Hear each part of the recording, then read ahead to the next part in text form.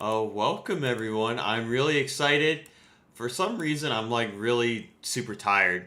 I apologize. I don't know why. I felt like I like slept for like 8 hours, and yet I'm like super tired. But that's okay because we've got the magic potion, AL8, and it is going to give me the energy that I need for this 500 subscriber live stream. So I'm really excited to see you all, and hopefully everything works out on the end, like on YouTube and everything. Well, I usually have technical difficulties, but yeah, I'm really excited. So in about 23 minutes, we're gonna have Deej versus Poland. And then Humidus gonna hop on and co-cast that, and then yeah, 2 hours from the start of that, we'll have Darthenu versus Talose Yo. for fifth. Oh hey, Humidus already here. What's up? I'm already streaming, by the way. Oh. Sorry about that. No, you're totally good, man. It's even better. It's even better. Let me pop this open and get your camera on whenever you turn it on.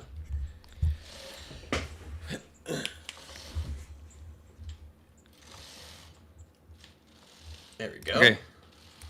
I think we're there. Pro streaming. Yeah, exactly. Exactly. I don't think I've ever had a stream where it works out perfectly. Wait, is it this one? Same. There we go. Yay! Let's go. Hello, everyone. He's here. I'm excited. I'm excited to have you on. I'm excited for this Deej versus Po1and show match. Let me pull up this dastardly map that I picked out.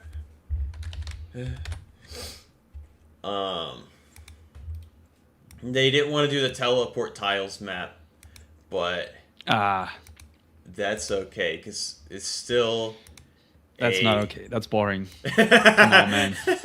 It's still a really cool map. We expect more from these top players, man. Come on. Yeah, we gotta peer pressure them. Exactly.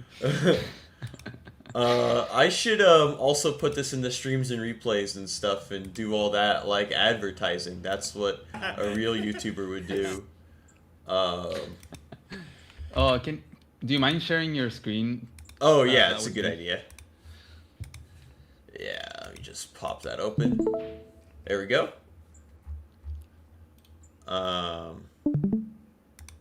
Beautiful. Sweet. No, I messed up my desktop. And everyone can see all my 50 tabs that I have open. So this is the map? Yeah. I like it. Yeah, you had me at mixed base and mixed airports. Exactly. Let's go. So it should be really good. Let me just pop this in the proper channels before I forget. Sorry about that. Featured content. There we go. All right. By the way, congrats on the 500 subs. Oh, man. thanks, man. I really That's huge. appreciate it. Let's go. Very deserved. Very deserved. Thank you very much. I really appreciate it. They said it's a Izanagi says this map is a grit map. Oh. So Do we know the tier that they're gonna be playing on this map? I suggested tier 1 because it looked like the live league settings just based on going through the games. Tier 1 was Hawk, Javier, Sasha, Kindle, and Sammy. And that seemed the most interesting to me. Okay. I think it makes sense that Von Bolt will be banned on this map. Yeah. Contested Yeah, comp space. towers, so Javier could be really interesting. And I think the mixed base, like mixed airport, automatically puts Sammy and Kindle in tier 1. Yeah. I think I don't know if Javier would be that good of a pick. I mean, the towers don't seem very contested.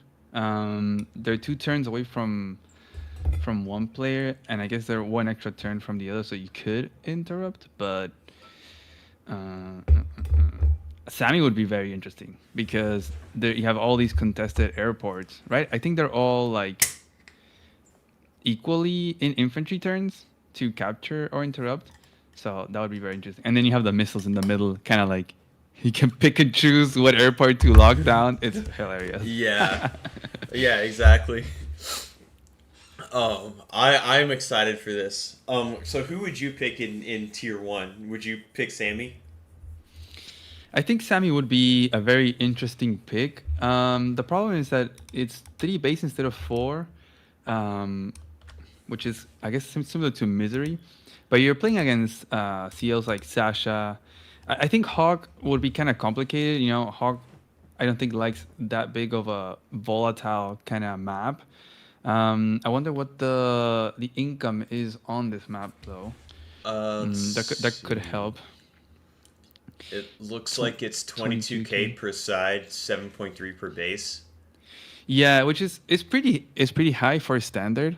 But the thing is that we're probably not gonna see players at 22K. We're probably gonna see them at like 18K. You know, because there's gonna be a Yeah. lot of neutral properties we're gonna be fighting over, especially if you're facing someone like Sammy, for example. So I think Sammy would be very interesting. She's always very good in mixed base.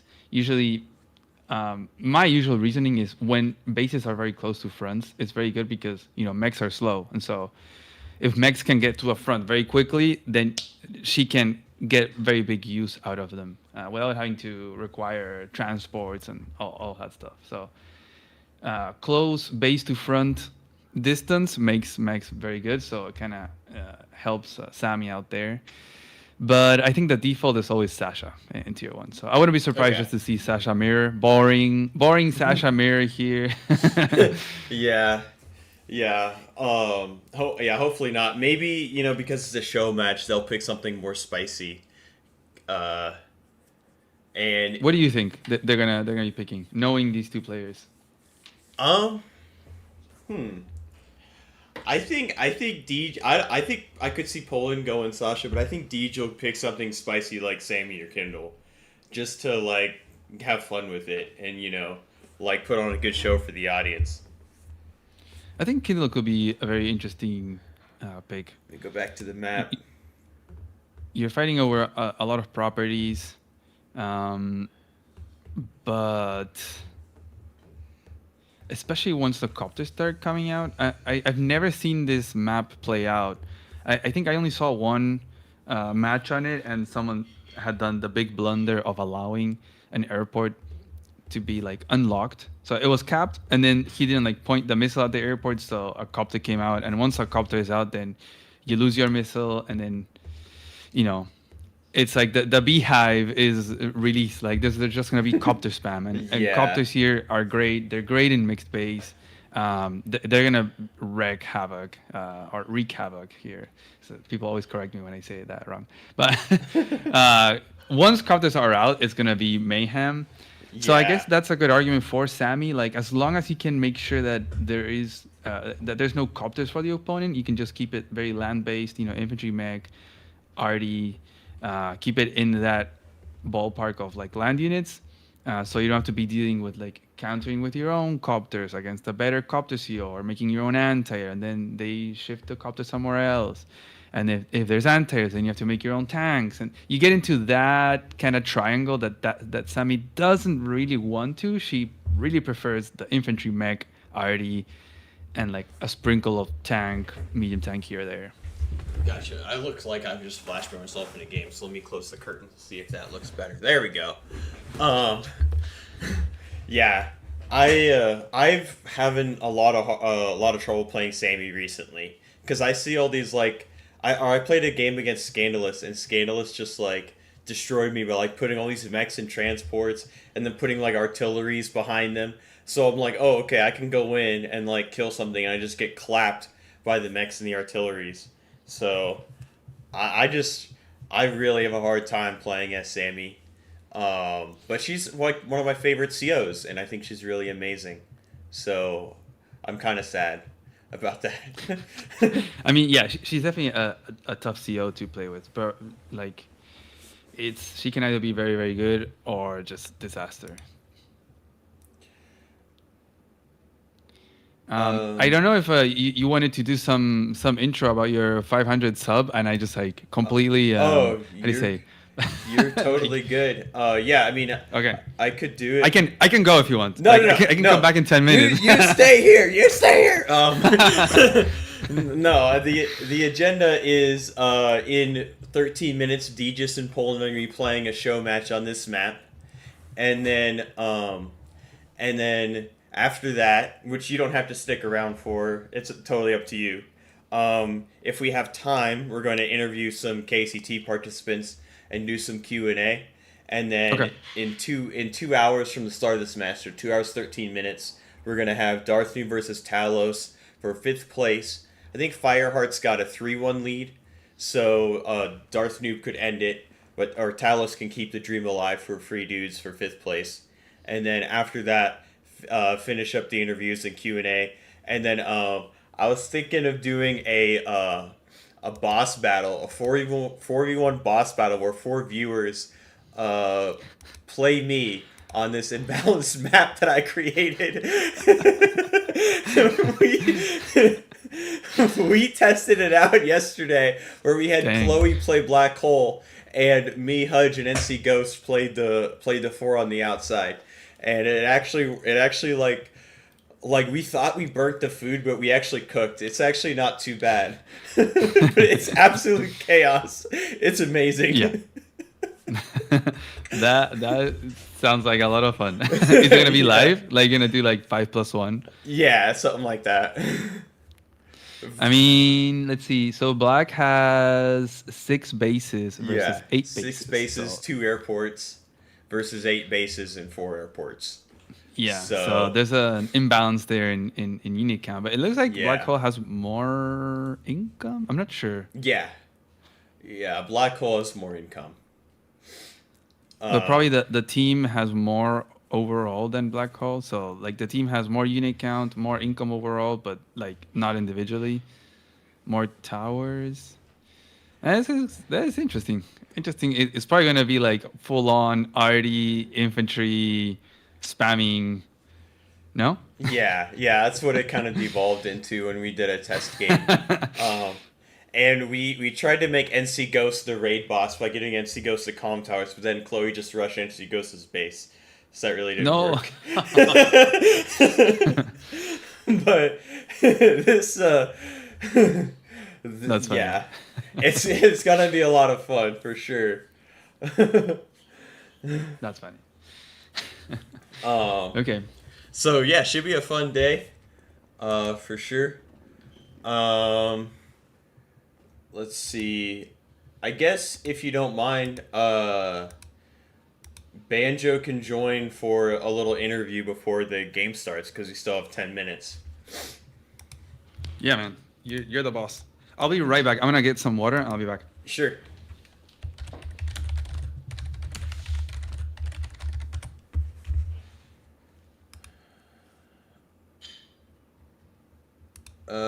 Let me see. I got a lot of messages on Discord, so I was just gonna make sure. Everything's good. Sorry about that. I should also be reading chat, but I was distracted. So welcome everybody. Thank you all for joining in. Yeah, I wish there was a way you could set the timers to be a little different balance. So it's like the black player can get more time. Sulfur Rent tip $20 for Super Chat. I'll be busy for the day, so I'll be lurking and joining in spirit. Congrats on the 500, my dude. Thank you so much for the Super Chat, Sulfur Rent. I really appreciate it. It really does mean a lot. I'm not crying right now. It's just sweat. All right. Hello, guys. Banjo's here. Welcome. Thanks for having me. I think the rest of our team was more available maybe after the game, but yeah, sure, no problem. I know we all have busy schedules and stuff. So congrats on winning, and I think you got the most votes for MVP, Banjo. So it's great that we have you on first. because I think you clutched up the must-win game against Hampelman, and then you clutched up a must-win game against in the semis. Oh shoot, who was that against? Oh, and Mind Gamers. I should know all this. There's been so many matches. I think the semi-final it was not a must-win game, but it was the deciding one. And I don't remember exactly who was playing after me, but he also won his game, so we ended up winning 5-2, if I'm not mistaken. Oh, that's right. Yeah, yeah, that was the decider. That's right. There's been so many But yeah, games.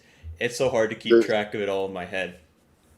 the last match of pools was against Ampleman was a bit stressful, let's say, since Yeah, it would decide which team would go to the main event and which one would be in the consolation bracket. yeah, for sure. So, like, can you take me through your thought process of like going into a must-win game, and like, did your team help you like psychologically? Like, can you give me insight onto I that? mean, I was not too. I was not too stressed out for that game because I was rather confident in my understanding of the map.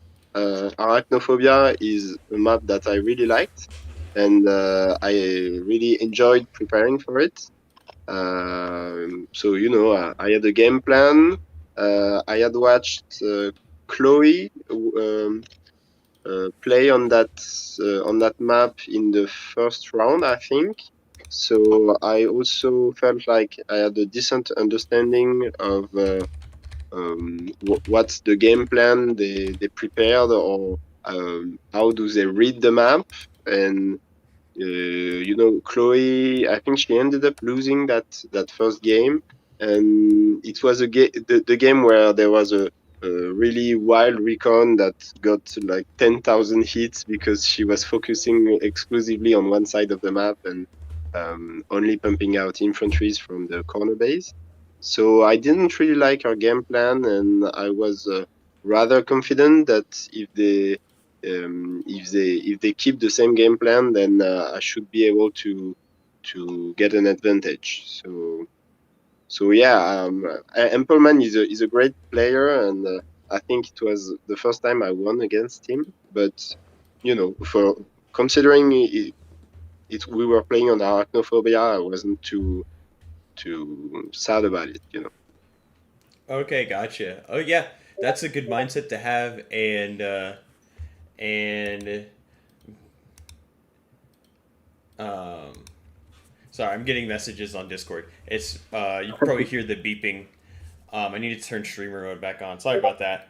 Anyway, so I was gonna ask, like, in Star Wars, how Emperor Palpatine like kind of worked like behind the scenes and like in the shadows.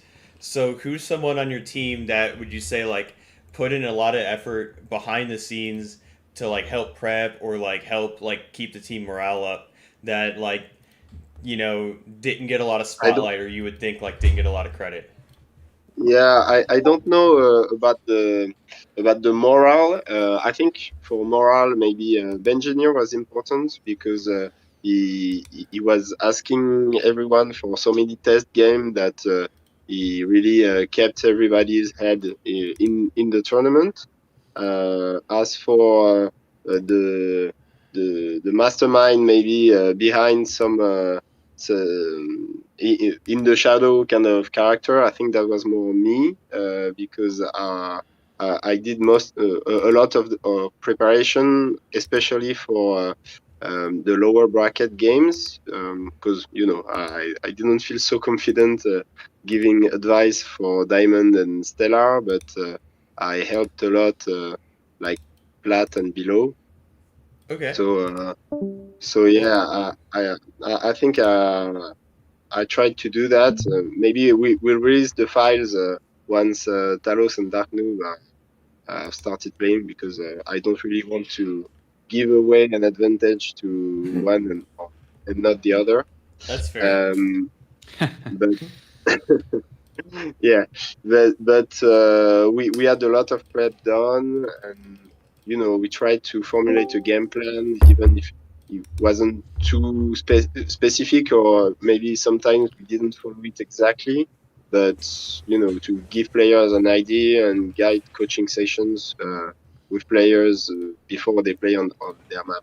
So at least I tried to do that, and yeah, I think it worked out pretty well. Yeah, Can I do a quick question to Bongo Banjo go for it. before? Sure. So I see you picked Javier in the last match against Banjoey Yeah. in a tier one, and usually, we rarely see Javier. So thank you for showing us a Javier versus Sasha, and you actually won it. Just why did you pick Javier? It seems like it was a very low income map. It seemed like you got the already like super late, but like I was wondering what was your game plan there, and like why you decided to go with Javier instead of Sasha. Well, in the prep I did, I was fully convinced that Sasha was the one pick, and Really? there was no debate about it in my mind. Okay. Uh, but then I started playing test games with other players in our team, especially Jiduma, who wanted to try Javier. And what ended up happening in those test games is I would get Sasha, I would get like the opening that I wanted, but the fighting always ended up on heavy terrain. Mm. Like a city silo tile, a city mountain tile next to potentially contested properties. And Mhm. so the 10% defense becomes really strong if you are fighting on heavy terrain. And so as Javier, it's really painful in the opening because like the tank order is something ridiculous. Like Sasha gets the first tank, then she gets the second and third, and you only have one as Javier or something like that. Like it's ridiculous. Mhm. Um, but if you can keep fighting on heavy terrain, then you will end up fine. Is what I ended up um, understanding about that map, and Mhm. also yeah, I think if Sasha wants to be really aggressive on this map, it's with the way the capture order works. Either she goes on your strong side, which then I don't mind if I'm a little bit behind on the tank order, or if she goes on her strong side, then you have the airport that gets captured and freed, able to build a copter at the time where you capture the one really vulnerable and contested properties on your weak side, and it's exactly 6 tiles away. So I was thinking, yeah, maybe I'm not gonna be able to match a vehicle count, but tempo wise, I think I'll be fine if for example, I get a free copter into tank on the road. If she attacks my weak side, and if she attacks my strong side, then the terrain is heavy, and I'll be on the back foot to start with, but I will end up winning. And also the artillery is actually pretty good on this map, I think. And so when you are Javier, you have the option to go for it. But if you are Sasha into Javier, then it's not really playable. Mm. Gotcha. Yeah, I just want to say it was really well played. Can you guys hear me? It felt like Sasha was ahead for a lot of the game, and then you were able to claw back with those Yeah. better stats. Yeah, for sure. I think that's a lot of the Sasha games too, like Sasha versus Von Bolt, kind of the same thing. We have Jiduma and Spork also joining the call for some quick interviews before the Deej game starts. So welcome Jiduma and Spork. Apparently, all of True Grit was over like 6'6" or like 6 foot, and Jiduma's the tallest at 6'6", so he stands above the rest. And also, and also clutched in. I think like started 1 and 2 in pools and went undefeated in playoffs. And I think Jiduma got most improved award. So, um, can you? I'm gonna like see if they're started, but I guess can Jiduma or Spork, if either one of you wants to talk about like your experience with the tournament. Whoa. Look at Spork. He's dressing up as Cole. Oh, that's hilarious. Um, Got the full outfit. yeah. So I guess let's see. They didn't start yet. I'm seeing now. I guess. Let's go, Cole. Yeah. I'm sorry, I just lost my whole train of thought seeing the Cole cosplay. Oh my gosh, that's amazing. I guess either of Jeta you, would be proud. yeah. If either of you want to talk about like your prep and like who on the team helped you. Okay, they're gonna be starting in a minute. Like real quick, talk about like your prep and who and you know which teammates like helped you and all that stuff and like I guess like kind of the whole team atmosphere going into the playoffs.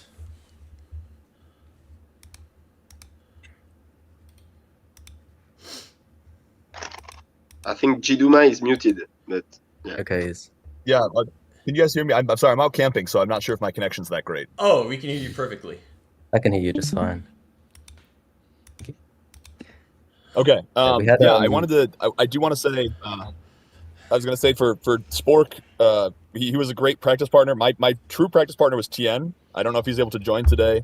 The strat was always I would scrim Tien would crush me, and then I would tech whatever Tien beat me with and tell Banjo, and then Banjo would tell me if it's any good or not. Tien was the one who kept beating me with Javier, and he just punished me over and over again. And I went to Banjo and I was like, you have to play Javier. It's the only pick. Tien is unbeatable. The man is an absolute god. And he crushed me enough times that I eventually convinced Banjo that he had to play Javier. So that was the chain of command there. Oh, nice. Javier, the trick is you just need to have one speed, and it just booms the mental of any such a player. The second they it's the greatest thing. Your Javier, you feel unkillable. Well, now your connection started getting but yeah, spotty. no, the Banjo was the prep king. Yeah. Oh, sorry. Oh, it's I'll try and be short, but Banjo was the prep king. He was fantastic. He wrote 1,000,000 pages. Honestly, if we ever released the doc, he had like a 40-page prep doc with like 5 pages of notes on every single map. It was unbelievable. When we saw the prep docs of the other teams get released, I think it was Sprite we realized Banjo had done about 10 times more prep than any other team. and it was truly incredible. We had Tien and Spork and Ben were scrimming, 5 games a day. It seemed you'd come back to the chat room and there would be 16 new messages with new strats, ideas, etc. It was an incredible team. I feel so I'll jump off, let Spork speak now, but I just really appreciate being here all the time. Yeah. Yeah, thanks for hopping in. Sorry about the connection issues, but I really appreciate it. All right, the game has started, but Spork, if you have anything you want to say real quick about the tournament, and we'll have some time after the game to come back in if you want. But thank you. It's pretty much how it went. I did vast majority of my scrimming with Jans, to be honest, and yeah, I would play like games all day against Tians, and then he would figure out everything and start beating me, and then he'd work it all the way up. Got a few games against Junior as well. That was for that as well. Gotcha. Yes, he was kind of the core of all the scrimming, I would say. Tians. Oh yeah, it's good you had a teammate like that able to scrim a lot. I guess last question before we dive into the game here on this map Mach 3. What was your team's overall morale like going into the must-win series against Chloe and the girls in the pools, heading into like the playoffs where it's always a must-win series? What kind of led you guys to not get discouraged even though you backs were against the wall?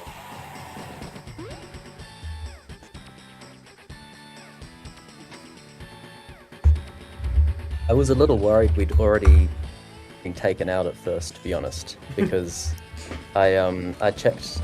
I think at first you didn't have the top 2 colored, so I looked at the listing before we went against our one against Chloe, and I was like, oh damn, we're not winning our group. And then of course I remembered that you don't have to win your group, you just have to get top 2. Oh yeah. Yeah, that's fair. Cause like yeah, I updated it on the week by week basis. So you guys like started like out, but then by beating Chloe, you guys made it. All right. Well, thanks for Legendary hopping in. comeback. That If cool if I may cosplay was just amazing. add one last thing before Sure. you dive into the game, like I'm getting glazed by my teammates about my prep, but I gotta admit that half the reason I wrote all those documents for them is because they are all based in the US and I'm based in Europe, so we were never really able to play at the same time. So my way to help the team was, since I was not available for streaming, was to send asynchronous prep. And like when we compared with other teams, I think maybe our prep was more structured for that reason. But I have heard so many players talk about the coaching sessions that they were able to get with their captain and their teammates. That I think a lot of effort of many players maybe isn't written, but is also was also pretty important all throughout the tournament. Gotcha. Well, thanks for See you after hopping the in. game. Sorry, I missed what you said just then. Yeah, see you after the game. Oh. Have a good catch. Yeah, thank you. For sure. Yeah, we're gonna dive into the game. Thank you all for hopping in. Sorry we had to like kind of rush it at the end. I was battling some technical difficulties, but that's new. But now we've got this exciting game on the map Mach 3, and I was like trying to understand this map. And maybe you can help me, Humida, but I was thinking maybe like for red, the left base and the right base team up against this mid bottom base and the reverse on the top, kind of like Misery. But I also think like everything is so like even, like it's one base per like little corner, that like any 2 bases can team up any 1 base. Yeah, I was looking at a few things, and something I realized is, the missile in the middle, and there's 6 airports that are neutral. That missile actually locks down 5 out of 6 airports. There's 1 airport that you cannot lock with that airport, with that missile. So, like for example, Deej could get the airport in the top left, and then Po1and cannot really lock it down. Like he can, but he would have to move the missile quite a bit, and then he would be out of range of locking out all the other ones. Because from 1 turn from where it is right now, I can lock down 5 airports, but not that one. So there's 1 airport for each player that they can capture, and they at the same time they would have to try to contest to avoid the other one from getting it, because it has the highest potential of actually getting a copter out. And once a copter is out, all hell breaks loose pretty much on this map. So it's something to keep a very strong eye out for, and I think that's why we see a tank from Deej on the bottom to try to deny Po1and from getting that airport of his in the bottom right part. That's where he made his first tank. Okay. And then another thing I think that we can really talk about is CO picks. With no Sasha. Yeah, no Sasha. they chose spiciness, and I like it. I like it. Let's go. Who would you favor here? I think Javier is gonna be better here. Kindle is great, but I think Javier is gonna, in this matchup, I think is gonna be a little bit better. Just all the engagements are gonna be very good. That extra 10 defense on terrain is gonna be great. Plus, as we were saying, like if we don't see air coming out, if Deej can keep it land-based, then Javier is even better, right? Like then you're just fighting same unit against same unit. You can even see RDs coming out. You deny the other one from getting RDs. So it is really a scenario where it's very, very good for Javier. So I think I would rather be Javier here. We'll see what Po1and can do with Kindle. and obviously he just got his comm tower. There was a chance that Poland could go and try to interrupt it, but he would sacrifice a lot of income, I think. So I don't think it was really sustainable. So we have Javier with his tower, and I don't think that's going to be changing anytime soon. We'll see. The engagements for Kindle, they're not going to be great. I'm not sure what the stat is without the comm tower against Javier now. It's not 6-7. It's maybe like 8-6. I'm not sure how much it is, but it's not going to be great. Yeah. We got Fluffy in chat. He said, Fluff, welcome, Fluffy, the legend.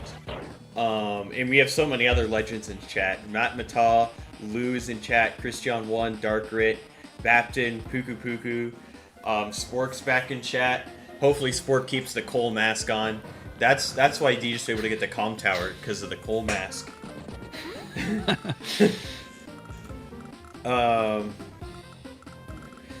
Yeah, I mean, maybe Poland can like try to wrestle that comm tower down eventually, with like air units from the airport, like all trying to get Deej's comm. But I think it's pretty safe right there. Poland did get that really aggressive airport close to the comm tower. There's a recon in range though, and the missile has it locked. And another thing I guess I missed is also that the missile, it can only be at one spot at a time. So like, for example, Deej's missile, it right now it locks down the top right airport from Poland, but Poland is also capturing the one on the middle left and the bottom right one that we said was very hard to lock down. So you kind of have to pick and choose what you lock. As we see Poland skipping a property to go for an interrupt, this time from a forest. So now he gets a 7-7, but this is what defense can do. Deej can keep capturing that property, and it will go through unless Poland sends another infantry. Oh yeah, true. Yeah, it's gonna be really tricky for Poland to play this. I think it might just come down to like Javier Mir, like you just treat the comm tower like it's an HQ, and then you try to push that. Because I guess Poland has the very top center base and the bottom right base. Can maybe try to pinch that like mid right base for Deej's, and then eventually get the comm tower, and then be able to just win the game after that. But yeah, no, that's true. Yeah, the comm tower for Javier is definitely the HQ. At the same time, if Javier gets the other comm tower, it's so over. Yeah, 2-tower Javier is incredibly strong. Yeah. And we don't see the tower captured by Poland yet. He's only going to start it next turn. I don't think there's going to be a unit for Deej's in range to stop it unless he sends his tank. But I think the tank is going to be used to take out the capping infantry on the airport from Poland on the bottom right. And yes, Poland made his own tank, but this is 1-tower Javier versus no tower Kindle. So I think Deej should be pretty comfortable in going and taking out that infantry in the airport and just receiving that tank on tank attack and just pulling back the tank after it. Yeah. Yeah, especially since that's a huge airport, like you mentioned, the missiles can't cover both it and the top airport that Poland already captured. So it's going to be pretty tricky for Poland to navigate this opening, I think. Oh, even the recon is getting involved too. Yeah, that recon was also pretty interesting because it could reach and attack Poland's infantry in the airport in this very turn. He could have like not finished that capture, Deej, and go like recon infantry and take out Poland's infantry in the airport right now. I don't know if it would have done much, but at least you take it out and then you're still locking down the airport and then you can probably step on it. But he decided to go and get that free interrupt on Poland, it looks like, on the right side, since Poland's tank does not reach to cover that infantry. Yeah, and interestingly, not going after the airport infantry, but going after the infantry on the left side. This is... Yeah, I think he's forcing Poland's hand a little bit. He's probably going to interrupt the... Wow, he's not stopping the airport capture. Dang, okay. Yeah, that's interesting.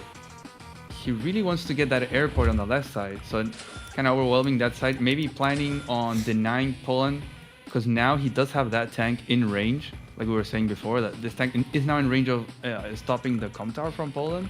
So Poland's going to be forced to attack the tank, really, with his own tank.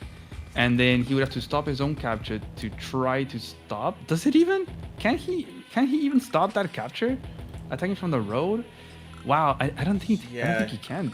Needs to knock. Oh, I guess Depends on. Oh, if he's Is it from a a road? city, yeah, it has to be from not a city. Yeah, I don't think he can stop it. I think with a higher roll, it's like 38 plus 54 gets you over, yeah, at least 80. And then it can drop down to 2 HP, which is what he needs. But that's a big ask. And then attacking the tank plane on plane, that's not a very good roll for Kindle. I think he can get to a 6 and 7 potential. Yeah. So really forcing the hand here on Poland on what he wants to do, either finish the capture, try to stop the airport, get a hit. Because the tank has to either hit the tank or hit the airport guy. Because look at Poland's missile. It went all the way up. Yeah, I was just looking at that, and I was thinking now Deej can move his missile to this shoal tile, unlock both of Poland's airports on the right side from that. But I guess if you do that, you allow the middle airport to become unlocked. So maybe that's not the best idea. This is such a tough map. Damn, and Poland decided to actually go for it. He went for the 6 and 7 trade on the tank. It also stops that tank from interrupting the comm tower cap. Right now, he got the high roll Kessler on the airport capture. And yeah, like you said, he's doubling down on the missile on the top right. So he's gonna be denying 3 airports still from Deej's, the one he captured on the right side, the top left that is going to go through, and the one in the middle, while he's denying the one in the bottom left. So he's trying to keep Javier with no airports. Right now. Yeah, and I really think like the air is going to change the whole dynamic of the match, because they can go anywhere. You can shoot the missile down from the middle, get the airport online, and just like you said when we were talking about the map, like just swarming copters. And I think that's how Poland is going to win the game. Well, I'm not saying he's going to win, but like that's the way he has to do it if he's going to win. Like, is get those air units involved, try to bully Javier off the cities with like urban blight assistance, and like maybe try to push aside and get the comm tower.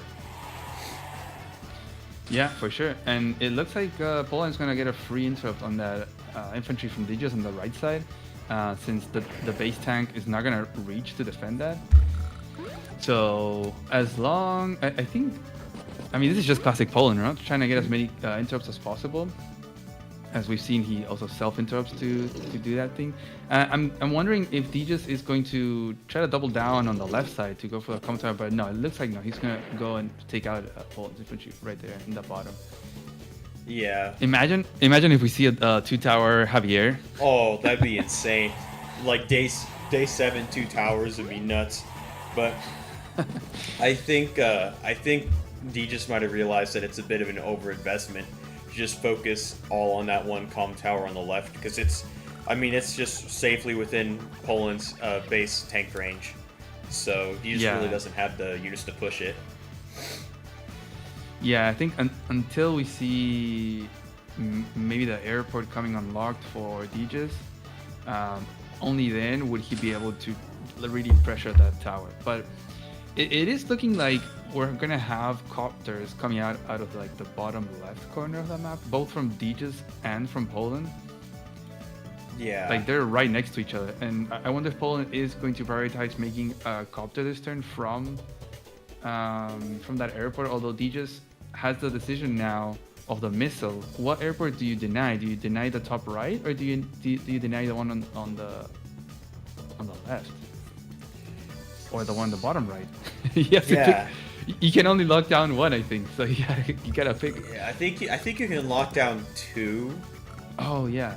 But if you move the missile to, like, for example here, you can lock down this airport and this airport, but then you lose control over this center airport. Yeah. The other thing is, actually, I didn't even see this. This is a shoal tower right here. The tank can sneak onto the island and shoot the missile, which I think would be really huge if you can clear that island. Oh, he didn't move the missile, Kessler. So he's still locking down the middle and the top right. So Po1 can pick to do a copter either from the bottom right or the left. Either of them would be huge, I think. I can assume he's gonna make it from the left side, perhaps. Funnily enough, Yeah. he just got a city right next to Po1's base on the left side of the map. 4 tiles up. Yeah. Po1 was so focused down here that Deej just was able to just sneak on there. El Famoso Dodo's here. Welcome. Hello, is it the Let's go. best stream in the world? It is, because we got Humida. Automatically makes it the best stream in the world. El Famoso Dodo is truly El Famoso. Yeah, exactly. Exactly. Yeah, that was a... Oh, there's the copter. There was a copter. The missiles are under attack now, and this is gonna be really hard for Deej to deal with. I feel like, I guess, okay, even the copter is kind of locking down the top left airport now, and the airport that Deej is currently capturing. It's like locking down 2 airports itself. Yeah, potentially, depending on what Deej does, he can finish the airport capture right on the bottom left, but Yeah. this is a classic scenario where Poland can do like copter tank, take out the infantry, and then put an infantry on top of the airport. So even if he gets the capture right now, which he will if he wants to, it can get flipped back on the very next turn. Just because having that first copter out. So first copter on this map is such a big advantage. Yeah, and Poland's even going for Deej's middle airport too, with the infantry. So Yeah. I'm not sure how I to think- play this as Deej. I think that missile needs to run away, no? Yeah. It's in range of a copter, like, get out of there, man. Yeah. Run away. Try to preserve that missile. But it's gonna be tough. They move so slowly. Yeah. Yeah, this is really tough. Because you could go anti-air out of the bottom base and then try to just like, you know, force the copter to go elsewhere. But then it just forces an anti-air somewhere else, you know, and you don't want to be just building anti-airs and the other person builds copters, since copters are so good on this map. Yeah, I kind of feel like Deej I feel like Deej is forced to make another tank in the bottom so he can prevent Poland from doing what I was talking about earlier, because Poland would have to put the tank on the bottom and then copter, it doesn't matter, like on the left, for example, of the airport to take out the infantry, and then infantry steps on the airport. And so therefore, if Deej makes an anti-air, he would not be able to unlock, unblock that and then interrupt the airport flip. So he's forced to make another tank instead of an anti-air to try to like take out the copter. Although, I mean, it wouldn't even reach, honestly, if it hits from, you know, the left side or the top side. So I think tank is fine, kind of forced. So triple tank is probably what we'll see right now with 21k and 3 bases. And missiles gotta run away, man. Run away. Yeah, the missiles definitely have to run away, but also the mid airport could get flipped because Poland is sending an infantry, perhaps a copter, perhaps a tank over on that middle island, which could be huge. There's also 2 labs on the island which you can capture in case your own lab is going to get capped. As like a little emergency fail-safe kind of thing. Eternity served cold style. But a T-copter. Oh, wow. As a blocker to prevent Oh. the... Dang, okay, getting creative. Let's Yeah. go. We love to see it. But, I mean, the missile is right there, so I think that's... He's just doing it for charge. I think that's a blunder by... I don't think you realize that the T-copter can just get taken out by the missiles. So that's 5k down the drain for Mr. Deej's. That's 5k Oof. charge, actually. It is 5k charge. Yeah, that is true. Yeah. Now you I'm just the putting the missile missile. there. That missile is definitely in copter range. Yeah. This is interesting. No one's understanding. All chat is like, what the heck? Yeah. I think they just didn't realize like they get taken out by that missile. So Yeah. bye teacup. Oh, it lives! It lives! Why? The 10% defense! Deej Let's go, Javier! Deej is better than us. He's the GOAT. He stopped the airport. Big brain, big brain. Oh Damn. my gosh. What a play. Absolutely brilliant. He knew it would survive the missiles. Oh, but now Poland is getting a lot of attacks here on the right-hand side. Blocks the airport. Yeah, that is one very good scenario. The best scenario for Kinder right now, right? Like putting the tank on a city. Deej can only hit from a road. That is where Kindle is gonna be better than Javier for sure. And okay, looks like we're not putting the tank on the bottom. So okay, he's still gonna step on the city, probably to deny the tank from hitting from the airport. Yeah. But that's the smartest play from Poland, probably. Yeah. Oof. Who do you think? The tank there? Who do you think is winning right now, or like that is favored? I think Poland is favored right now. I think the getting the first copter is huge. And I think Deej will be fine on the bottom. I think he's got the units to do it. But the right, there's another copter too. I think the right side could be now an issue. And I think like Poland is able to set the tempo of the game and like dictate all the fights, and then Deej has to play reactively. Yeah, I think Deej is in a bit of a pickle because of the copters. Like he's forced to make anti-airs everywhere now, as he cannot get a copter out anywhere. Like he really wants to free up an airport, but he just doesn't have that opportunity. You really want to be answering those copters with your own copters, and that missile is probably gonna get shot down next turn. At this point, there's 2 copters on the field for Poland, and they just have to make an anti on the bottom. You have to make an anti on the right side, but at the same time, you also want to make more tanks. It's getting really tricky. It's funny, we just see infantry in the top for both. So no vehicles just yet in that top area. There's a whole bunch of infantry. Yeah. But Poland also could be putting pressure on the comm tower. He's got an infantry in range, and I think he's got like a couple more infantry. He sends like all like 6 of these infantry over to Deej's 2. That could be really bad as well if you get that comm tower flipped. What do you think about like perhaps maybe if you can somehow clear the 9, joining to get like a fighter on the field for Deej? That would be crazy. Yeah, that would be huge. It's just really expensive, I think, but probably lockdowns every airport. You do have to take out the missile though. But yeah, that 9, I don't think even with a power was possible to get. Yeah, probably not. So yeah, it wasn't possible.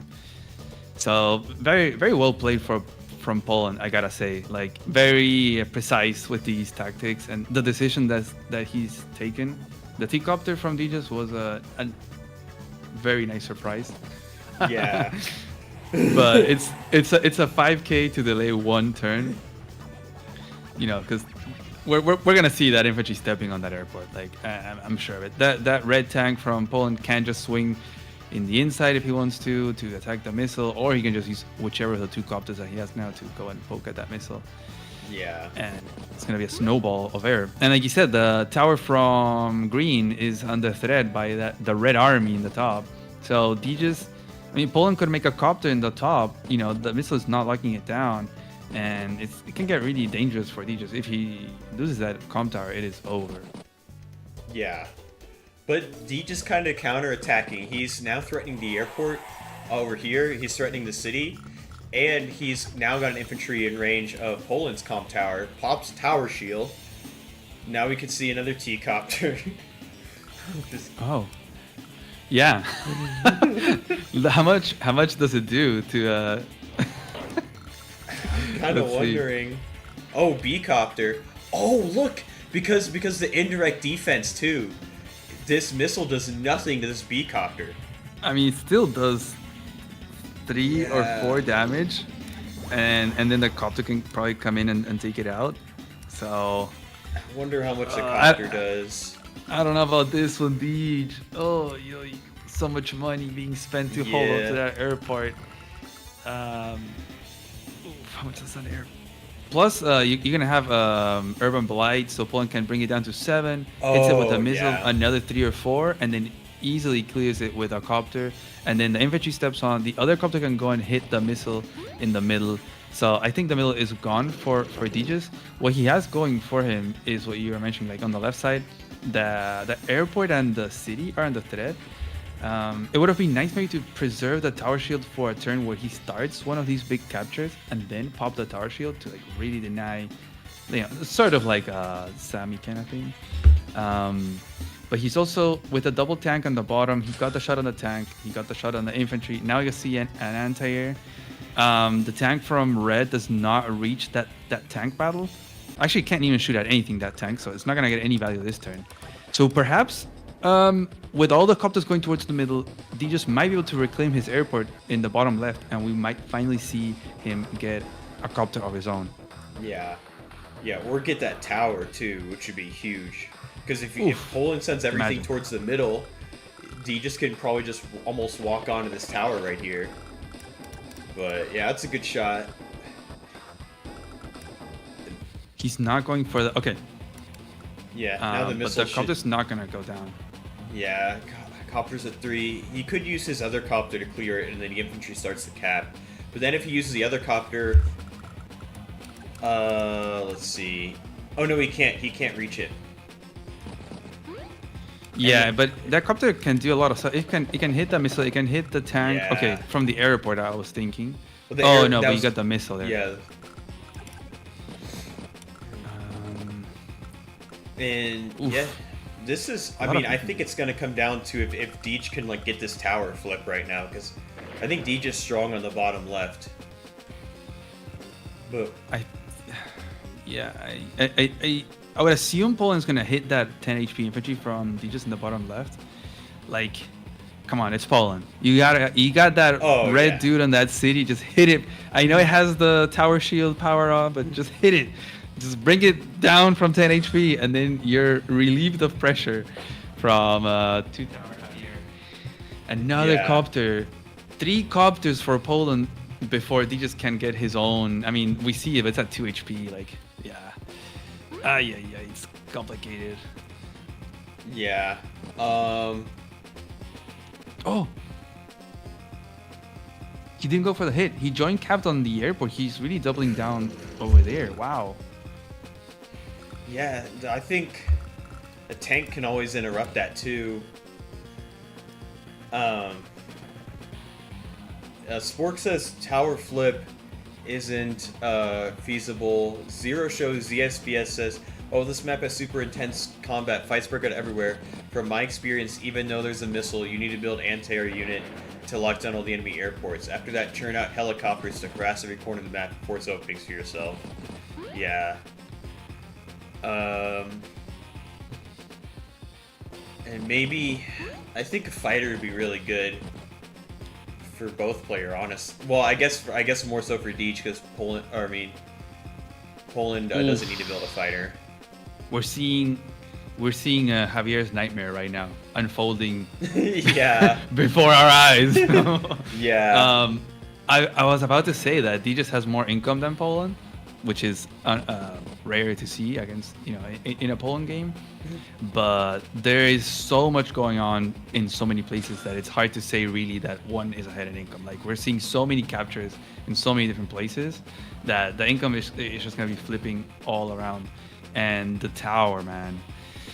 Deej has 2 infantry in the top right versus 4 infantry He from has the Kindle tank. fighting against urban terrain. Yeah, you're right. There is that tank, but this is so complicated. He's gonna give up that capture. Like, that tank has to interrupt the neutral cap or the comm tower. yeah. I think More fighting. comm tower might be the play, and then you can build an anti-air, and I don't think this tank on the airport can reach.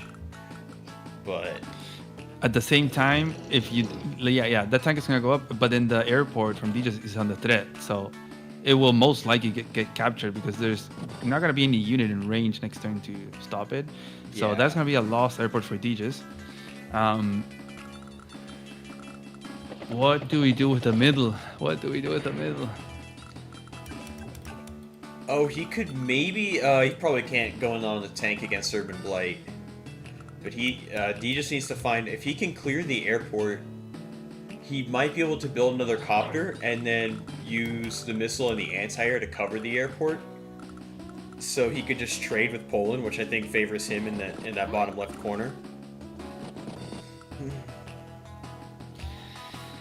Oof. He's also pretty behind on unit value. He has 19k because he had to spend quite a bit on repairs into that Urban Blight, the copter, the anti-air. Yeah. So not really seeing the benefit of the extra income right now, but we'll probably see it in a few turns if income remains the same, although I doubt it. We'll have to see what he has to use the tank, right, to stop the airport capture on the bottom left. Yeah, I mean, I guess he could use the anti-air, which will do more damage, but you don't want to expose that anti-air because then the copters are more free. Yeah, it's you have to pick your trade-off here because you got tank and copters from Poland, and there's only one healthy tank and one healthy anti-air, so you have to decide what you want to get slapped back by Poland. So he's gonna use his tank, I think, because he made his own. Okay. Yeah. And then the airport is at 8, so it's fine. But that anti-air, you might have to block with the 6 just to protect it. But even then, no, I wouldn't work because then this copter comes down. He blocks with the infantry. So no double tower, Javier. Yeah. We saw it there. We saw the light, but now it's gone. Yeah. Well, we'll have to wait a couple more turns to see if it happens. This. What? Oh, I was about to say this map is just breaking my brain. I know, man. It's crazy. Poland has so many infantry in the right side, very healthy infantry, and like they don't have anything to really protect, so they're free to go and put pressure. So Poland is gonna get that neutral capture. He's also going to get Deej's airport, so a lot of income being flipped right now. He's also gonna win the infantry battle in the top. And he'll probably also get the neutral cap on the right side. So that's a lot of income that is going in Poland's favor in these next few turns. Yeah. Yeah, and Poland's also ahead on the clock. And yeah, I think forcing a reaction out of Deej in the bottom really helped Poland win the top. But I think it's holdable for Deej. I think maybe the top base and the right base can pinch Deej's top right base, but at the same time, Deej is doing a really good job of every time Poland gives up an area, Deej goes to capture it. Like he captured this city on 010 in Poland's base range, capturing this one on 410, goes in on the missile. Oh, the missile, no! Bye missile. Press F to pay respects for the missile. Salutes. Yeah. Salutes to the missile. Could see maybe another tower shield next turn potentially. We could see I was thinking a fighter now from Poland, but it would be overkill because he's already locking down every airport. Yeah. But he could if he wanted to. Yeah. It would definitely be overkill. But yeah, it's looking really good for Poland. I'm not quite sure how Deej would come back here. But So on the right side, there's no vehicles from Poland. The copter is left towards the middle. There's a 5 HP tank from Poland, so there's a whole lot of infantry. So Deej has 2 vehicles, but he has almost no infantry. So he's gonna be able to get 2 free shots. I think that capture on the top is gonna go through for Poland. Probably make a tank on the top, but yeah, that capture is at 3 points, so it'll be easy for Poland to get it. So it's, Deej just can get 2 shots on infantry and start to clear some infantry, and then he would have to remake infantry count, try to reclaim that airport that he's about to lose. He's also about to lock down the top airport from Poland. So there's still some stuff that can happen, right? Like there's still value on the field for Deej. There's quite a few vehicles. There's a whole lot in the bottom, and as Po1and just runs away from that area, will we see the comp tower on the threat now? Will we see Deej finally accumulating those vehicles and put some threat on that comp tower? He could make a copter on that bottom left airport since he has the anti-air, and if Po1and sends a copter to attack, he can take it out with his own anti-air. What about a and have fighter trade. though? That would be huge.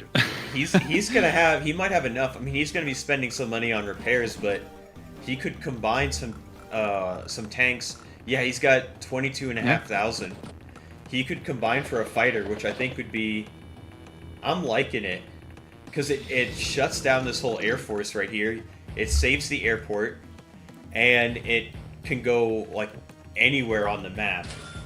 It just goes regular copter. That regular copter. Okay. I'm disappointed. So yeah, what I would be scared from if I were Deej right now is a collapse on his top left base, because Po1and, as he shifted away his main vehicle force, all those 3 copters and 3 tanks that we see, they could collapse on that top left base from Deej, and with the support of all the infantry in the top, that could be game ending also, because that's where the lab is. So Deej has to be careful, and perhaps has to build an anti-air in that base right now. So the builds are pretty awkward right now, I would say, for Deej. Yeah. I mean, a fighter probably couldn't defend it by itself, even still. I mean, it would be strong, but I think Po1and could block it out, of being effective against the copters. I guess one way for Deej to defend the top left is to just go hard on this tower on the bottom left to try to overload these vehicles down here, so they can't all swarm the top left. Yeah, I was thinking whether Deej should put his 8 HP tank on the comp tower to sort of deny Po1and from sitting on it. Having control of that tile makes it and gives you a better chance of actually starting the capture.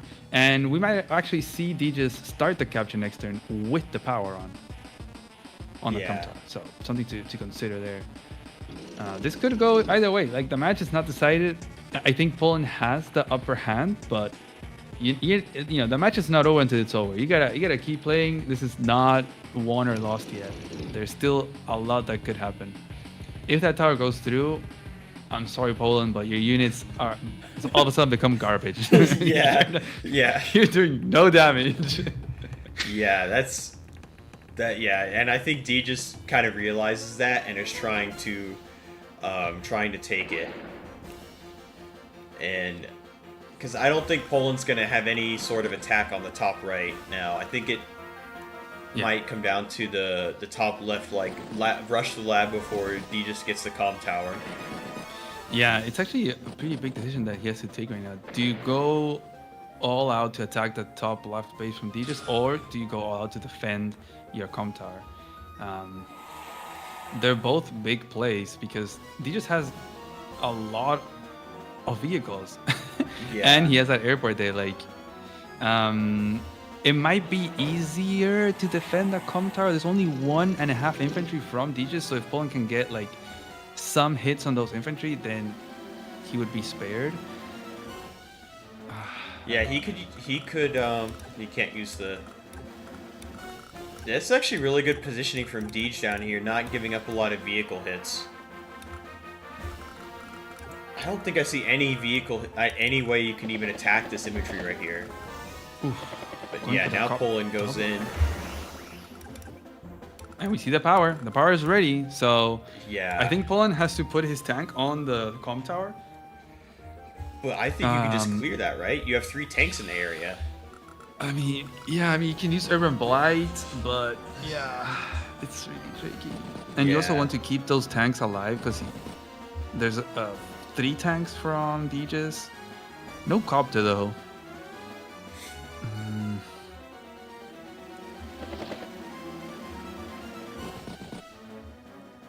Now there's a lot of man, pressure this is on so this complicated. base, but I don't think this is real pressure because I think Deej has the vehicle advantage and can just pick off infantry. Oh, Astaroth is right. We always forget about the Urban Blight. Yeah. So if he just starts capturing, he gets hit by the Urban Blight. So that is always a card that Kindle has, I say up her sleeve. So it's so annoying because you want to start those captures and then she can just like, oh, I have an extra turn, you know? You want Yeah. to start that capture? Sure. Urban Blight. Get an extra turn, one more turn of positioning, of building units, and then just denying that property cap. Yeah. Yeah, I mean maybe. I think they just needs more infantry for this capture to go through. Honestly, I always like to think that you need 3 infantry to like really go for a big flip like that. 3 or more, of course, but 3 is like you kind of need it. Yeah, he might start the tower just to force Poland to fight, and try to like trade off all the vehicles, which would alleviate a lot of pressure for sure. But yeah, I think, and there's another tank too. Yeah, this is gonna be really, really tough for Deej here. This is probably where Deej is like move plannering Yeah. so hard right now, trying to see, ooh, if I use the power, can I block in a way to guarantee the capture? But yeah, with Urban Blight, that is just so annoying. Yeah, it's gonna be okay. He's starting it. Copter blocks. Okay. Yep, that's a good block. Well, let's see. How much does a tank do to a Javier infantry on a city with a power at 7? Okay, so it can do 4. So the infantry goes down to 7, then the tank hits it, drops it down to 3, or you send an infantry instead, honestly. So yeah, I'm not very confident that this com tower cap is gonna go through. Maybe would have had to wait a little bit more. Maybe get an arty out. I don't know. At least more infantry, I would say. Yeah, maybe he's just doing it to try to force Poland's hand, to make Poland fight into this. But if Poland could just pop Urban Blight and maybe use the 5 if necessary, and then just defend it next turn. But it does alleviate a lot of pressure off that top left base now because Poland has to babysit the tower. Yeah, no, that is totally true. So they can just keep making infantry. As we see a tank on the top from Poland, which is going to... It is going to be defending from Deej's anti-air and tank in the top right. So Poland is still putting pressures in other places. We got 2 tanks from Poland, and one in the top, one in the right that they're over there, pointing at stuff, forcing Deej to kind of not do too much. And there's a whole lot of infantry from Poland too, on that right side over there. Yeah. But the main focus is down in the bottom left for sure. Ooh, Yeah. the block. So, I mean, Urban Blight will still stop it. Do you clear a dead tank with 2 hits? It'd be like what, like a 40% defense? Wow, you do 3 damage? Wow. Astaroth you need- thinks power is a blunder.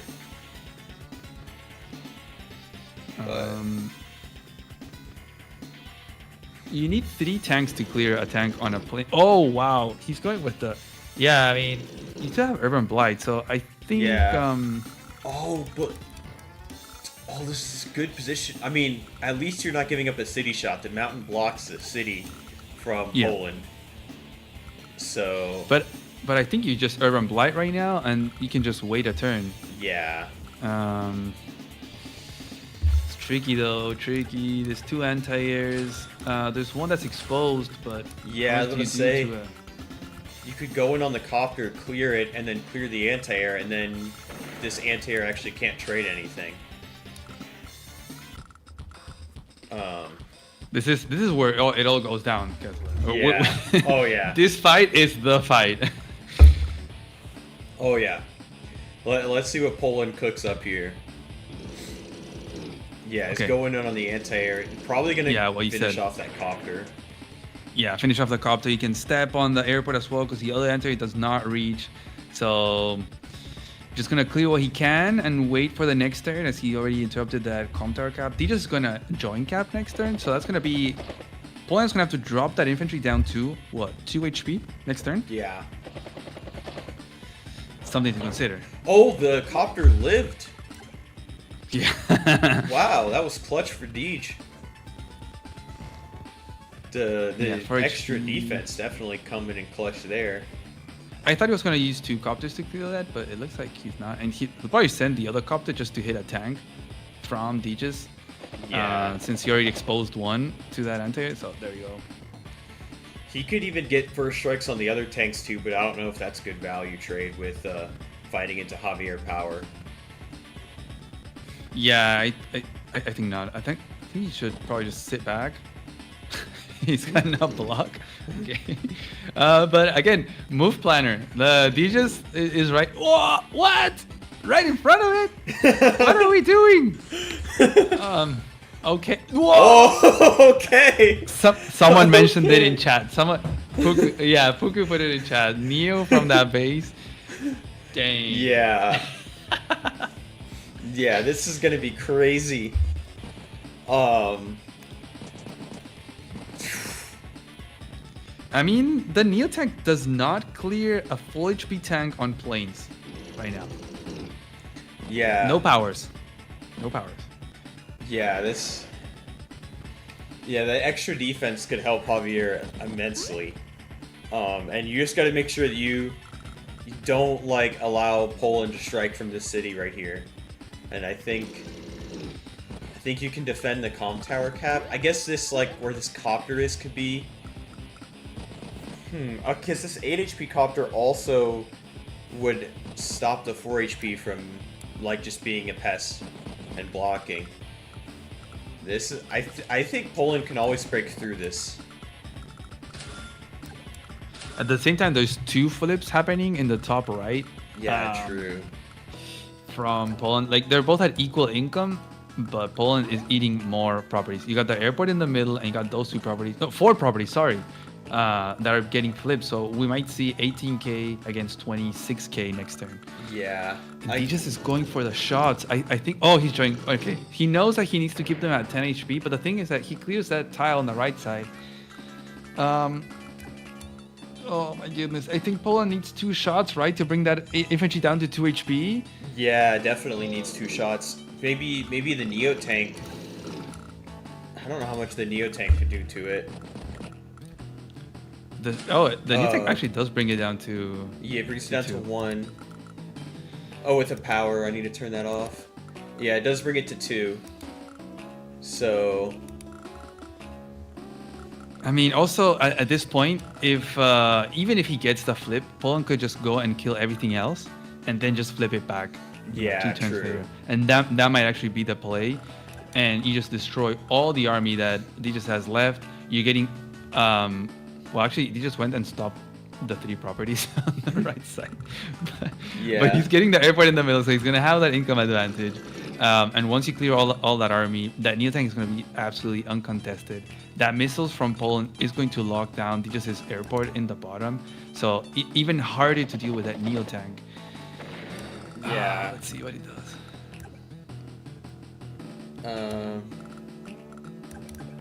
And this copper actually can't reach the 5 to trade it for value. Okay, yeah, maybe you go there and then you attack the infantry with the 10 HP tank, use the 6 to finish it off, and just try to make it difficult for Poland to break through, but I think Poland can break through this.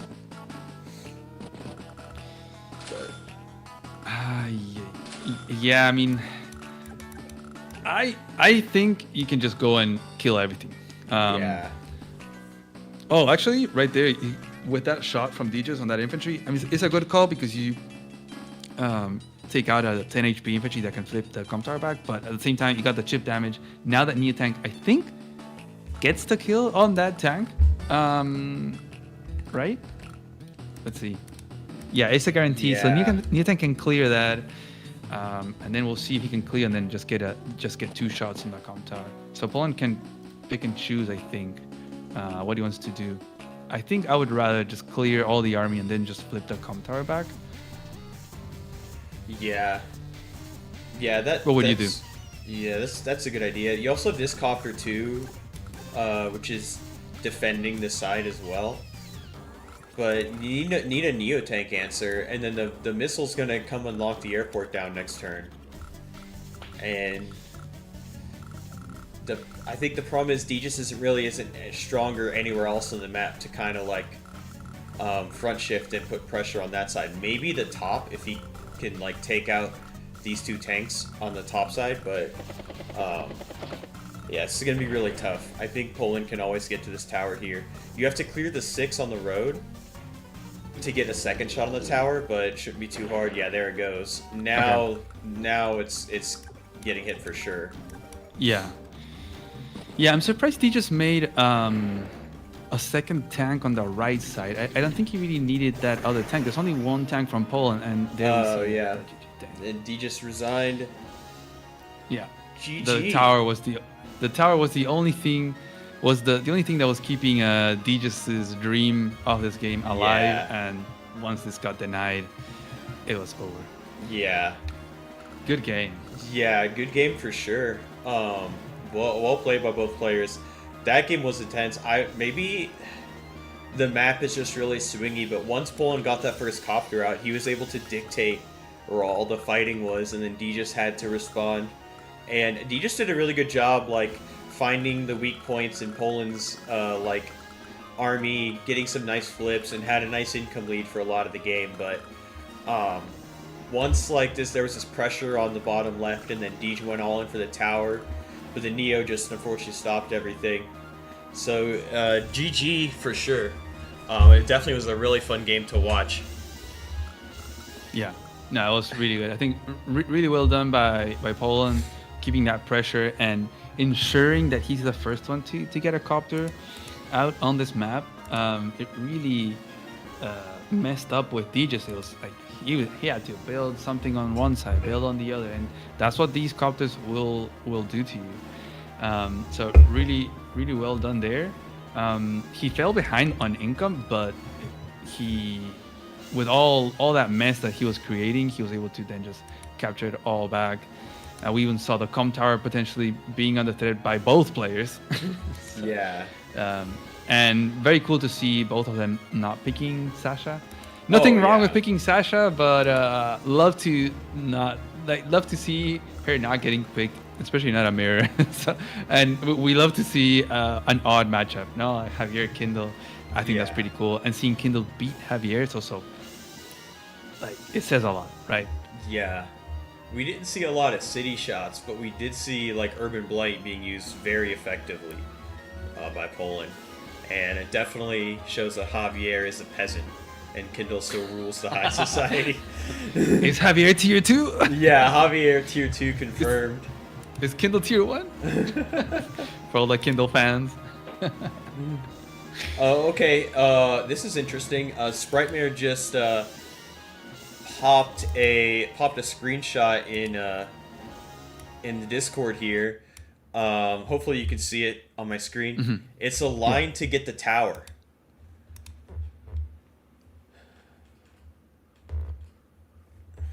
Okay, so I guess was that a join cap on the or a join on the copters, and then the tanks just don't attack to keep the full health. Yeah. Yeah, but it's what I was saying. Like I think you get the tower, but then Poland just goes and destroys all that army. Like Neotank gets a clear on a tank. You probably clear the copter. Like you just start hitting everything. And then you get the com tower like a couple turns later. I don't know if for like 3 or 4 turns having the double tower would mean that Deej would win elsewhere. That could be. But I didn't see Deej being very like predominant or having a lot of value elsewhere, except for the top right where he had like the 2 tanks and an anti-air. But he was shooting at infantry, so. Yeah. But it could buy him some time to kind of regroup and maybe it like kind of equalize the board state. While Poland has to like if both these armies get traded, it's going to take a few turns for Poland to get the tower back. It could give D just time to regroup and send the game back to equality, and then just kind of be able to like instead of Poland just dictating the game, he can do it. Yeah, and you also get the style points of being a 2 tower Javier for a couple turns. Yeah. It's always nice. Um, but I think let's see. Banjoey says tank can clear, copter wraps around, 1 HP infantry sacks, Neo kills tank, and tank hits 2. But I mean, yeah, once the Neo came out, it's gonna be really tough for Deej. Like, you basically have to get that flip and then like build your own Neo or a bomber or something. But then there's a missile, so it was tough. But it was a really good game for sure. I wonder in that turn what you said about the fighter. Oh yeah. Let me look back. Where was it? I'm finding it right now. Oh, here it is, day 11. So if he makes a fighter,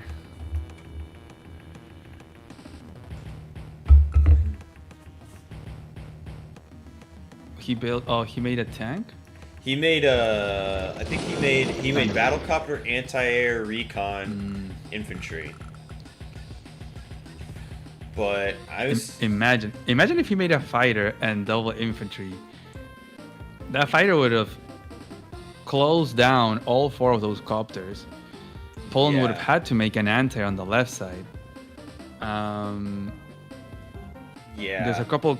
There's like at least one copter that wouldn't be able to be protected by the anti. I believe, the one on the right side.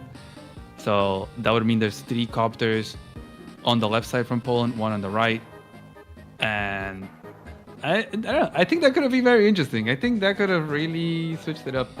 Yeah. Yeah, I think it'd be really cool. I mean, I guess the issue you run into is all the copters can like shift over here towards the top right, and they're covered by the missile. And I guess you move the missile down a couple spaces to here, and it covers a lot, so the fighter would have to go around somehow. Yeah, but what I was thinking is the fighter can like help get the copter on the bottom left. Oh, true. Yeah, because it could just be a blocker. Yeah, and it zones out all the copters. Like the copters are protected by the missile, of course, in the middle. But if you zone them out from that bottom left corner to try to get the copter, it would be pretty interesting. I don't know if it would work, but hey, would be good to see. D just said he can hop in. Yeah, hop in. Let's go. I'm gonna make a countdown for the Darthy versus Talose map. Just to have it in the background too. You're starting in 1 hour, no?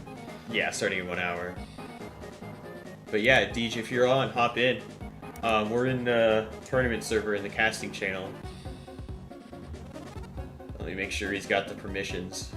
I rule the Discord with an iron fist, so yeah, you should. You're starting in 1 hour, no? Yeah. Yo. There he is. Oh, so you get Welcome. my headphones, so I don't have double the echo. Make sure he's got the permission. I rule the Discord with The echo. Yeah. I made it in. What's going on, guys? Oh, not How's much, it going? man. Good. I mean, that was a fun game. I mean, I don't know. I think me and Poland seemed to be stressing out before the game, and I was telling him, like, dude, I have not practiced this map. I have never played this map. We're gonna do a fun matchup. Let's have some fun. And I think it was pretty fun. I think he played very well. Yeah, basically, if you lose the middle, you lose. Yeah, so that's what I learned. I learned no matter your income advantage or unit lead, if you lose the middle and the copter's coming out, you're kind of screwed. Yeah. So. Why'd you pick Javier? Just Well, vibes? I didn't really. I talked to Poland and I was like, what is the most fun matchup on this map? He said he played Javier versus Kindle before and he lost as Javier. He said, want to try it out? I said, yeah, like, I'm interested, like, missiles hitting the copter during a power, etc. Seemed like a pretty fun matchup. I think Sasha is, like, considered the best CO here and he didn't want a Sasha mirror. Yeah. So we agreed just to do this matchup, like, 15 minutes before the game. I don't know. I would just... I wanted to have a fun game. Wasn't really stressing out at all. I was happy my team won earlier in the week because I really didn't want to do any hard from suffering the other rounds. Like those rounds, I had to prep, man. Like Bongo and Banjo and Co. even though that's the same person. Bongo, banjo, and the one person. Yeah. But yeah, it was. What did you guys think of the game? I wasn't paying attention to the stream. Well, I guess I shouldn't be paying attention to stream anyway while I was playing. But I thought this map broke my brain, and I thought it was a really good game, and both of you played really well. When Poland was able to build the first copter, he was able to kind of dictate like what was going to happen, and you just kind of had to react, which I think made it a little difficult. And maybe if there was a way like Poland builds a copter, and then you build a copter on the same turn, and like you kind of both like rush a corner or something. Yeah. But once he was able to just spam copters, you were just kind of in trouble. Those are strong, man. Yeah, and then I thought it was a cute little teacup thing. I just did. I did Oh, that was amazing. I wouldn't have done that in live league. But I was trying to have a little fun. As I realized it lives. I didn't realize and also I learned today. I learned that B copters and T copters take the same amount of damage from anti-air and from missiles. So I saw that the copter takes 92 to 98, and same with the other copter. Oh. We have to confess something, Deej. We doubted of your T-copter. We doubted hard about your T-copter. We were that has to be a blunder. He didn't realize the missile was there. Like, that's 5k down the drain. And then we saw the missile shot, and we could not believe that the T-copter had survived. Well, it was like putting a band-aid on a wound because I had already lost the middle. Like, I feel like the game was already lost, even though I thought I was winning. Like, I was winning all the cities on the outside. I was like, oh, I'm going to crush them. And then at that point, I was like, oh, the middle really, really matters. And that's when it dawned on me. I was like, one last YOLO hope. And then the comm tower. I tried to get the comm tower at the last second, as you saw. But even if I got it, I feel like I was still screwed anyway. But I was just, trying to make a game out of it. But those copters they're the pesky little suckers. Yeah, that was a really good game. Yeah, as soon it looks like first player gets copter, it's a snowball. Like, unless the second player can get immediately another copter on that very same next turn, but like opposite to the other copter, so that they're both safe, and then you both have like air control, that sort, and you can both have copters, then it can be sort of even. But if there's only one player spamming out copters, man, it seems very complicated. You have to respond with anti-airs, and you have to answer tanks, and just a big mess. And then, of course, the first copter can hit the missiles, and it starts, like you said, a snowball. And then it's once you get air superiority, the other person never will have any air whatsoever, unless you try to like a fighter or something. But then even then, you can try like missile lock it or something, or zone it out. Yeah, it was a fun map though. I kind of liked it. If I play it again in live league, I think I'll have a little more fun next time, just so I know how it's played. But I think it was a fun map. I'm glad we went outside of the pool. At first we were going to do like the pool, and I was talking to Paul, and I was like, I don't really like any of these maps. I didn't like Hakuna Matata or whatever it's called. I didn't like maybe Bone Saw or what's that other one called? I Don't Want to Be That Guy. Those are like all right maps.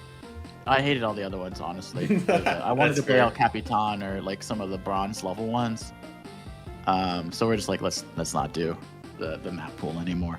Yeah, and this is a really good map, and especially like two like high level players, like showing like I was telling Kumita before the beginning, since there's like one base and one airport in each corner, it just feels like there's so many possibilities of like you can team up with your two bases, but then you like weaken the other side. And I just feel like it's really dynamic.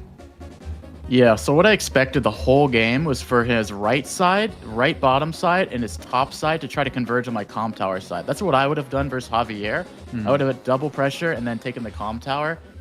He didn't do that, which surprised me. I was like relieved, but I don't think it mattered because he got the middle instead.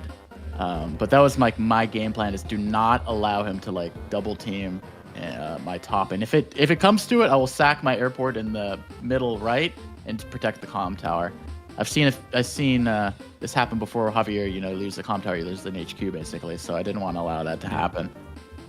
So when I didn't do that, I was like, oh, this is fine. And then he took the middle, and it was ogre. It's funny. It's funny you had mentioned about the fighter, because Kessler had that idea of making a fighter for you, like on the bottom left. Yeah. There was one turn where you could have made it, and I don't know if it would have helped, if it would have steered the fate of the match, but maybe could have helped like get the comm tower from Poland. I'm not sure. Yeah, I think so. I think I could have blocked and guaranteed the comm tower. Obviously, I would lose like 7 HP off my fighter, But like I said, I think the game was lost even if I got both comm towers. Like it was too overwhelming. The unit count advantage and the income advantage was going to get worse and worse. Maybe not. I mean, it was only day like 12 or 11 or something like that. Maybe there was time to claw back. But 2020, it's nice, but I don't know. When you have so many copters, like 2020 tank isn't beating a copter, you know, and like 2 infantry, you're beating a 2020 infantry. So I don't know. I thought it was fun though. Maybe What do you next, think of Esper Cup? Add this map. Yeah, what I do was you- sort of what- thinking that. What do you think of the other COs in this tier? Like, if you were to play it again, would you repick Javier, or would you maybe go for Sammy or Hawk, or just I would stay go with Sasha? I would go Sasha probably. I feel like the income is just too great. Kindle definitely has a lot of viability, you know, getting the airports. But Sasha, I mean, the income is super huge here, and if you can get like first tank and fight where you want to fight, like I think it's, and also forces Javier's kind of forced to go for that comm tower. I could have been more aggressive and like stopped his airport in the top right, but I couldn't because I had to send the first infantry to get the comm tower. So that was a little bit annoying. So Javier's a little more restricted. He has a lot more. He's very choreographed. You know what he's gonna do. So Javier's like probably not the worst, but Sasha's definitely the best. And then Hawk gets countered by Sasha, so it's just Sasha Fest, honestly. Do you think, in my opinion? do you think Hawk would be viable if Sasha were like banned or something? Oh, for sure, yeah. Hawk would be, Yeah. would be great. Oh, I okay. think there's a lot of income. It's like, 20, 23, 24K. I mean, I don't know, but I'm telling you, I feel like this is one of those maps where it doesn't really matter your CO as much as you think. It matters more understanding the map, you know? It's like tier Yeah. 4. All the COs are like similar enough. Like, I feel like tier 4 and tier 1 are kind of like the better play tiers. You can get bailed out by Drake in tier 3. You can get bailed out by Olaf in tier 2. But tier 1 and 4 is like the most skill heavy. You know what I mean? Yeah. So I feel like if you play it well, you can probably beat any CO here is tier 1. But I like having new COs in the tier like Sammy and Kindle, so I'm all for it. Yeah. But it was an interesting one. And oh yeah, I wasn't here on the previous call or whatever, but shout out to my team for performing so well. So I could relax today. I was like dreading have to actually like prep and do stuff. Today I just like slept in. I was like, ugh. And I haven't even played an Advanced Wars game in a week. Never mind prep. I hadn't played a game in a week, so I was like, I need to play a game. So I played like a little lively game before this happened. So it was a nice refresher. But yeah, shout out to my team for Izanagi for drafting well, even though I didn't participate in the draft. Juduma for improving so much. Banjo for doing all the prep. He literally like wrote sheets of like prep and stuff. Now I'm gonna be honest, I didn't read it, but I'm sure everyone else did read it. Well, hey, you still won your matches. I was gonna ask, like, when you joined the team, suddenly your team's performance overall just like spiked, and then you guys won like 3 matches in a row. So, what was the secret sauce that you brought to the team? I mean, should I tell the secrets? You I don't can know say about whatever that. you want. I also say I definitely added something, but I also didn't add that much. Okay. Like, the groundwork was there. We were in like second to last place when I joined. It was coincidental, but also not coincidental, I think. I mean, if I lost my first game, we wouldn't have made the playoffs. But Yeah. I think the most of the groundwork was done already by, Bongo Banjo doing all the map prep and stuff. There was a few things I added. I'm going to keep it secret just for the sake of, or maybe they'll spread it. You're gonna release the True Grit files. The True Grit files. I mean, maybe they'll spill the beans later, but I'll keep my lips sealed for now. But there's a few little like enhancements we did, and yeah, I mean, my teammates played really well. They're always down to play and stuff, and yeah, I mean, it was a good vibe. It was a good team vibe. I will say I'm not the best teammate because I always I secondhand drive or whatever. So when someone's playing, I lose it, so I can't watch my teammates' games. I'm just like, what the fuck are you doing? What are you doing? I cannot. I love my teammates, but it's like, it's less of like a dad watching his kid play soccer, but more like a dad watching his kid play soccer and he bet like $500 on the game. Hey, So that's it's true. like, I can't. There's money on the line as a team and stuff. So I was like, I should just not watch these games because I watched the One Trick Wolf versus Engineer game. and like I think I like lost a few years off my life watching that game. I love Engineer, but he played much better after that, and he did in his prep. He was really good. I think he was just nervous and ran low on time, but I think my team played phenomenally. Honestly, everyone improved. I'm sure everyone like added at least like 100 like live league / standard ELO to their rating over the course of the tournament. But yeah, I mean, I joined late. I'm not going to take any credit for like I added a little bit, but like honestly, the foundation was very strong. And even Jay Talkwin like helped out with testing and stuff. You know, even after he kind of took a little chill pill.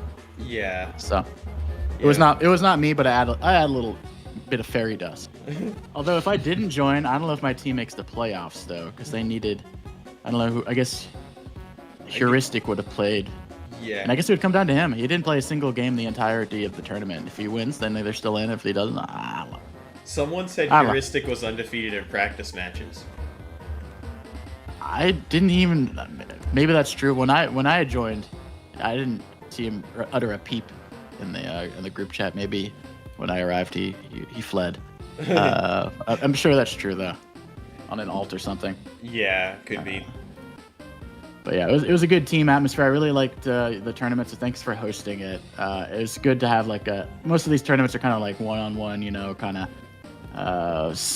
more of an independent, self-serving kind of tournament. And it was nice to have like a team atmosphere where you like help each other out and you're rooting for each other. So I really liked that atmosphere, and I think it was well handled by you. So appreciate you hosting the tournament in the first place. Well, thanks, man. I mean, all of us here have hosted. Me, you, and Hamida have all hosted like big boy tournaments that take a lot of work. They're a pain in the ass. You have to take a lot of time out of your personal life. Yeah. And then it's a lot of work. So I know the grind that goes into it. So I really appreciate you hosting it. Well, thanks, man. That really does mean a lot. And thanks for promoting it and doing like a video of it. That really helps. And hopefully, in 2027 we can do another iteration and get some new players too, and we all can like grow as a community. Yeah, I think the timing was a little off for me. I feel like I could have promoted it better, but like shit was going on in my life when it started, so I couldn't like do the join anything. But if another one happens in the future next year, I can like coordinate stuff so more people are aware. Maybe like get a hype video out. Everyone loves those little hype videos, Oh yeah, that's half the fun is those hype videos, honestly. Yeah, definitely. So could be a little more of an awareness campaign next time, because I think if more people knew about it, you could have a much larger. I mean, you still had a pretty decent audience, but I think we could crank up to like 200 viewers concurrently if we get enough like awareness and stuff of it. So get the ball rolling next time. That'd be awesome. It'd be cool to have like more players and more teams too, because there were some people poking around in chat and some other earlier matches. They were like, "Oh, I would have joined if I knew about the tournament," or like some people were like, "I would have joined if there was fog or high funds," and it's gonna be hard to incorporate those into like this structure. Yeah. But we'll see what we can do. If it works well, I wouldn't change something. Like I wouldn't try to please everyone. You want it's like a democracy. If 80% of people are happy with the format, I'd keep the format, honestly. And I think more teams create more chaos. Maybe there could be more rules for like the substitutes have to play a set number of games. So you have more subs per team or something. So maybe like one player plays 2 games, the other player plays 2 games, or something similar to that. So you have more subs. Yeah, and like larger teams, but not too many teams. Yeah, I think 8 was the perfect amount, to be perfectly honest. I mean, for you, like you're gonna add another whole like 3-week level to it if you add another 4 teams or what have you. Yeah, that's true. So, yeah, and more. Yeah, unless you just do all single elimination, you have like 16 teams. Yeah, but it's all single elimination from the beginning, and so you just have, because we had 6 rounds in total. We have 5. 5 rounds from the very beginning. So 3 rounds of group stage and 2 rounds of playoffs. Yeah, so if you do 5 rounds, I mean, maybe you do 4 rounds, but all single elimination, then you can have 16, 8, 4, 2 teams. Yeah, I guess. Yeah. But then if you lose as a team early, you don't really have that teamwork effect. What I liked about it is it kept, even if you were in the losing bracket, you still have the consolation bracket. You still have at least 3 to 4 weeks with your team to prepare and stuff. So I kind of like the smallerish tournament, and maybe that's a incentive for people to prepare for like the tournament. You know, I mean, not everyone Yeah. gets to go to tournaments like Grandmaster tournaments. Like, you can't pick everyone, so probably like the same thing for this. You're not going to pick everyone, so some people won't make the cut, and that's just life. Yeah. I did kind of want it to be more accessible to new players, because part of the reason I wasn't joining a lot of these live tournaments is I looked at the players already joined, and I'm like, yeah, I think I could confidently win about 0 games. So, you know, I just didn't want to like spend a afternoon just getting shellacked. So, you know, I think something like this where it's like, okay, you're gonna go up against someone your skill level, but you're gonna have like good teammates like you and Poland and whoever else willing to, and Banjo willing to help out, you know, coach some people. Yeah, and I was just reading the chat, and it seems like people agree that they don't want to double the work for you. Sorry, I lost my train of thought. I was thinking something, but anyway, I think it was a really well handled tournament, and I'm sure you got all the feedback forms and stuff handed in for suggestions and whatnot. But I honestly love the format. I think you only need to make like minimal changes, if that. I think it was very well handled. And I mean, the most important thing is that like it's sustainable for you. You know, can you take 2-3 months out of your time next year to do the same thing? So you know, it's a marathon, not a sprint for us content creators. You know, I've been going on coming up on 5 years soon. Dang. So, you know, make sure you don't burn out, because I love seeing new players. Like this last year, I was really worried for the state of Advanced Wars. Like, Mangs is kind of uploading less. Humida, you've been uploading less. I mean, life catches up to you. I was uploading less for a few months, obviously. Like, things catch up, but I was glad to see a new crop. You know, Kessler came out. Semi-original guys, like, he's a freaking trooper, man. He's always coming out with new stuff. And then you got, like, Bogays and stuff. The Doo-Doo, the French boy Doo-Doo. You know, all sorts of content creators. Shikabane, Sapphire Commander, you know. I'm just naming off stuff at the top of my head. There's more as well. But I was really encouraged to see a new crop of Advanced Wars content creators, because I literally was very worried for the state. I think I made like a clickbait, watch out, Advanced Wars is dying kind of video like last September or something, which is true. My statistics all were pointing down. And now it seems to be flat. You know, it's not up, but it's flat. You know, it's a sustainable base now. So as long as we don't like die. I mean, I thought it was just going to keep continuing, but I was very happy to see you include some co-casters and whatnot. So good on you for doing that. But yeah, I was just very encouraged this last year by the content creation from Advanced Wars players. And you now know it's not as hard as people make it out to be. I mean, it takes a lot of time, but buy yourself a microphone. Even if you're not like great or whatever, you can still learn. You know, people don't play only or watch only to see like great people play. They want to see something relatable, something entertaining. So really appreciate that you got other people involved and that you're also uploading pretty consistently. So, and Humida, I hope you come back in the fold soon. I mean, take your own time or whatever. I'll try. Yeah, I mean, I don't want to pressure you or anything. I just like your videos. That's all. I want to pressure you, Humida. You need to be making content. Well, I'll say this much. I did record one video like a week or two ago. I haven't gotten around to edit it. Okay. But yeah, I saw a match and I was like, I need to record this, and I just did it. I just went ahead and recorded it. So I'm not saying it's a comeback, but I definitely don't think that I'll be back like with my regular schedule. Maybe ever. I don't know. It's just I have a lot on my hands right now, and so it's hard to like. You know, you have your free time, and it's like, do you put it into this or do you put it into that? And so you kind of have to manage that, so it's hard. But we'll see. If I get more free time later on, maybe next year, I could have some more time to put into content creation. But I don't want to promise too much, you know. So we'll yeah, see. I think that's fair. And also, I feel like those videos where you create them because you're like, oh, I have to create this, are always like the best videos. Like a video like where I see a game and I'm like, oh, I gotta cast this. Like those are always better than me like, oh shit, it's Sunday in like 3 days. I gotta find some shit. Yeah. You know, like it's a lot better when it naturally comes to you rather than having like an obligation. Thankfully for me, most of the time I don't have those obligations. There's been a few obligation games where like I really don't want to cast right now. I'm freaking tired and lazy. Maybe I'm even like sick. I still cast that shit. But usually that's like 5% of the time, and maybe people notice them, maybe they don't notice those. But the ones where I'm really like on it, those are the best ones where you see a game, you're like, oh hell yeah, we're casting that game. That's the weirdest stuff I've seen in a while. Yeah, when you're excited about a match and you're like, oh, I need to talk about this match, and it's just you just have a lot of fun, and I think then people also have fun just watching it and talking about the match and everything.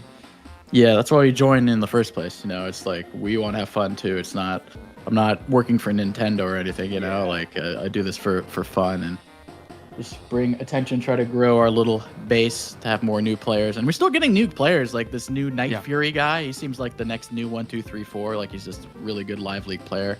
I ran across him in my last stream. It was like a 1200 level player. I was like, oh, I gotta steamroll him. And it turns out he's like 1400, 1500. So there's still like new players coming in that'll like clap your cheeks every once in a while. So it's good. It's encouraging. I felt better about this year for Advanced Wars than I felt at the beginning. I was really a doomer before. Yeah, no, that's awesome. Yeah, well, thanks for hopping on. Thanks for playing on this map, and thanks for joining the team in the middle of the tournament and promoting it. I really do appreciate it, and I'm really happy I'm kind of new to Advanced Wars by Web. I just started playing in 2025, even though I was watching content since like 22 or 23. So I was like kind of in and out in that during the early years, I guess, of my Advanced Wars journey. But it seems like the game is in a really good spot right now. Yeah, I would agree with that. And I just want to give a little context before I sign out on how this happened and I joined the tournament. So I was just one day bumbling around, and Kess was like, hey man, you want to cast a tournament? Like, yeah, sure. Like, I think I just like moved into my temporary lodging or whatever. And I was like, sure, well, let's do that. He's like, actually, can you join the tournament? Like 5 seconds later, I was like, okay, sure. So it was like very haphazard.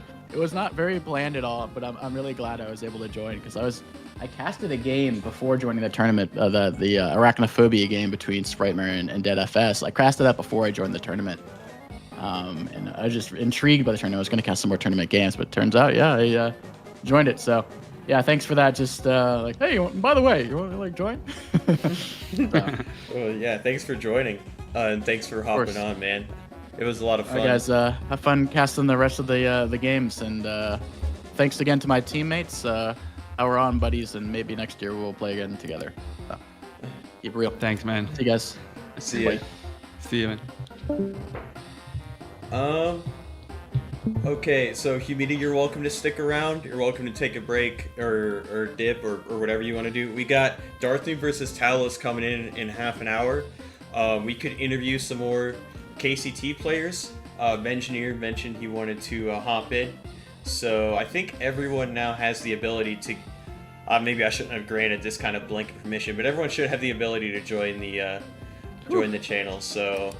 Yeah, I think if it's okay, I'm gonna step out for a little bit. No maybe problem. grab a bite or something, but I'll be back for the game for sure. If not, a little bit earlier.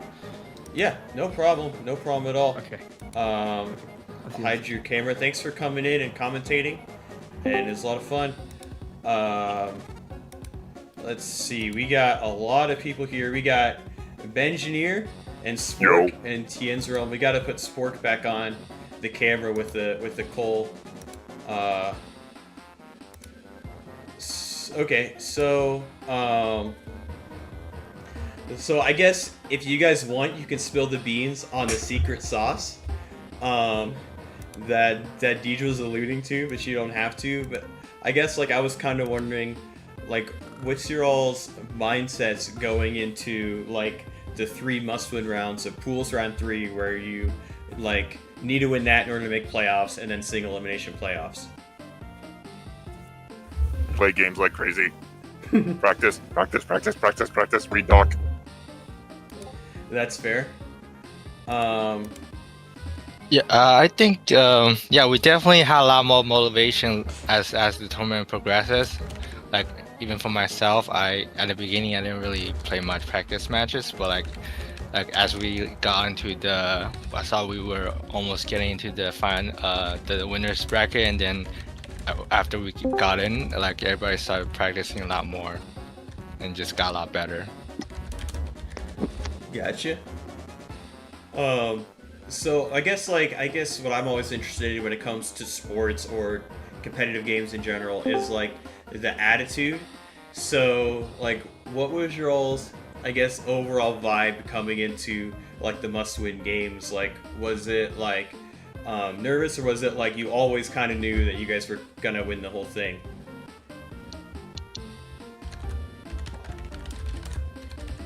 I don't think anyone in the team was really confident that we would win the whole thing, especially since we lost our first game against the Hunchmans. So, yeah, then it was more of an uphill battle and take each week one at a time, you know. Yeah, that's a good attitude. For me, I was kind of really chill at the start of the tournament. I was just playing for whatever, it's like just for fun. It's my first thing in like any serious thing, but I didn't really take it like too. I mean, I wanted to win obviously, but like I was like okay with just like doing just like for fun, and then but as we got near the finals, definitely got more nervous because there was like a lot more seemed like a lot more stake on the yeah, just felt like a lot more wanting to take the win. Yeah, I was impressed we made it this far. Yeah, I mean, I think I don't want to leak too much, but I think behind the scenes, like when you guys made playoffs, I think a lot of people picked Mind Gamers and Holy Polish Empire to win, and seeing you guys take down both of them kind of surprised a lot of folks. Did that kind of like motivate you guys to win, or were you just kind of like ignore all the noise or whatever? We're just gonna lock in.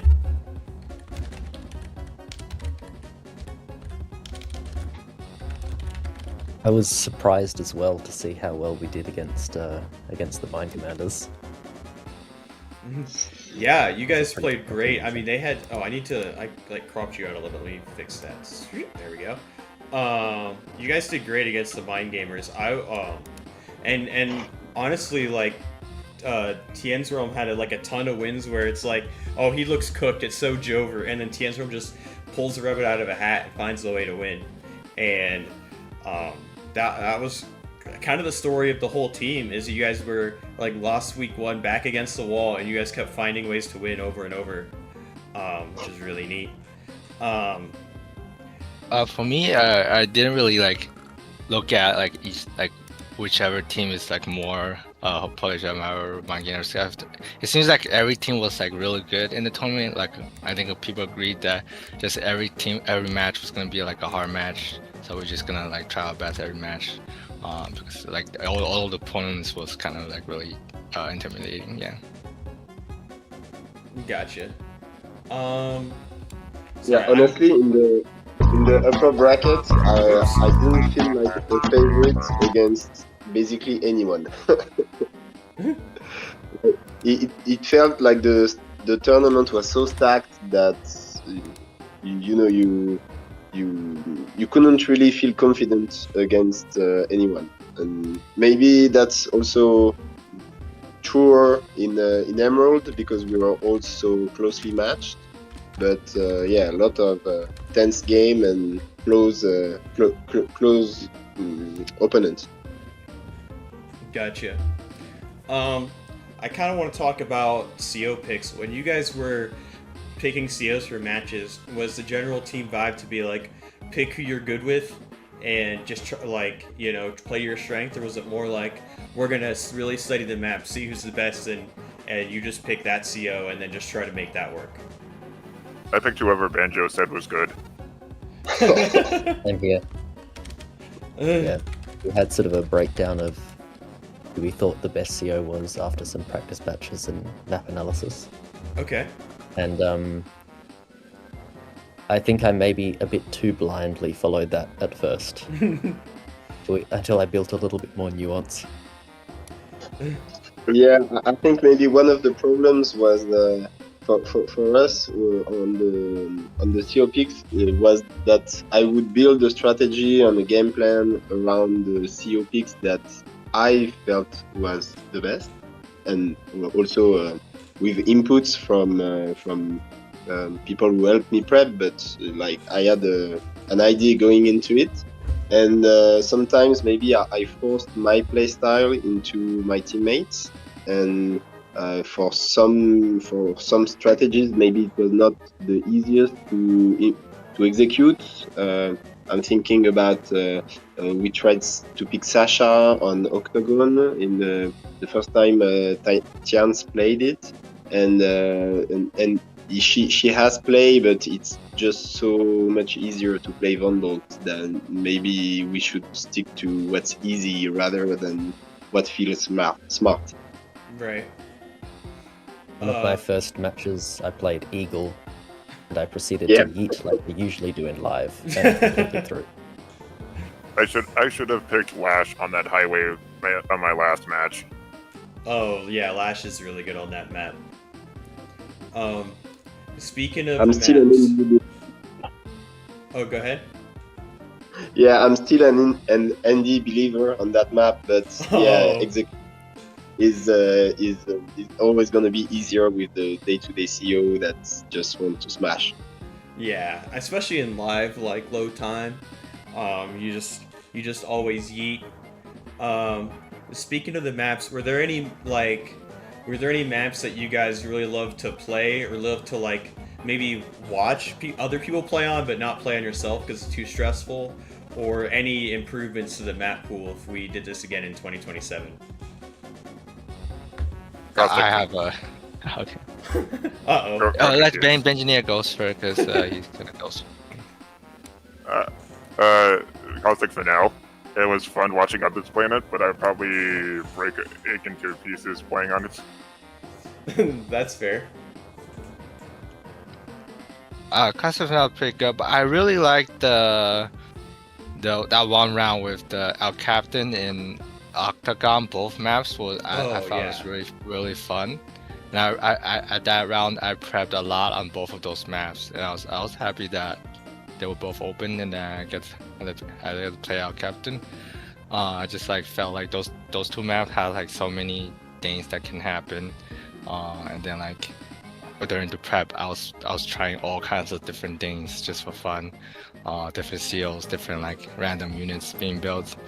Yeah, so I think those two maps was my favorite. Okay.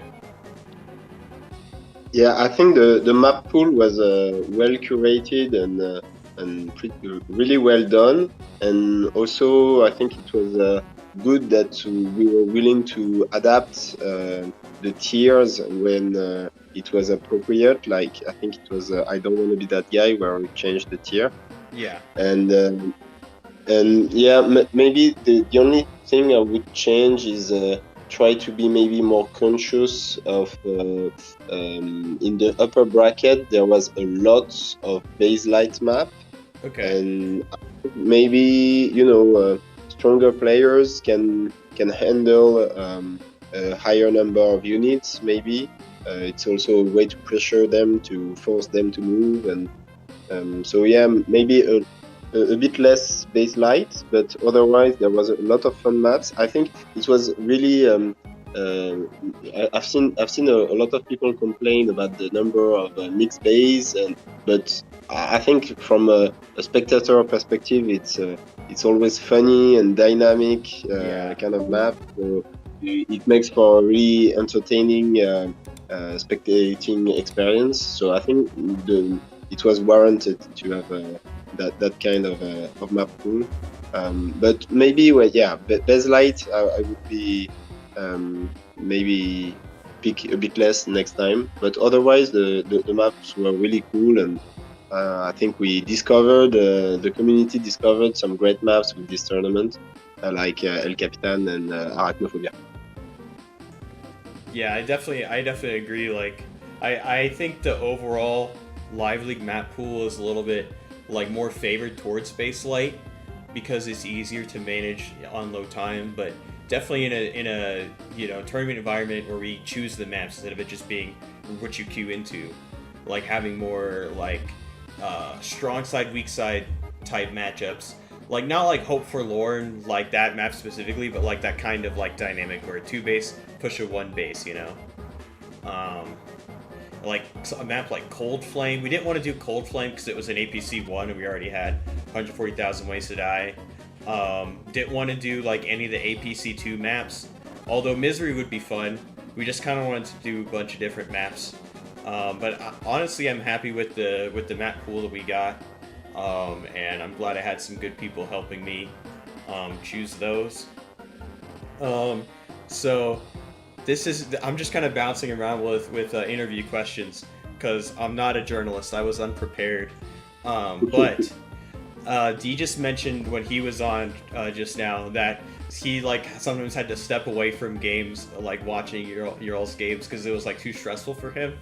And I was wondering if you guys kind of had when you guys were watching each other, like were you guys having like the same experience? Was it like stressful, or was it like, you know, you were just kind of always relaxed, like it's out of your hands, you're just gonna enjoy your teammate and root for them?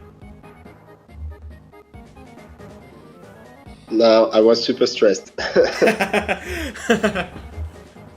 For everyone, but even when they were winning, so you know, it's not against their play. It's just like every small inaccuracies or move that I would have done differently, I was like, oh no, my god, it's catastrophic. There is an opening here or there, and in the end, you know, it's not always consequential. Gotcha. I was mostly relaxed because I enjoy watching like Fiastic games. I find it more fun to watch. So even though like, oh, maybe I felt like my teammate was behind the map, but like at least I felt like they were trying, and then like the game was really exciting to watch. So I felt like that was overall good, still a good experience. Okay. It looks like we also have Christian1 in chat, a fellow caster. Do you have any questions for the True Grit players? He might be AFK. There he is. Well, that's a good question.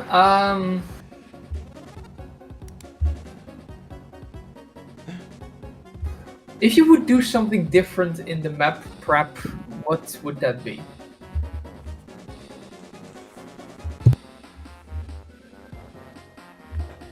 While you Like answer in that, the- I'm gonna use the restroom and fill up my In the hot. tournament in general. What do you mean in the map? Looking back at how the matches and the tournament went, what would you have done differently? Well, there was certainly some maps where we were out prepped by our opponents. So probably if looking back, maybe those maps we should have considered other options or prepared differently, better. But that's also part of the tournament. Like I think it was really the Hunchmen impressed me with their preparation, even throughout the tournament. Not only against us, but also against other teams. Like, I think it was the Spork game where they really attacked really aggressively two properties that perhaps we had overlooked and made the Kindle pick really dangerous. And also Bogeys against me, like I knew I was not going to win that match. Fancy Meat Computer is like antithetical to my playstyle, and I was pretty desperate. I think I lost every single prep game on this map, but so you know, I was not very optimistic, but they definitely had the better prep for that. But yeah, you know, hindsight is 2020. I think something I realized Pretty much. about the map over the course of the tournament was like early on I would like to get a feel for the map, just going straight into it, playing some matches, seeing how the map plays. But you realize as it goes on how much time each map takes and how few practice matches you can realistically get done if you have other stuff going on in your life. So yeah, I think if I went back, I would spend a little bit more time talking and studying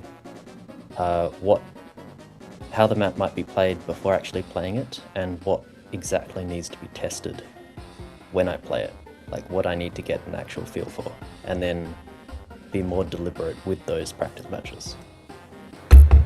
Did you more do like general practice matches now, and that would refine it later on? Less general practice matches at the start, more talking to the teammates to get questions that I can answer through the practice matches, so I can get more out of them when I do them because of how long they take. Yeah, for example, if you had like an idea of like, oh, on a map X or Y, this or that CO is the best, you would check of like, hey, is it that true, yes or no? Yep. And maybe maybe the COs, the strategies. Yep. Yeah. Or maybe one of you found some kind of TA line or something was like, hey, if you go this or that, does it give significant benefit over the opponent if he doesn't do that? If you do spot that, it's probably very valuable to find out and how if that you can leverage that to win. I have returned successfully from the bathroom. It was everything and beyond what I thought it would be. Welcome back. Guys, I think Talose and Darthnoob have done their pick and ban, so maybe Okay. if you want to switch to that match. Yeah, let me pull up Darth Noob 7. Oh, I was like looking, and it's like they're already playing an A Mariner Cup on 140,000 Ways to Die, so they could play another game on 140,000 Ways to Die in this cup as well. But yeah, it looks like we're just waiting for them to get started. Let me see what they picked and banned so far. Okay. Talose won the toss and then got banned 140,000. Darth Noob banned Bowen Saw her Nakuma, and then Talose picked Don't Want to Be That Guy. Darth Noob picked Player 2. So they're going to be starting up pretty soon. Let me see. There's a lot of stuff in the Discord right now, so It might be Discord being weird, but how I look at the bot comments, it's Talos first banned, then Darfnoof, then Talos, then Darfnoof. I think Darfnoof went first, then Talos, but Discord messed up the ordering of the message because it was sent in like within a second or something. Discord does that sometimes. it looks fine to me. Yeah, no, it looks weird to me. Okay, yeah, maybe it's messed up on your end or something. Yeah. Let's see. Oh, I'm getting ads for antiviruses. Nice. I have a Vast because my one friend told me to get that, but that was back when Windows Defender wasn't good. So now that Windows Defender is actually good, maybe I need to get rid of a Vast and just use Windows Defender. Yeah, probably you can, if you stay off of like the sketchy dark websites, you can probably do fine with Microsoft Defender. Is it? I'm gonna head out, guys. Don't just download copious amount of porn. You'll be fine. Thank you again for the tournament. Have a great cast, and yeah, see you next time. Yeah, thanks you Goodbye. guys for joining in, and congrats on your win. Definitely well earned, and it was fun. It was fun watching you guys like grow as a team and grow as players. So much love. Appreciate you guys very, very much, and in the audience too. I appreciate everybody. This is the best community. So Thanks. Thank you, This might- Tussle. We appreciate you too. thanks. I gotta go as well. This tournament was amazing. Even IO 700 could join. Yay! Oh, I'm glad you had fun, man. And you've got the deepest voice I've ever seen. So that definitely propelled your team to victory. No, that was Banjo. Despite him being a Frenchman, I would not want to not be on a team without him. Fair enough.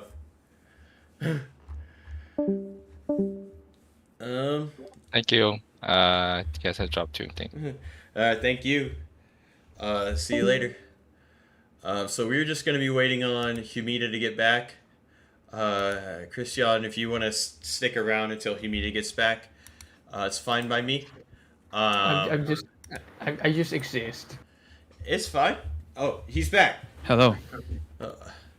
Let me I just came back. get your screen back up. Welcome back. I guess while Christian's here, I can ask both of you. The map's gonna be "Don't Want to Be That Guy." Let me see if I can pull it up here. Yeah, that would be nice because I don't want to be that guy, but it's a bit difficult. Yeah. Let me pull it up. It's gonna be tier 2. Oh, this is the one that had the changes. Yeah, but we're using the old version. Here we Is go. it the... Oh, Okay.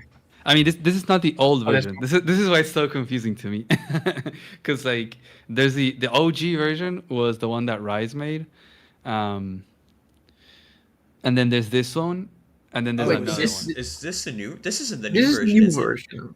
Yeah, Oh, it this is. Did you even update the link correctly in like the spreadsheet? Oh yeah, I did. I wonder.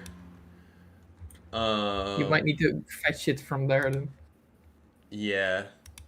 No, I think this is the version that we saw last time. Yeah, I think this is the correct version. Yeah, I'm just Where's- saying, like, the original version was made by Rise, and it's called, I think it's called I Don't Want to Be That Guy, something like that. Then this one is called Don't Want to Be That Guy, and then there's another version called I Want to Be That Guy, something like that. There's like 3 versions. Oh, okay. So this is like the second version, out of the 3. Oh. That's all. I see. So it's tier 2. Who would you all pick on this map? Can I click the resign button? I don't like tier 3. This is tier 2, not 3. Oh, tier 2. Tier 2. I mean, that's just because of a favorite. I would definitely go Max. Yeah, probably Max. I would say. Oh, Max is banned in the tournament. Sorry. Oh. I'm Shut down. God damn it! Yeah. So no Max. How dare you ban my favorite CO? I think know. probably Kindle. You'd be probably between Kindle and oh, this is the conversation we had last time. Yeah, Kindle, Sammy, Yeah. or Olaf. I think Kindle is probably the easiest pick, especially in live, and you have all the double property. There's a lot of properties that Yeah. you're fighting for, so I think Kindle is Yeah. also more fun. Sammy is high risk, high reward of being the coolest person by playing Sammy, and Olaf is low risk, low reward because you're the boring person for picking Olaf. Yeah. I don't think Eagle's viable on this map. It seems like there's like it's not base light or anything, but it seems like Eagle can't really stall on this map because of these like line of contested cities. Yeah. Yeah, I think you just lose too much ground as Eagle. If you're fighting someone like Kindle, for example, I think Eagle could do good against like Sammy, maybe someone that maybe struggles to put that mid-game pressure with tanks and stuff. I mean, also Sammy could be very viable with those mechs from the lander. Like Sammy mechs are crazy strong. And you don't have that problem of like not being able to get mechs quickly into the front line. Here, there immediately you pump out a mech from that base, and it's one tile away from the comm tower. Like how better, what better a scenario do you want for Sammy? Yeah.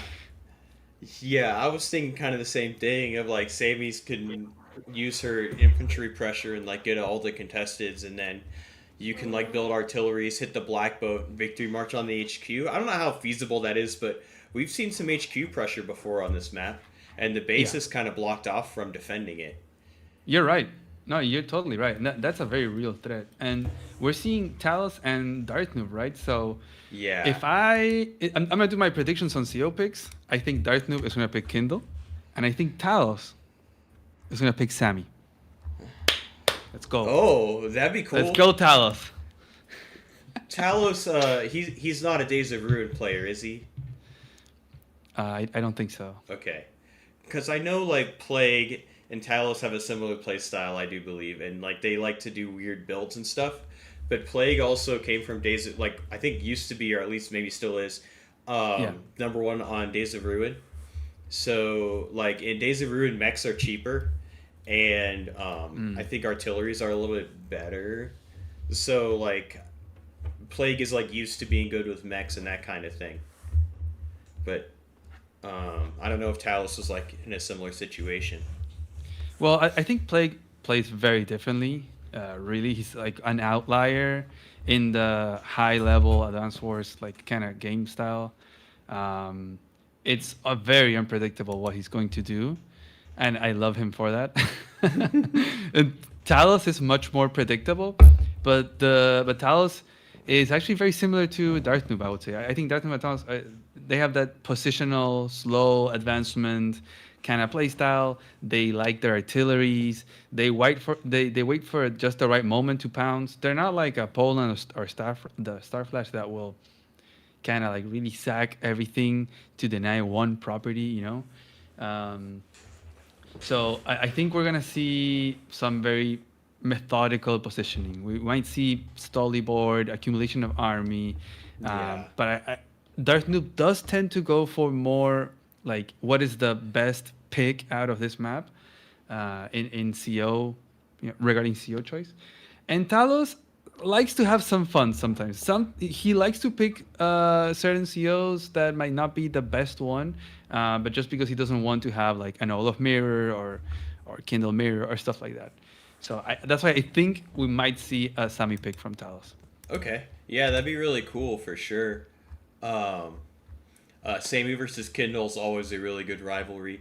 I just have a hard time playing the Sammy side because you basically like need artilleries. I guess you can kind of use mechs to clear Kindle tanks off cities, but your own tanks, like they go into a Kindle tank on a city and you just lose. Like you need like both calm towers in order to just not get blasted. I think if you're Sammy, you really have to go like all in and on your 2 base, go like really hard on the 2 base and go for the calm tower and all those contested properties. And on the 1 base, you probably just like let all that stuff go, like all those double property calm tower, just let it go. Maybe get the calm tower and then try to defend it a little bit, but forget about all those properties in the front and just go ham on your 2 base. Okay. And that's where you can really pressure. You get an RD out, you pressure the HQ, like you said. Victory March can come around. Even before Victory March, you can really pressure the HQ, right? If you do some correct blockings. So I think that's what your macro needs to look like. If you're Sammy, Kindle, she needs to just really brawl it out. Just keep brawling in that mid game. Keep it like even across the board. Keep kind of unit army even and like match your opponent's army everywhere. I don't think that's the play for Sammy. She just needs to let the 1 base go, make sure that the 1 base doesn't fall, make sure that her 1 base also doesn't fall. But just go ham on the 2 base, Yeah, okay. That's a really good way of thinking about it. I always struggle with making a game plan. Like I said on Calm Tower, I just sit back, wait for them to attack into me, and then just try to like win by tactics. But that only gets you so far. So they should be starting pretty soon. Yeah, I mean, I guess the same could be said for like Eagle, classic Jataquin, Just go all in on your stronger side, let the 1 base speed, just pump out infantry, never build a vehicle, and let the pressure, the mind games play on the opponent. Yeah. Yeah, and Jay Tarquin's also just like really good at positioning. I mean, Talose and Darth Noob are too, but like Jay Tarquin, like his like walls are like impeccable. Like you can break through, but then you just lose your whole army, and it really fits into his Eagle main. Like I just saw this one high funds game. It was like Glenstorm Cup finals of like 4 or 5 or whatever. The game started, by the way. Sorry. Okay, sweet. No, you're good. You're good. And then like, there it is. Like Sensei had like a 12 city lead, so 24k into advantage, and Jay Tarquin still won just because he was Eagle.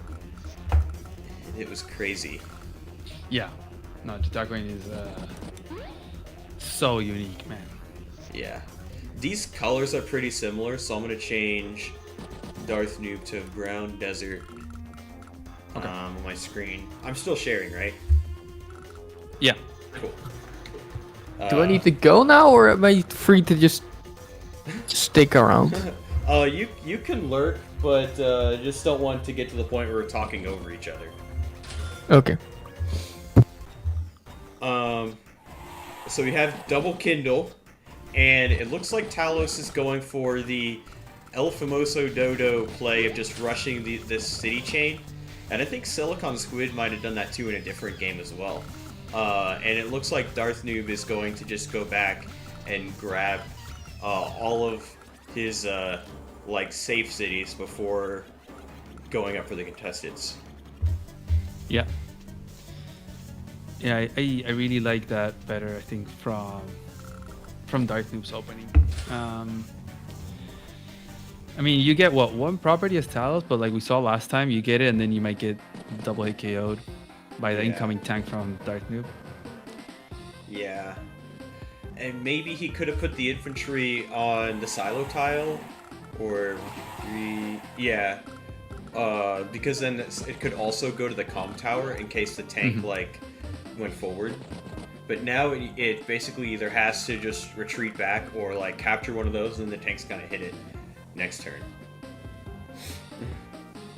Who would you favor in this matchup, Talos or Darth Noob, as we see them with Kindle Mirror? Boo. That's tough. I think Talos is like a stronger player, but the way Darth Noob has been playing in this tournament has been absolutely insane. Like, I didn't realize how strong Darth Noob was before the tournament. And then Darth Noob took down Chloe, took down Sprite Mare, took down Jay Taquin. So, like, and Darth Noob's positioning is actually insane. So, I don't know. It's interesting that Talos actually went for this other city instead of one of the double cities.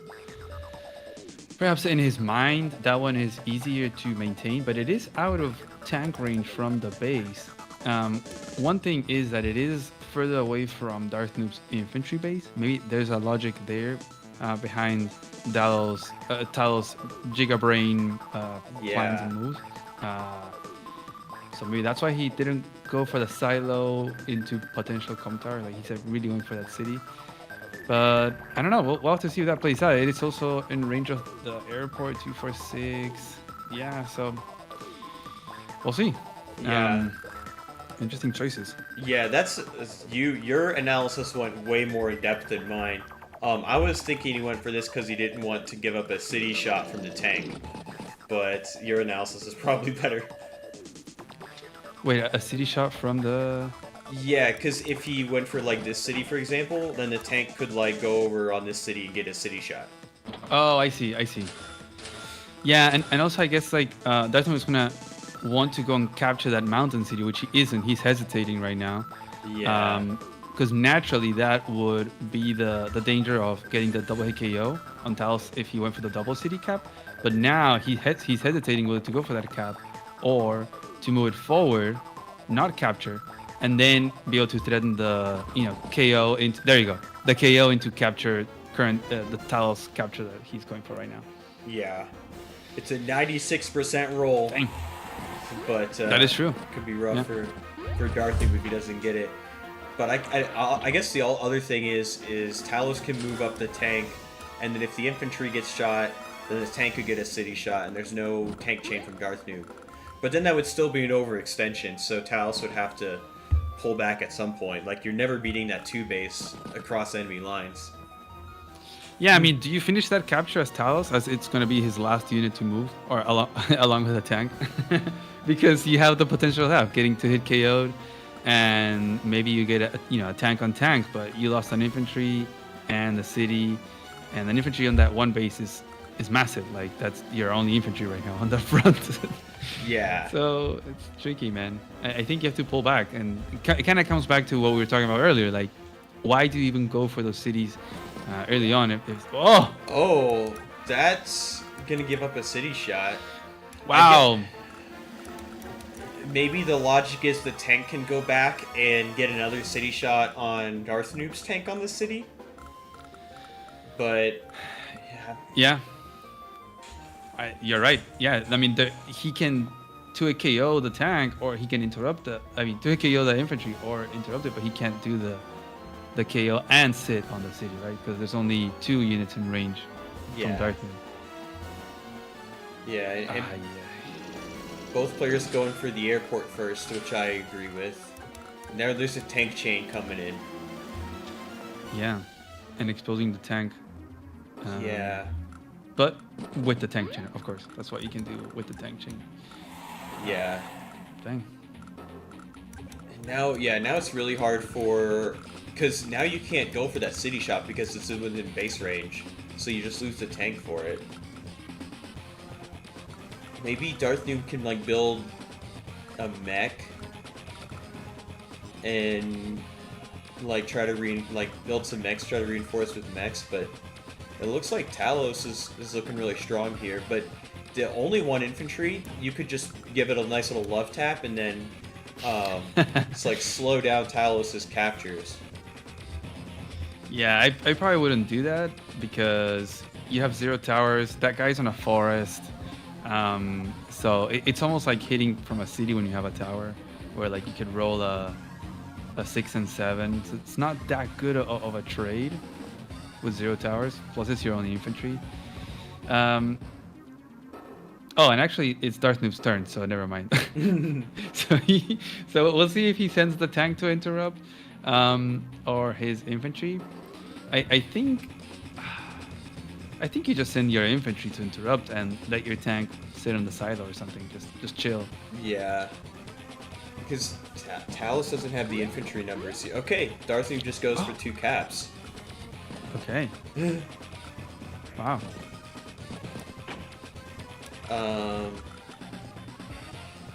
Very interesting. This is like, we have our ideas. These guys do different things. Yeah. And it's like, okay, this must be the correct play then. Yeah. Never mind what I said. Yeah, exactly. If I disagree with Darth Noob or Talose, like I'm probably not the one who's correct. Scandalous agrees with Darth Noob's play. Okay. Scandalous is much better than me at live for sure, so I trust Scandalous. There's the tank. There goes the tank chain. Yeah. I don't think he's gonna make a mech because the land is out of position. Yeah. So maybe next turn. We'll see what Talose does on the left side with that infantry that he just pushed. It could go for either the Com Tower or any of the cities. He has a very safe city cap, but at the same time, he wouldn't be able to stop the Com Tower capture. So I really wonder what that guy is going to do. I think he's going to want to keep it in range of interrupting the Com Tower cap. So maybe he won't even capture a city, honestly. Yeah, the issue for Talose on the right side is the lack of infantry numbers. Because even though you're going to get this city and put some pressure on Darth Noob, I just think you're just going to get pushed back by the infantry. And then Darth Noob can honestly, with a huge infantry advantage, build an artillery.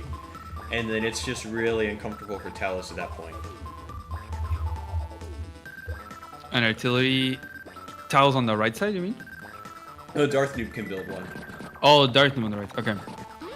Yeah, once those artilleries come out. I wonder if we'll see them. And he actually goes for the hit there on the silo, as it's out of range of any other supporting unit from Darth Noob. So he gets a favorable engagement there with his only infantry. And our first engagement of the match, too. Yeah. Yeah,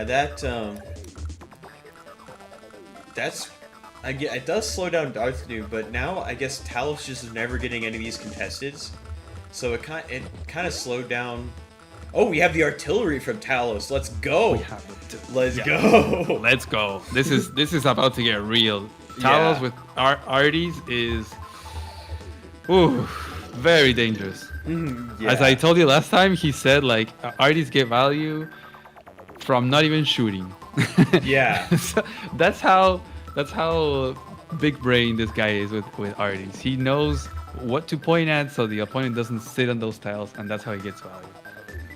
Yeah, and especially you can put the artillery on a city and it two-shots a Neo tank, it like does like 70 to a medium tank, is actually crazy. And Talose has the infantry numbers on the left, so could just like slow push with the artillery and just try to take as much territory, put HQ pressure on even, and then Urban Blight plus artillery is going to do a lot to the Black Boat. Yeah, the arty is a big threat to the Black Boat. In 2 turns, it'll be in range of it to shoot at it. So then Dark Noob will either soak a shot or move it off or whatever. As we have the Talose tanks sort of potentially centralizing in the map, so you could see them shifting over to the left and support this big push from Talose with these infantry coming in and the arty and everything. So it can get pretty dangerous for Dark Noob, I would say. Yeah. Goes for the clear there. And only 1 infantry is in range to punish, so that definitely was a good attack by Darth Noob. But the one base just doesn't want to keep brawling. I mean, it's a one-on-one trade, it seems like, on your 1 base. Like, Talose is going to get a hit from the city onto a plains infantry, most likely. And that deals like 8 damage, I think. It's pretty strong, right? Yeah. Let's see. Okay, 7 maybe. So I'm not super sure about that. I guess there's not that many infantry, but with the lander, Talose will have a supporting infantry next turn or 2. So I don't know. I guess Darth Noob maybe feels comfortable just like trading there. I think he could have gone for the comm tower cap instead. Maybe get the interrupt and then go for the comm tower. But yeah, we'll see them without a comm tower, I think, for a while, because Talose is not getting his right side comm tower either. Darth Noob doesn't seem to be getting it now. So we're just at 0 towers. 0 tower gaming. Just like the cards. Just like the game. Yeah, exactly. And this tank's on the silo. I guess this tank will chain with it, so Talose can't really attack into it. But now Darth Noob is going to try and get all of these cities. The issue is, it's in tank range. So this tank, is there a way it can cover both? Yeah. Okay. Nice. Yeah. That's why Darth Noob was better than me. He found that in 2 seconds, and it took me like 5 minutes. Yeah, that little tank chain. It seems like almost the map was built for that chain. Look at that. They just sit perfectly. The 2 silos are connected by the road. It just tells you, look, connected right here. They're perfect tank chain place for the map. Yeah, the map tells you where to go. Exactly. Imagine the arty is used to bust the pipe seam in 2 shots. Oh, true. Yeah, you put it on the city. Yeah, but we're not going to see that. Talose doesn't do those kind of things. Yeah. Put the artillery in the forest and start hitting that Black Boat. But Darth Noob is shifting a tank over, which is a really strong idea. Because now Talose can't just walk in with the artillery. Yeah, I'm thinking of where Talose can put his tanks. Because he can put one on the silo in the middle and then send the other one somewhere else. It wouldn't be the best positioning. So it's a little bit awkward. It's not like Darth Noob that he had these silos chained and then he can send it somewhere else. So the tank in the middle for Talose is a little bit awkward where it can sit. But okay, he'll put it on the forest. Okay. So yeah, we're seeing them centralize, and this is some big pressure on Darth Noob right now on his HQ. Yeah. Yeah, maybe. I'm sure there's a way you can like put a unit right here, put the artillery right here on the forest, and start hammering that Black Boat. Yeah. And Darth Noob will have enough money to start to build a battlecopter. Which might not be a bad idea. Yeah, I think that's what we'll probably see, and maybe then a anti-air tank base keep from Talose with its 50k. But we'll see. Copters really shift everything around, but it's gonna be helpful for him, especially with that RE right there, the RE danger. Darth Noob is comfortably getting the captures on the right side. He's pointing at that comm tower. I think that's gonna happen. And on the left side, we have those infantry fights. We got the 9-3 there from the city. And I don't think Darth Noob can keep fighting there, right? He has to pull back. Yeah, he has to pull back. Or else the HQ threat is just too real. Because then just the infantry can protect as well as the vehicles. So we could just see like kind of a base rushy kind of situation where Talose goes all in on the left and Darth Noob goes all in on the right. Iron Force 7792 says it's already off meta because Talose sent his second infantry up. He's not getting his comm tower ever. But maybe he can deny opponent comm tower too. Or at least sending his inf to capture the city surrounded by roads. That was the strange part. Baptin says, in the first 2 games you get no comm towers, and then Dual Strike, the game lets you play Javier with 3 towers in front of your bases. It's pretty accurate. Yeah, I mean, it is correct. Like, we're not seeing the usual comm tower getting capped by the 1 base. Here, it's getting denied by the 2 base. And Darth Noob is better set up as he pulled back now to deny Talose from potentially getting the left side comm tower. While Darth Noob is, I think, definitely getting the one on the right side, right? We'll have to see what Talose does with that right side tank, and we see the copter build that you predicted from Darth Noob. Let's go, me and Darth Noob agree on something. That probably means I'm right. I feel like Talose is kind of forced to base skip for an anti-air and tank, just so that the anti-air is in the front lines at the same time as the copter. It is not ideal, but it kind of is what it is. Unless he makes an arty, he could make an arty and an infantry and just have an arty in the 1 base. Yes, how are you protecting it though? Yeah. I guess. Yeah, I don't know. You just keep it back there. You just just hide it for later. Just save the arty for later, perhaps. I don't know. But the HQ from Talose is not under danger, unlike Darth Noob's. Just because Darth Noob has a big presence on the right, but the Black Bolt is on the HQ. He has not moved from the HQ, and there's no arty from Darth Noob. So Talose is control. He could just like pull back and like let Darth Noob have his comm tower. And he makes a mech, Kessler. Yeah, I knew it. I knew Talose was making mechs. he's got the Days of Ruin blood flowing through him, even though he doesn't play Days of Ruin.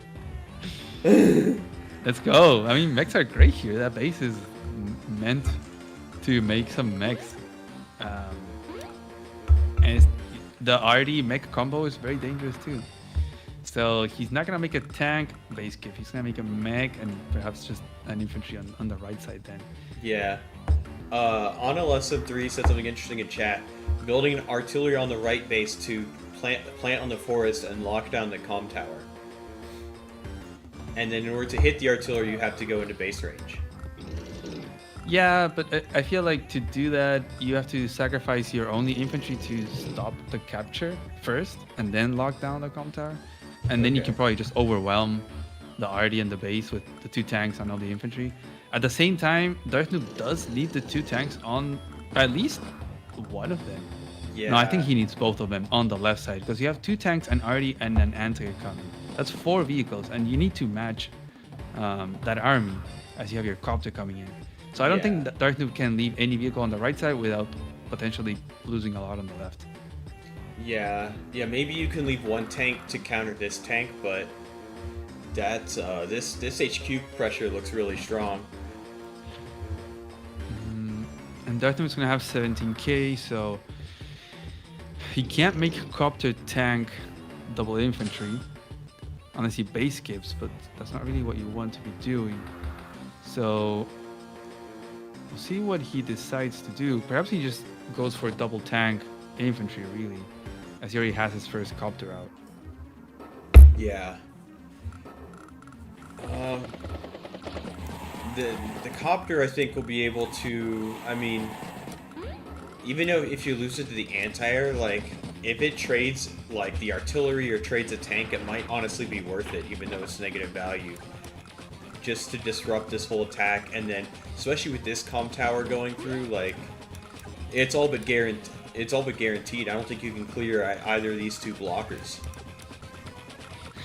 Yeah. Also the comp tower cap from Darth Noob is so annoying on the left side. Yeah, oh, true. Yeah, you have Like, to interrupt your own cap. Yeah, it's like it's forcing Tal to interrupt his own capture just to stop the comp tower. It's so annoying, but he has to do it. Yeah. Talos. What do you think of this army from Talos just like knocking on Darth Noob's HQ's door? Yeah, I mean, it looks strong. I just don't know if you have enough stuff to force it through. Darth Noob could base skip for a medium if he has to. He could go 17k. He could base skip for copter tank, 1 infantry if he has to. Like, I think if Darth Noob holds off the HQ push, and especially is able to come away with 2 comp towers, then I think Darth Noob is gonna be just completely winning. But oh, and we see another mech. let's go. Not gonna send all the tanks to the left, and then maybe just use the mech to counter the tank. I think Darth Noob can try to think of a position where he could threaten a hit on the RD next turn, which would force Talos to change his positioning, perhaps back up the RD. Because if that RD gets hit, then it's kind of over for the push from Talos. He really wants to make sure that it lives at full health. Yeah. But I think in order to do that, he needs actually with 3. I don't know. It's so confusing. No, because Talos can use the mountain to block, right? Because Talos can just keep the 2 tanks in the front and be enough of a blocker, and Darth Noob can just go in and take out 2 of them. Maybe not. Oh, this is so complicated. These guys are just so good with positioning, and you know they're thinking about all this stuff. Like, what is the position that he can have next turn, so that I can prevent that position from ever happening, and that sort of ball. Yeah.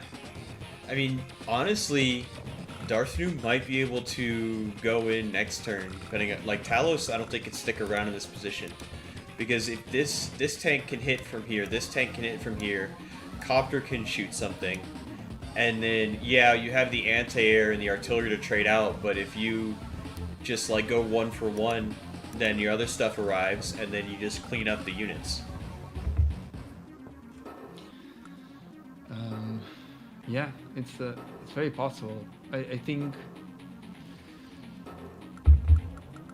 Darth Noob is deciding whether to keep the right side tank on the right and defend from Talos' tank, or keep it in the left. Oh, as he actually pulls back that tank.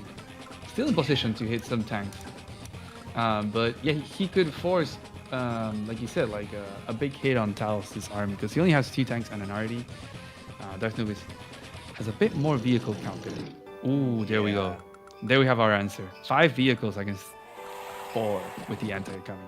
Yeah, I think Talos might have to just finish these caps and just retreat back. But, I guess because if you interrupt to go for the comm, yeah. It looks like Darth Noob is in a really good position right now. Ooh, with the RD up there, I think Talos might hold this position. Maybe he backs up a little bit, but you gotta put a tank in front of that anti. Does the tank reach 2, 4, 6? No. Okay, so that anti is safe, actually. You don't have to block it. Maybe you could put the artillery on the city for some extra damage. I could see Talos shifting over more towards the left side, like joining up with his mech and his infantry drops, and making this ball with the RD and the mech and all these tanks, and ensuring the comm tower capture in the long term instead of the HQ, because I just looked and the RD only does 3 damage to the blackboard, so it would take 3 turns to take it out. Yeah. Seems like too much, to just sit there and just shoot at the blackboard for now. Yeah, I think you have to combo it with an Urban Blight. So you bring the blackboard down to 7, it reduces the HQ defense. Let's see, if this is at 7, you're still only doing 3. If you have power active, you can do 4 and maybe take it out, but yeah, and it looks like that's what's going to happen. the infantry is going to clump up there, and then maybe put the artillery on the 111 city right here. Or And- on the silo, I was thinking. Yeah, oh, silo too, yeah. And then because of the Darth Noob's tank from the right side, they all went towards the middle / left. Talose can get a free shot with that tank on the right side. Maybe using the city, hitting the other. Oh, tank. true, yeah. Something like that. It is just going to be shooting at infantry. But we have a copter coming out from Talose too, so it's going to force an anti-air build from Darth Noob. It's going to force a tank from Darth Noob to stay on that right side as well, trying to match those vehicles. But there we go. We got our positioning, and Yeah. here it starts, Kelsey. Here starts the unit accumulation from these guys. This is what we'll see. Lines, Yeah. arties. Yeah. This is fun. I like it. Yeah, this is an ingredient for time trouble for sure, but I am all here for it. Oh, the tank is not going in and attacking the infantry on the comm tower. Oh wow. Talose is just gonna be content to just give that comm tower up. Yeah, It's it looks like interesting. he's looking to kind of join the forces in the left side. Just go ham on Darth Noob's HQ area. Yeah. There isn't a more Talose position right now than this. Look at this Yeah. line on the left side. Yeah, that's crazy. We got 8 units in the row, and then if you count these, it's like 11 units all on a line. This is crazy. And Darth Noob can't really attack into this. This is great Yeah. positioning. Yeah, no, Darth Noob can't keep capping that comm tower either. He could put, I think, a tank on the comm tower, but then, like, do you send a mech to attack the tank on the comm tower? Maybe yes, I'm not sure. But it would slow down Talos's potential of getting a comm tower for a few Yeah. more turns if you do that. Yeah, and this is I thought Darth Noob was crushing, but now Talos's position looks really good. Is there a way? Let me see. Might be crazy. Like, can the 6 HP infantry sack itself against the Talos's infantry on 2-9? Oh. Like, it's possible. And then, but there's a tank. You would need a tank to clear. I don't think a tank does 8. enough HP. Yeah. I don't think a tank can do 8. That would be crazy. Imagine he breaks through and then he gets a shot on the arty. Yeah. Yeah, that would be really strong. For sure. But it doesn't seem like it. You would need urban blight Yeah. for something like that to happen. Yeah. I don't even know if you can even get Urban Blight this turn. I mean, maybe you could take some of these tank shots or something, but Yeah, no. Right now I don't think you can get an urban blight. Well, we see a matching line from Darth Noob. So we just Yeah. had two lines of army. Advanced walls exactly. by web. This is where I struggle, like, seeing how to proceed. Like, if in Darth Noob position, like, you can't just let Talose just walk forward on the HQ. So maybe Darth Noob is gonna try and do the same thing and, like, pressure Talos's HQ. But you need an artillery to do so. But first you need an anti-air to deal with the copter. Yeah, that's true. I mean, yeah, you only have one base that can make vehicles on the 2 base, right? So it kind of lessens its impact, balancing a Yeah. little bit more the fronts between the 2 base and the 1 base, 1 airport. Since you can only answer, it almost makes it like the 1 base, once the airport is out, can be stronger because you can make tank copter from the 1 base, 1 airport, versus the 2 base can only make, tank versus tank or anti versus copter. So at a certain point, it can get to that where the builds matter more and you can have more strength in the 2 base if you start spamming double vehicle there. Yeah. There's no way of matching like you would normally do in a 2 base with anti-air tank. Yeah, I mean, This I might guess be you a could long go one. anti-air mech, you know? Yeah, that is true. But it's just not as strong. Yeah, Timber was right. This might be a long one indeed. Ana Lesson 3 says, I sense increment gaming in their future. Yeah, Stolly increment gaming is the best. There are so many different possibilities that could happen. And Darth Noob is really thinking about how to press this right side or this left side, because you could. Yeah. I'm thinking he's maybe thinking of a potential attack where you get a free shot and you block. Like imagine copter tank attack an infantry, sits on a city, something weird like that where you can get some free shots. But I don't think that's playing available. Defense.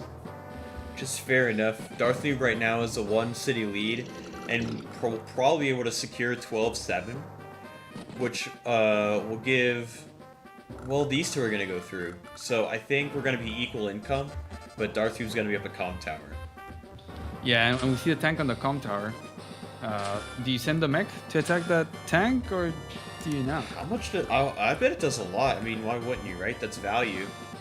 You lose the trade by a lot, but dang, it's if you high roll, you get really good value off of it.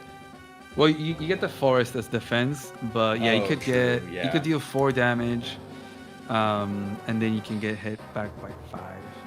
Yeah, I mean, pure value wise, it's a good trade, but you know, if it's gonna cost, you know, losing a lot of army for that, it might not be worth it. But Darth Noob is now like just kind of spreading everything out evenly. Doesn't build an anti-air, just builds a copter to deal with this copter. Yeah. Yeah, he's probably gonna keep the copter in the middle towards the right to answer the copter, and the new copter will stay in the left, so that the anti-air has to shift or has to decide to go to either side. And we're seeing copter spamming. We're seeing some copter spamming Kessler. This is gonna get spicy. Those copters are great. There's a lot of mountains on the fronts here, so they enable some good shots that tanks would otherwise not have. And we get the mech shot with the RD backup. I don't think it was needed because no tank from Darth Noob can really reach that comm tower. But it does make it so the tank can't just sit there and shoot back at the mech, and he can spare his own tanks from going to respawn. So the RD is always nice. Again, the mech RD combo is beautiful. You got another mech coming from Talose to replenish that. Talose should have picked Sammy. That's what I was thinking. Big Sammy, man. Right, Come on. You were right. Come Definitely. on, man. If Talose was Sammy right here, Talose would be like destroying. This is like Sammy's dream position right here. Damn. Yep. But yeah, like you said, equal income. I wonder if Talose is gonna try to interrupt the city in the middle from Darth Noob to try to keep a 1k difference. I know a player that would do that, but Talose might not do that.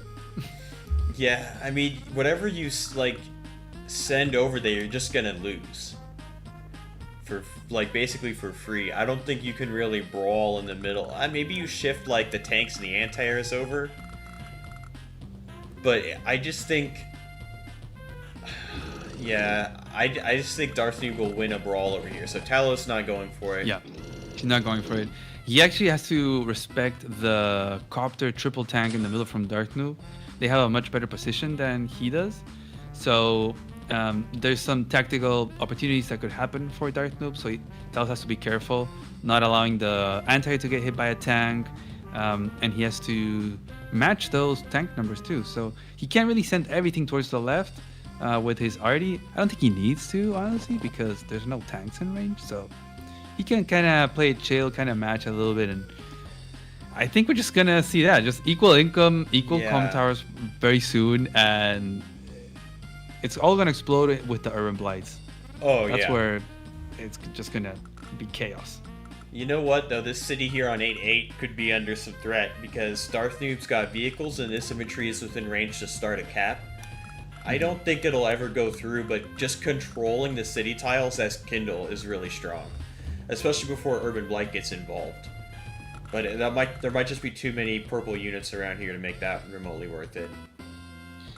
Yeah, no, you're totally right. I wonder if he's gonna keep it there, the infantry on the city, or just pull it back. You do have that nice mountain tile right next to it to interrupt from and really like negate the Kindle, day to day sort of. And yeah, he's actually moving it off. So he knows that infantry is there. He wants to have that mountain tile. I think Darth really should not go for that. There's some good matching of vehicles. And now as Darth Noob, do you shift your units towards the right? Do you send them towards the left? This is where the big questions start to arise. What to do with your army? Yeah. Scandalous says Darth Noob needs some kind of RD pressure on the right. Timber says this map is so hard to really make something happen on that side. You kind of need to get into a brawl and win it. Yeah, with 2 patient players, maybe getting into a brawl is going to be really tricky. But right now, as it stands, Darth Noob is up 1 property for day limit because of the comm tower. So it's the onus is on Talose to get a flip. It's only day 11 though. Yeah, it's I definitely think this is gonna be a couple turns of accumulation of army, moving around, trying to see where to pressure. It is kind of a problem on this map, I would say. Like if you play it this way, you could get into a very stally position because there's nothing from the comm tower to the 1 base that's really contested. There's no property there that you could really try to keep fighting for. So I think that's a little of a map design problem. There could be some property or something more in that area because now what do? Like it's hard to push into a base, right? Like it's not like you just walk up to one and just take it out, especially with an airport right there. Yeah. And the HQ is also hard to take out.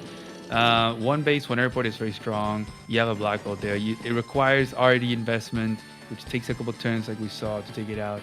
So it's not easy. Everything takes turns, and with turns come more army. With more army comes more stalling as well. Exactly. So we might see some teching up, Kessler, honestly. At this point, like walls start to form. You need RDs. You might see some neo-tank gaming or bombers or that sort of stuff. Yeah, it looks like Darth Noob's wall over here on the left could be a little fragile though. If this artillery can comfortably nestle itself on this square behind the mountain or like of the city, then it covers a lot of ground and it allows Talose to like maybe, you know, you put the artillery here, you go in for some tank shots, you go in for some infantry shots, like then Darth Noob has to fight into it and then maybe you can get a winning brawl. Because Darth Noob's doing the Talose maneuver here on the right side, just a big line of units. But can't really make any progress himself without infantry artillery, I mean. Yeah, and Darth Noob was forced to make an anti on the right side, trying to match the air numbers from Talose. Because he made 2, so he's responding with 1 copter and an anti-air. So we have the same numbers. I wonder if he's going to make another copter. So then he would be outnumbering Talose on the left side. 1 anti-air to 2 copters. Yeah. Might not be a bad idea because copters counter artillery pretty hard. Yeah.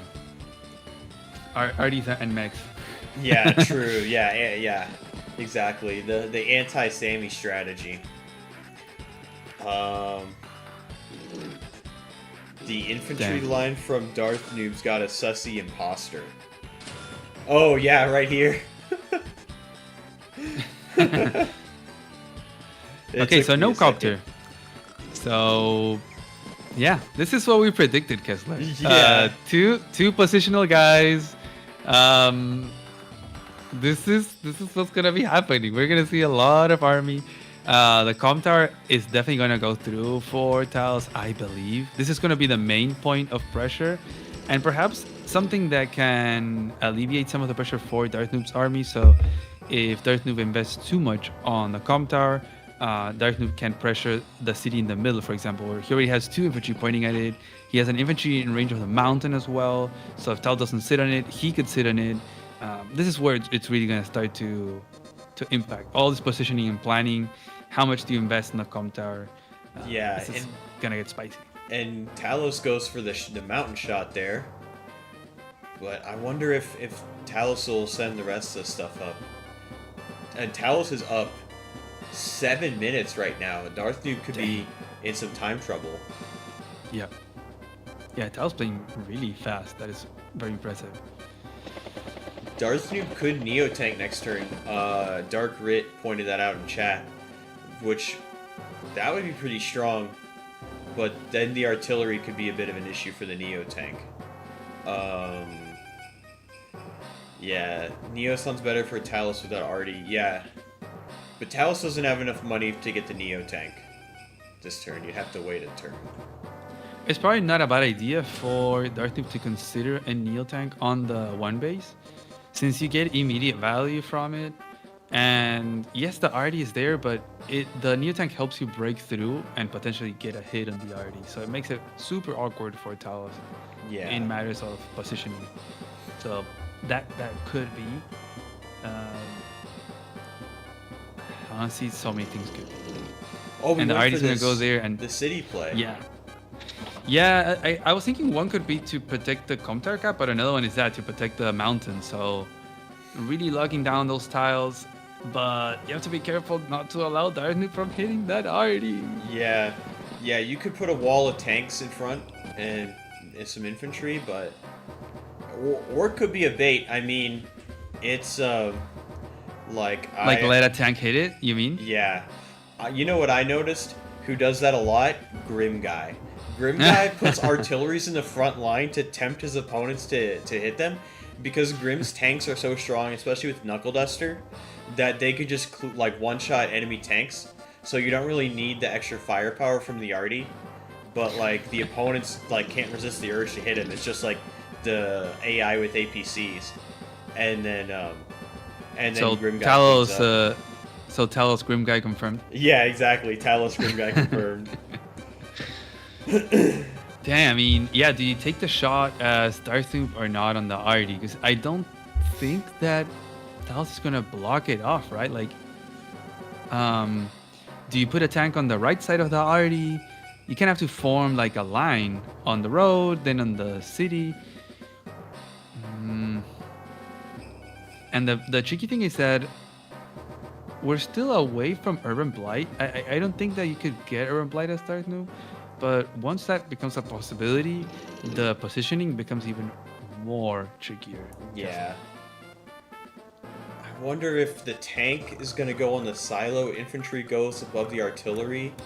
Or you could put the tank on the silo, tank above the artillery. No, just straight line. Oh. Okay. Oh, he's like exposing a lot of things though. This might be a problem. Like, Darth Noob could clear that infantry in the middle. Like, imagine using the copter in the middle, clear the infantry on the road. I believe that's a guaranteed KO, right? Oh, yeah, from a city. Yeah. So you get that clear. You can get a shot on the tank on the plains. You get a shot on the tank on the forest. You could get a bunch of shots. I don't know if that gets you Urban Blight, but you can get some very juicy shots right here. It can get tricky. Yeah, you can. Yeah, you can attack there. The problem is I don't know how you clear this tank unless you go copter tank on it. Oh, yeah, and you can hit the anti too. Yeah. Oh man, yeah, this Darth Noob could cook something up here. Yeah. I don't know if it would be worth it, but we'll have to wait and see. Unless he just sits back again and let's just see more army. Yeah, that's true. You don't even need to commit this copter because you can use infantry on the city, infantry on the road to get the clear instead. You're right, yeah. The copter, it really doesn't have any good targets, I guess, so it can just kind of sit back and be in reserve, but you clear the infantry, you can clear this tank, and then this tank can go hit the anti-air, and then if you might be able to get this one. I'm not entirely sure, but I think Darth Noob can cook up something. Yeah, maybe it's not super worth it because you're gonna be committing like 4 or 5 vehicles. Yeah, you take out like 2, maybe 2.5, but then you're also activating the tank from the base from Talose. Oh yeah, true. And you're also getting Urban Blighted most likely into a brawl, so it can be a bit of a brawl. So you really want to make sure that you're getting into a very favorable attack, and probably not gonna happen, especially with 4 minutes in the clock. Yeah. Yeah, and it actually is pretty hard to get to that artillery, because even though you can, it's going to heal up on the city and still dish out a lot of damage. But now Darth Noob is... Oh, you're giving up a mech shot from the comm tower if you can clear that infantry. Can that be cleared?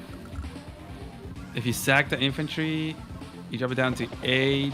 Oh, I don't know if you can clear it. This not having the comm tower for Talose is really hurting. Yeah. And Darth Noob is just making sure that this is his advantage. It's not income right now. It's just the comm tower and just slowly poking, getting closer to that urban blight moment where they both have it, and he's gonna be ahead just because of this damage difference, because of the tactics that Talose is not being able to have because of the lack of a comm tower. Look at this. Looks like the left part of the map, Kessler. It's a ball. Oh, there we have it. Speaking of balls, we have the Neotech. Speaking of you balls. said it. You spoke it into existence. The Dang. Neotech comes in. Oh my goodness.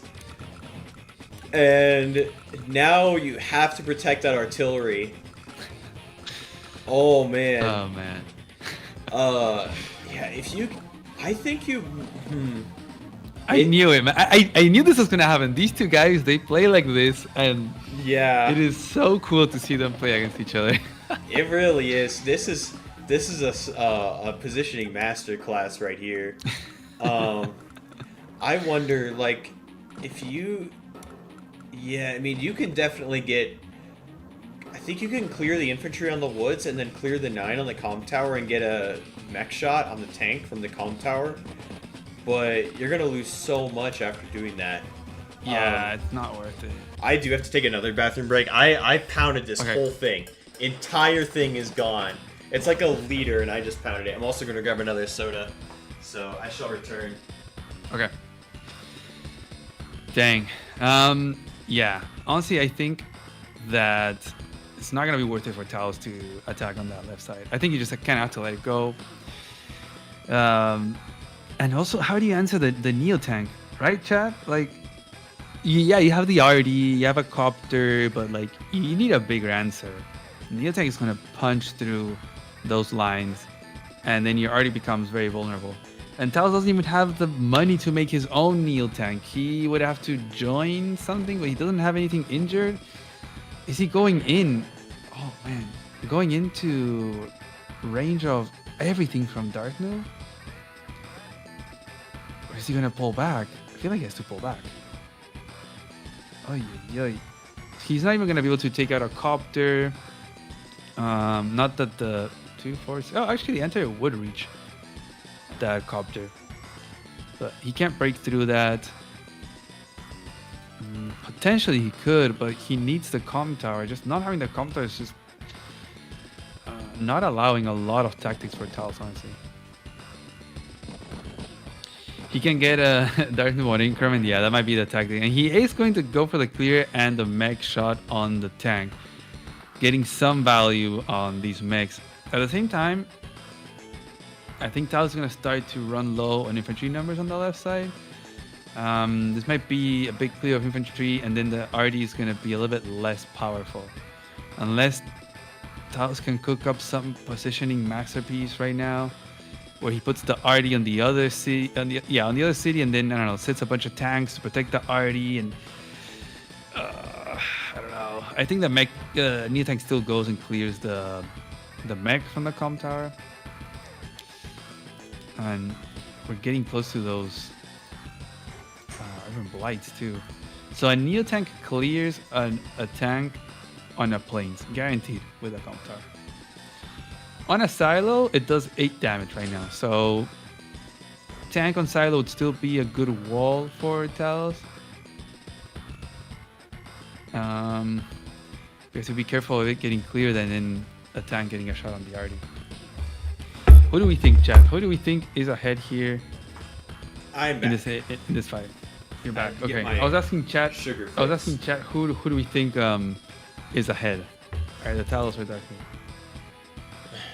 Who do you think? Oh man. Who would you rather be? In this position, I would rather be Darth Noob. I think Darth Noob's going to get a really devastating counter attack here. Clear out all the infantry, and then just be able to win the vehicle brawl after that. because this is in Darth Noob's reinforcement range, really, and then you don't like Darth Noob has no reason to push on the right side at all. So you could just commit everything to this brawl, I guess. But Yeah, I don't see any attacks from Talose right now. Like everything is so out of position for him to attack. I was wondering if he's gonna put the arty like on the other city, one tile to the left, but then you have to like stick all the tanks in front of it to prevent it from getting shot at. It's looking dicey, I would say. And I think Darth Noob can get power next turn. So you get power, you can like get 80% boosted city shots to get KOs, and then it's like, oh, you're taking 3 damage back next turn. It's not a big deal if you just KO everything. At the same time, Talose is burning more timer, down to 5 minutes in the bank right now. Darth Noob down to 2 minutes. That increment gaming is looking more realistic and more realistic every turn. Yeah. I think Talose might have to put the arty like behind the on the shoal maybe to like lock down that area. But Yeah, but doesn't look very good though. yeah, Darth Noob might be able to break through that. I mean, I think Darth Noob can just like take a bunch of infantry shots and then try to make Talose go in vehicles and then trade everything else back, you know? Like, Yeah. and if Yeah. if Darth Noob or Talose loses all the infantry, then Darth Noob really doesn't have to worry about any sort of pressure at all. Then could just pressure the right side, where he's got the anti-air, he's got the mech, he's got more infantry, and you know, build an artillery, hit the HQ or hit the base or something. Mm-hmm.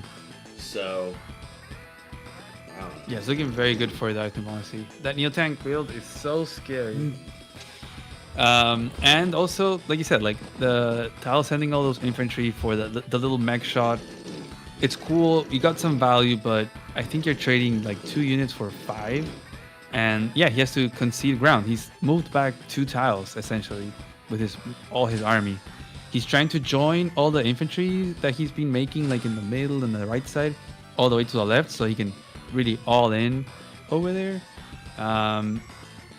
But yeah, it's tricky. The arty isn't even like 1 turn away to threaten the black bow. There's really not a lot of pressure that Talose is inflicting right now, and he's gonna be down on unit count.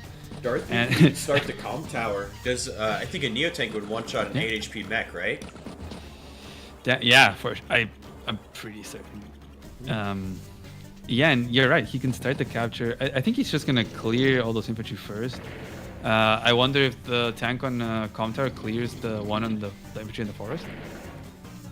Let's see. Yeah. It doesn't. At least it had 1, but still good enough. Man, and Talose is saving up money. He made tank, mech, infantry, saved up 10k. He is gonna want to make his own Neo tank or a bomber, perhaps. We'll have to see. He has to answer that anti-air on the right side too, or a medium tank. You said? A mega tank. Or a mega tank? Yeah. Too slow. Too slow. But hey, I mean, stally games. You know, mega tank could get to the front lines. But yeah, Darth Noob doesn't go for the capture, just starts clearing stuff.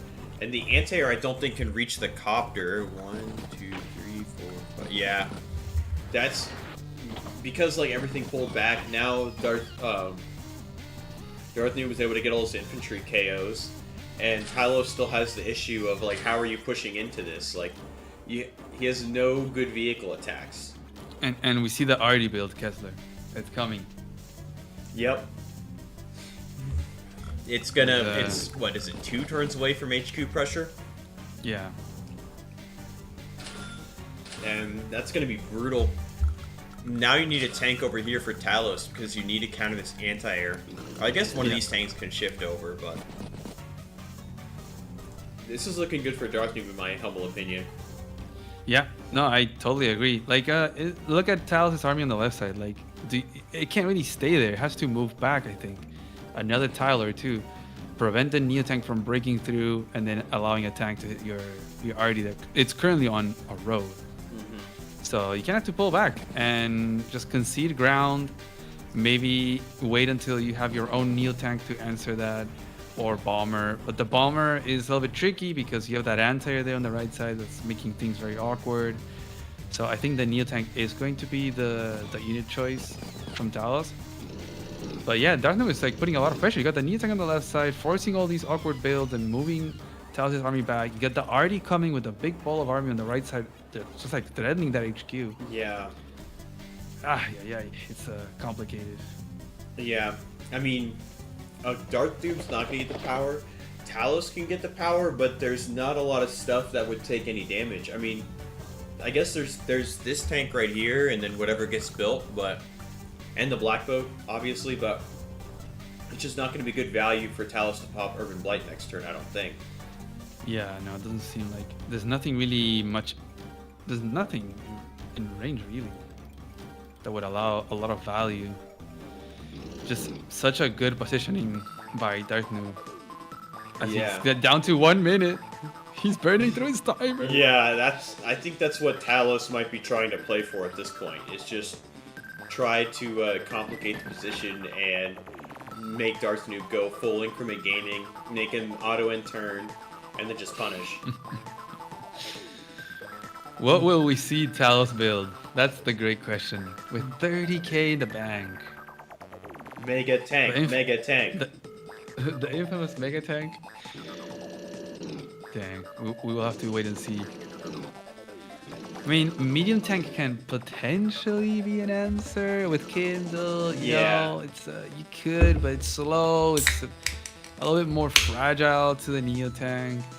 I think your best bet is just the Neo tank. I think the Mega is too slow. And look at Talose shifting towards the middle. I mean, 4 I think out of he his has 6 to, tanks. right? Or else this HQ push is too strong. He's pretty much not gonna get that comp tower.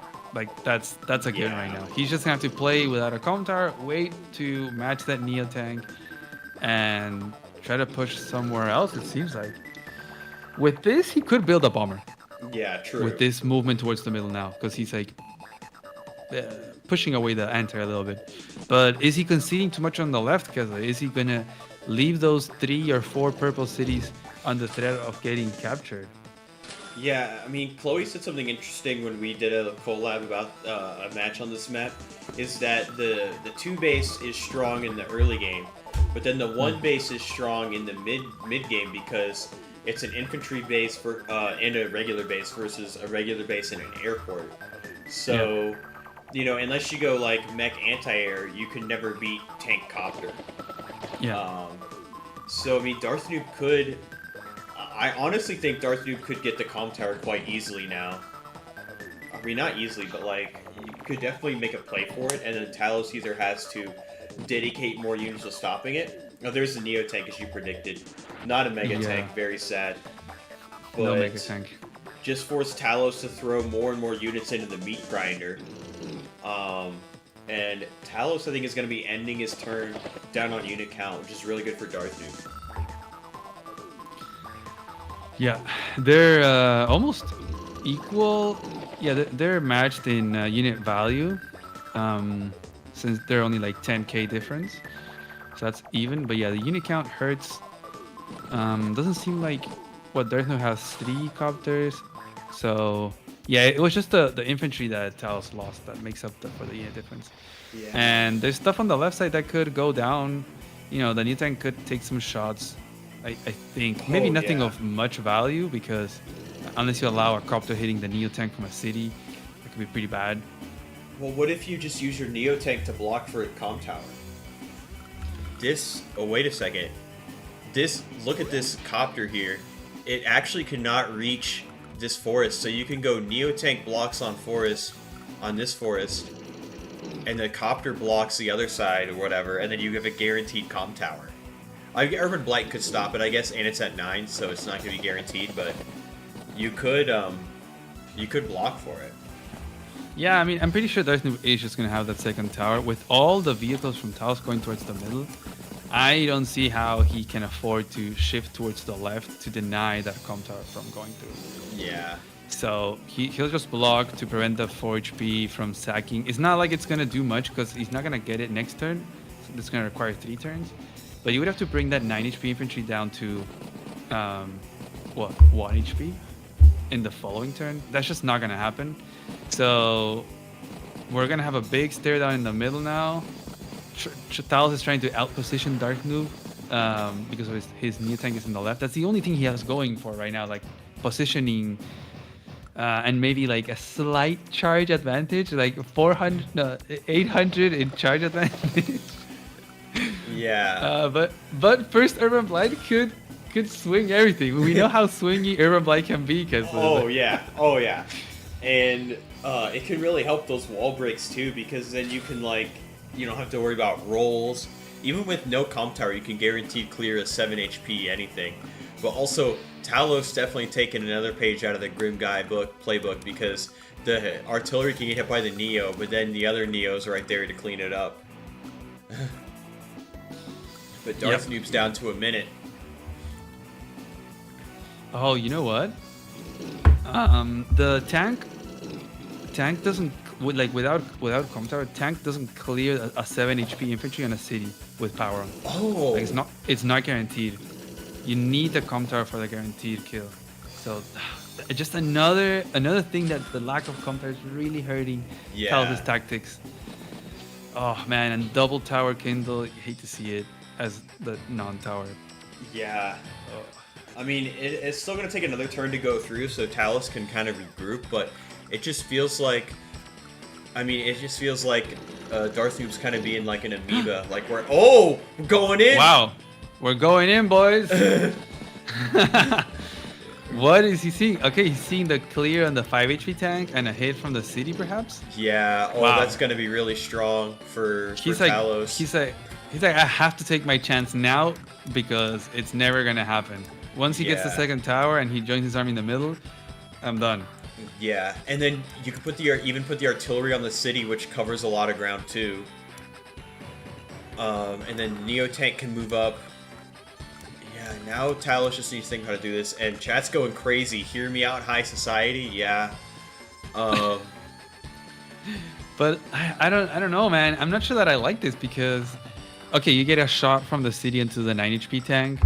And what's next? Like, you can't clear the tank on the silo right now. You have 0 chance of clearing it unless you get Urban Blight. Then you have a 33% chance of clearing it with tank copter. And after that, what do? There's no other shots that you can take really. So I don't know if this is just a GG moment because there's not much else to do. I'm very confused because he sent in a tank anti-air to clear. Yeah. What are we doing? Yeah, I mean, maybe he's trying to scrape together some charge to get Urban Blight. But even then, it's not going to do enough value, really. Okay, does get the Urban Blight. High Society, perhaps. But if you lose everything... Look at the Arty. It's on the silo instead of, like, on the city, like you had mentioned. Very much more passive. So maybe he thinks he has a chance. I mean, we got the Neo Tank coming, right? Like... He's going to have that in range of even the furthest tank that he sent out. Not the 9 HP one, but 1, 2, 3, 4, 5, 6. It covers from the other Neo Tank. So the Neo Tank is matching the other Neo Tank right now. So he might think that he has a chance. He's just going to try to win the middle, split the army from Darth Noob, and make it awkward tactically for him. Yeah, but now we're pretty much even on the clock. I guess Talose is... Darth Noob's going to get 2 minutes and then be ahead, but then Talose is going to get 2 minutes back. But, I mean, Talose could be going for a high society play, like force Darth Noob to go in and then all these reinforcements high society into everything. I'm not even joking. I know you're laughing, but like... No, it could be. I mean, I don't see a reason why he would use Urban Blight now, just to, like, injure, the comp tower infantry. Might as well just save it for high society because the amount of charge he's gonna get next turn will probably give him high society. Yeah, I mean Darth Noob could also save Urban Blight as well, but the Urban Blight does help weaken this tank right here, and then you get a guaranteed one shot with 80% on this plains tank. from the city.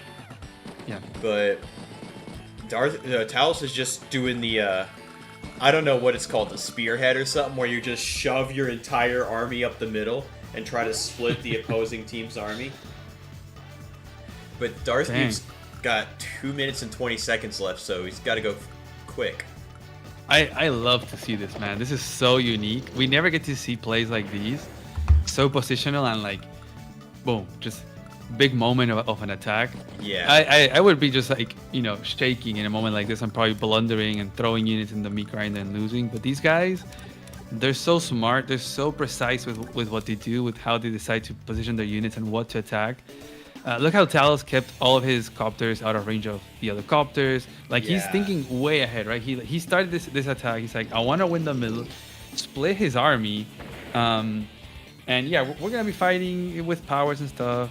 But I'll have a good counterattack. I'll make it awkward for him, and I'll try to win with a good high society. Puts the copter on the city. Yeah. We might be seeing high society here. The anti-air is going to go down. And then you can send some infantry over to, like, on the silo, on the city, just to be annoying. But you put the like, for example, right now, I think Darthnoob just like is happy with this. You don't have to keep attacking. Yeah. Like, you just keep your Neo tank outside of range of Talose's. You bring your RD into the middle as well, and you just do this. You just match the death ball. Let Talose keep fighting with a unit count deficit. There's a whole bunch of infantry from Darthnoob in a wall, but it is more on the right. Like, if there's a way that Talose can break through, I'm not sure what High Society does, like, numbers-wise. Let's see. On a shoal, Talose doesn't get to clear tank on tank on a shoal. Oh, yeah. Yeah, High Society. Just lacking the comm tower, man. It's so damaging for him right now. Oh, it really is. I mean, and not only that, but like, comm tower counts as a property for High Society, so he's kind of with High Society, he's kind of like missing 13% instead of just 10%. The massive army has 41 units for Darthnoob, and it's like they're all of them right in the middle. And here we have the High Society. Let's see some fireworks. Yeah, I don't know how much we can see. I wonder if this artillery can one-shot the infantry on the silo. Oh, okay, he's going in. Oh! It doesn't. It survived. Man. I bet the copters do take out another copter.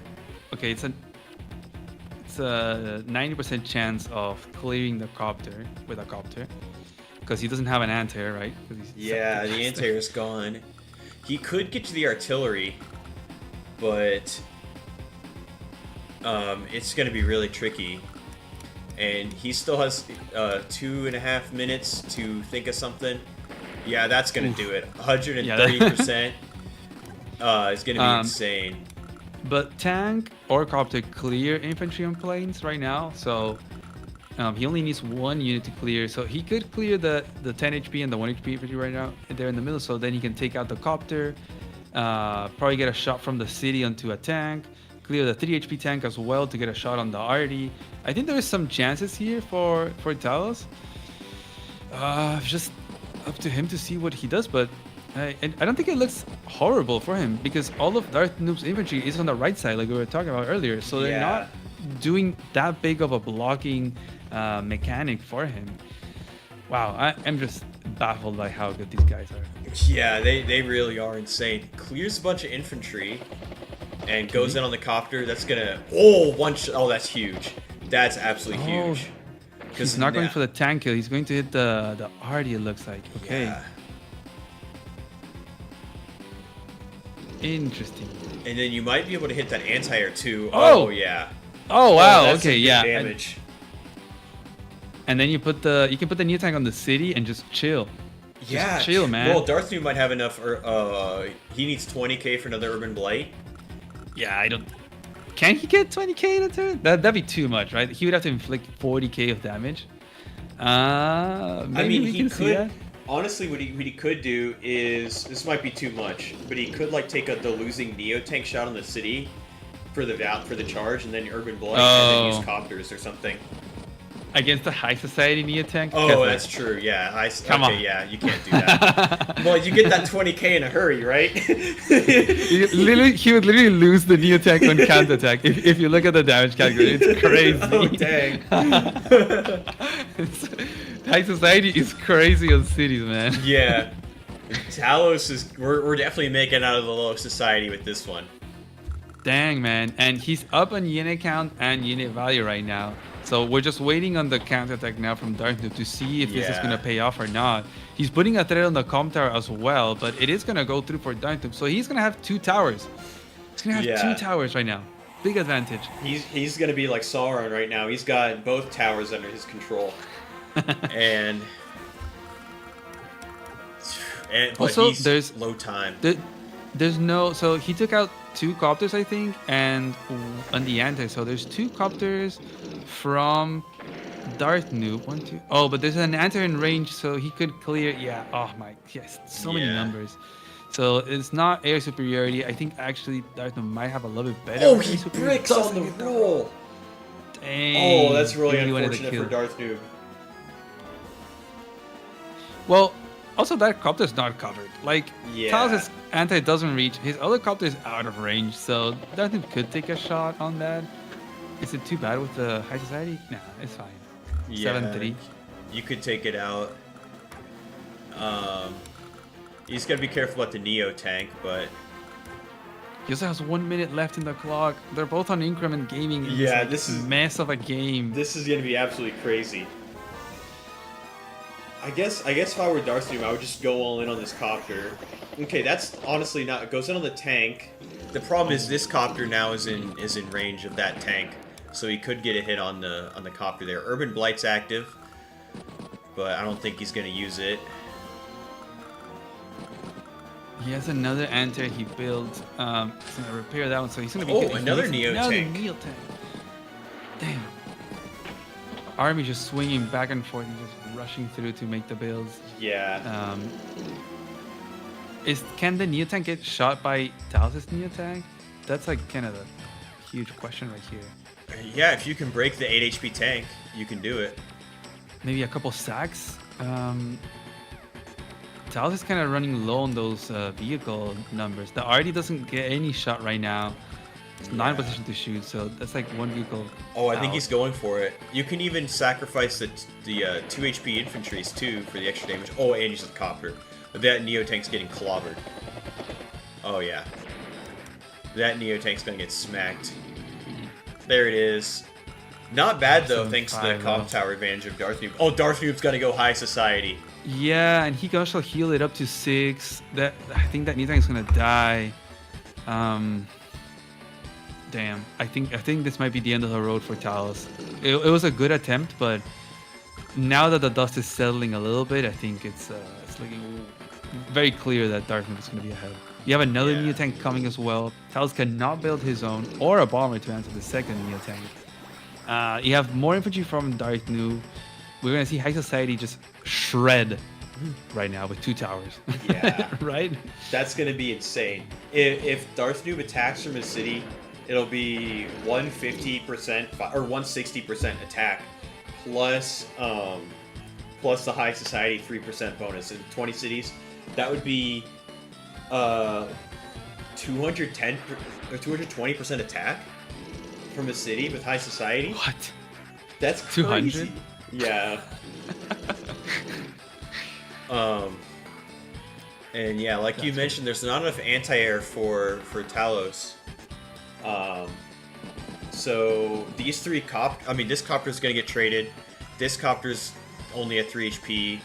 The anti-air is gonna get taken out. I guess there's this copter too, but it looks like Darknoob's copters are going crazy. But Talose is low time. You got 15 seconds. Okay. Come on, build, move, go, He can do it. He can do it. Oh, you gotta worry about where you're gonna put the tank. Okay, tank moves over. Oh, he's gonna get it. He barely got it. Wow. Yeah, oh, there it is. Here it comes. There it is. Oh. Oh my goodness. Oh no. Oh, the anti-air even gets a one shot on the other anti-air. Oh, that artillery's going down Damn. too. Bye bye. Bye bye, Talos's dreams. Yeah, this. Now you have 1.5 Neo tanks. They have absolutely no answer to. This is going crazy. Yeah, it takes that down. Oh my goodness. Darth Noob is probably gonna just clean up everything. And still 1 minute. Okay. Yeah, Talose has resigned. GG. GG. G. 2 high societies though?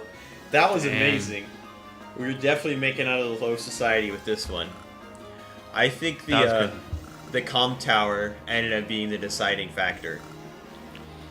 Yeah, man. The lack of the firepower really made it super awkward tactically for Talos there. It enabled Darth Noob a lot of tactics. And these guys, you know, it's all about position and tactics. They were equal in income. They didn't go for really crazy stuff to like deny and brawl and that kind of stuff like we saw on the Dead FS and Hunch. Yeah. It was Hunch, right? Yeah. But here they were like, nah, it's okay, equal income. Let's just sit back, make a line, you know. And Darth Noob knew, like, he was ahead on the comm tower, and then he just made advantage of that. The Neo tank build was great. That was a great decision from the one base. Activated immediately, no answer from Talos. Made it super awkward, and then just drove everything into a big ball, you know, meat grinder in the middle, for which Darth Noob came out ahead with the 2 towers and the power into high society too. Yeah. That was crazy. That was an amazing game. That was so good. At first we were like, oh, is this gonna like? I mean, it got really stally, and then Talos was like, enough messing around, and went in, and Darth Noob punished very, very well. Yeah, I mean, to be fair, Talos was running out of options. Like, yeah, true. Darth Noob was just like closing every door. He was closing them on every part of the map, to a point where Talos is like, okay, I have nothing but like try to go to the middle, try to win the middle positionally, tactically in this brawl, and if I come out ahead in this fight, then maybe I can do something. Maybe I can claim some properties, maybe I can get the comm tower back, maybe attack the HQ, something of that sort. There's a lot of like, you know, big brawl in the middle, and then you figure out what to do. But that was the last option for Talos, really. Yeah. And Darth Noob just did an amazing job all around the map from the beginning towards the end of this match. It was a beauty to behold. Yeah. Just like Root Sayer said in chat. Yeah. Yeah, it really was such a good game. And I didn't realize how good Darth Noob was before the tournament. Like by rating, Darth Noob was stellar, and I was like, you know, I think Darth Noob like kind of got out a little early in APC 2, so like kind of I watched all the APC 2 games, but I didn't really see a lot of Darth Noob games before this tournament, other than like the one where Darth Noob lost to Elio, and it's like, but holy cow, Darth Noob is so good. Definitely deserves stellar. Went 4-1. Someone nominated Darth Noob for MVP. Definitely deserved. That's like I am now a believer. Yeah, Darth Noob is a beast. You should watch the sets from him on APC 1. The dude is really? just, yeah, APC 1 Darth Noob. I mean, spoiler alert, he got all the way to the finals. Oh, he was Hammerhead? No, sorry, no, it wasn't the final, the semifinal. So the semifinal was Starflash and Darth Noob. That set was just like bonkers. There's a caustic finale, madness, Sammy Mirror. Oh, that sounds amazing. I'll definitely have to watch that. Yeah, but Darth Noob is just so freaking good, man. His positioning and like long-term planning is out of this world. Yeah, I hope we see Darth Noob in APC 3 final bracket. That'd be such a treat. And I was Elio. Was it Elio that took him out? Yeah, it was Elio. I mean, the game with the Max Mirror in Safecracker was also crazy. Darth Noob clawing back, but then the stall Max Super Mirror into just not having the best positioning and just getting sniped by Elio. That was crazy. Yeah. I was kind of rooting for Darth Noob just because the winner played Advanced Noob, and I wanted to have the battle of the noobs.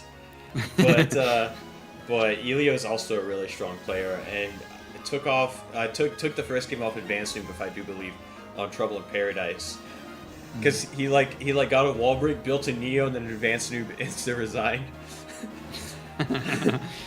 But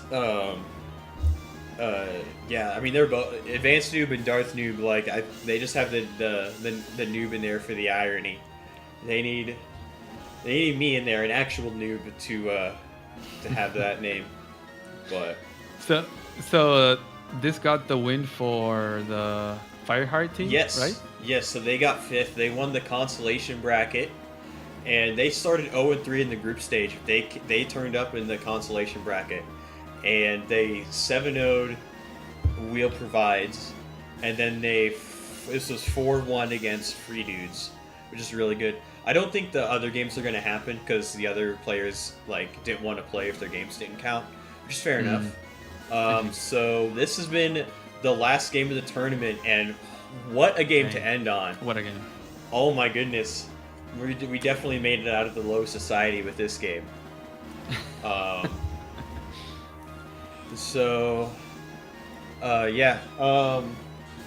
I guess before you dip out, what are your overall thoughts on the tournament and the maps, and what could we do to improve next time in 2027? Oof, so many questions. Yeah, I know. But well, first I want to say thank you so much for not only having me here co-casting with you. It's always so much fun, but also just hosting this whole thing. Just like Deej was mentioning before, we know how, and now you know too, how hard it is to organize one of these. How much work it encompasses, the amount of different things that you have to think about and decisions you have to make, and the time that you have to put into it is always way more than you initially think about it. But it's amazing that it happens, that more people are more motivated and willing to do it, even though it takes a lot of time. And there's also a lot of people that are willing to help out to run tournaments like this, so that's also extremely thankful. There's a lot of people in the staff, some were even players that were playing, that were helping out with decisions of map balance and how do you face these, or what do you do in a tiebreak, or all those kind of decisions that you have to make. I mean, someone has to make them, right, to be able to hold something like this. So thank you, thank you especially, Kesa, and thank everyone that was helping out. I think the concept is great. I'm super happy about this tournament. I wish that it happens more, that we see repeats of it, because there really is no tournament like this out there. The fact that you have a team, it's not really team playing, not a 2v2, but there's still that team concept where you support each other. All the training that has been happening behind the scenes from the team, the higher level players helping the lower levels, that also helps a lot the community. Pass on information directly, helps lower level players to have direct contact with people like Talose or Dartmouth, or stuff like that. So that's great. And how it's kind of like a team effort to get ahead in these games. If you lose, it's not the end of the world. You gotta wait for the results of the other games. So all of that just, I think, cultivates some really great things overall. That's amazing. Things to change or improve, it's hard to say, man. I would have to No, just go ahead, let it fly. I don't know. I mean, the only thing that is the only hole that I think maybe this format has is how, which I honestly don't know how you would approach it. It's just something natural with this format, is how you get a 4-1 or 4-0 result, and then the other 3 games are redundant, and then it's the players lose motivation into doing those matches. Totally fair, right? Yeah. And maybe that's fine. Maybe it helps people not having to play their matches. Some don't have the time to do it. But I don't know, maybe some idea to think about how to make them all matter. I don't know if maybe instead of making it elimination, you just keep it all in a points sort of system. Yeah, true. And so if you have, I don't know, 4 teams instead of 8. I'm just throwing ideas, but imagine you have 4 teams. They all play against each other once, and that's 3, rounds. or you have 5 teams, or no, I'm not sure. But imagine you have like they all have to play against each other, and they're always trying to rack up as many points as possible.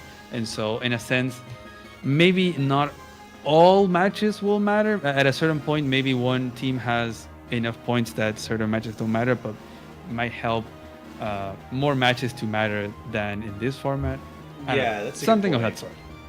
Something Yeah. to think about and look into.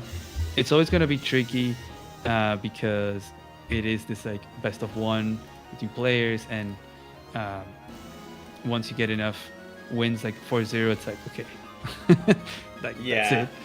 Yeah, I mean, in group stage, the points matter for tiebreakers. So if, for example, if True Grit had tied with Chloe and the girls, like if there was like a day limit, because there was a day limit draw with Benjir and One Trick Wolf. So if the series ended 3.5, then Chloe and the girls would have moved on to the final bracket because they had the tiebreaker because they won more games in the other 2 rounds. Yeah, I think maybe something like that, like doing a keeping Yeah. it as a group. I don't know if you can apply the Swiss or the I don't even know what the other name is. Round Some robin? of these that yeah, round robin where you just accumulate points. I'm not sure how it would work in this setting with the groups and stuff with the teams, but Yeah. that's something to think about. But everything else, I think was really cool.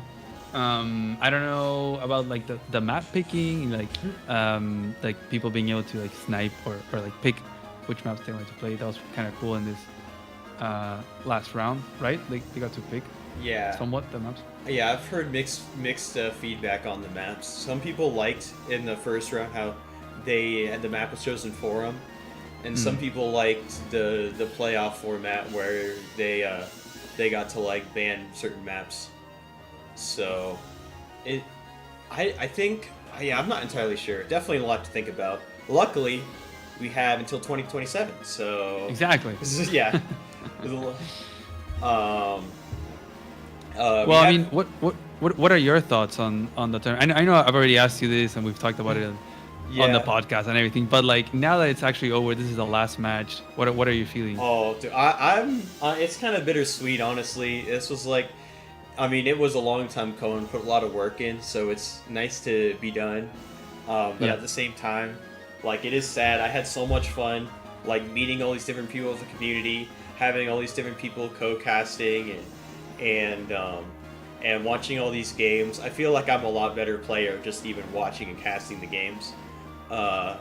And it was just an absolute blast. I think maybe like I need to like spend some time and like try to find some good maps because I want a good mix of like base light, normal, mixed base, like base rushy, so people get a variety of experiences. And I think we did that overall with this map pool. But also, I think we need to figure out maps, or at least maps with CO tiers, where it's not just like this map. I think we had, we switched it from tier 1 to tier 2, but then since Max is banned, everyone just picked Kindle. So, and then like some of those tier 3 maps in the lower levels, it was like Lash and Andy only. So I think like maybe picking like Bonesaw, I think is a good example because tier 3 is Lash, Drake, Sammy, and all of tier 4, and then I think Lash, Drake, Sammy, and Adder are all viable on that. So like maybe and like Looming Threat, I don't know if that's good for live, but like a map like that where like every CO is viable on Looming Threat. So I think like now that I understand how I have more experience, understanding the game, I think I can actually like do a better job picking them. I mean, I didn't pick the maps; I outsourced it. But like I can be more involved and try to figure out, now that I know what to look for, I mean, map scouting is such an underrated task. People don't understand how much time it takes to like look for maps for a tournament, because it's not like you're looking for just one map. You're looking for multiple maps that you're trying to cover different criterias in each. Instead of just having the samey kind of maps. You're trying to have, like you said, a base rushing, a base light, a mixed base, maybe a 0 tower map. I don't know. you try to have like different kind of maps in the pool to keep it varied and see different kind of games. At the same time, you're trying to make the correct tier choice so that it's not instant pick, into mirror matchup all the time. Yeah. But I think now that I think about it, it might be tricky because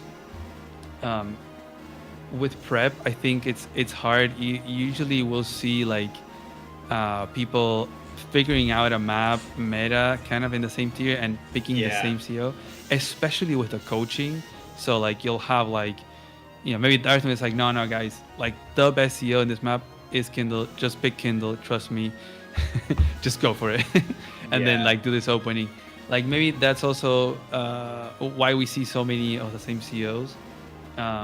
It's hard. It's really hard to have a good tier in a map. I think there's some people in this community that have done a really good job, and I think of Voice of Akasha when he's done the Live Madness, done a really good job of like creating these weird tiers on those maps and making it really tricky on what to pick. And another person is Master of Math with his dynamic dashes. He's also picked very interesting maps and figured out some very good tiers, unconventional tiers sometimes, where it's like you don't know which one's the best CO. Like, oh, it's tier 3, but Max is available, and I don't know, and Sasha is also. And you're like, wait, why? And this is weird map. Yeah. And you're like, dang, like it could be any of these 3 or 4 COs. Yeah. So that's always very cool. But they have the benefit of not having prep, because you only have a couple minutes to see the map and pick a CO. Yeah, With prep, it's a little bit harder. You can figure it out, and you probably narrow it down to like 1, maybe 2 COs. Yeah.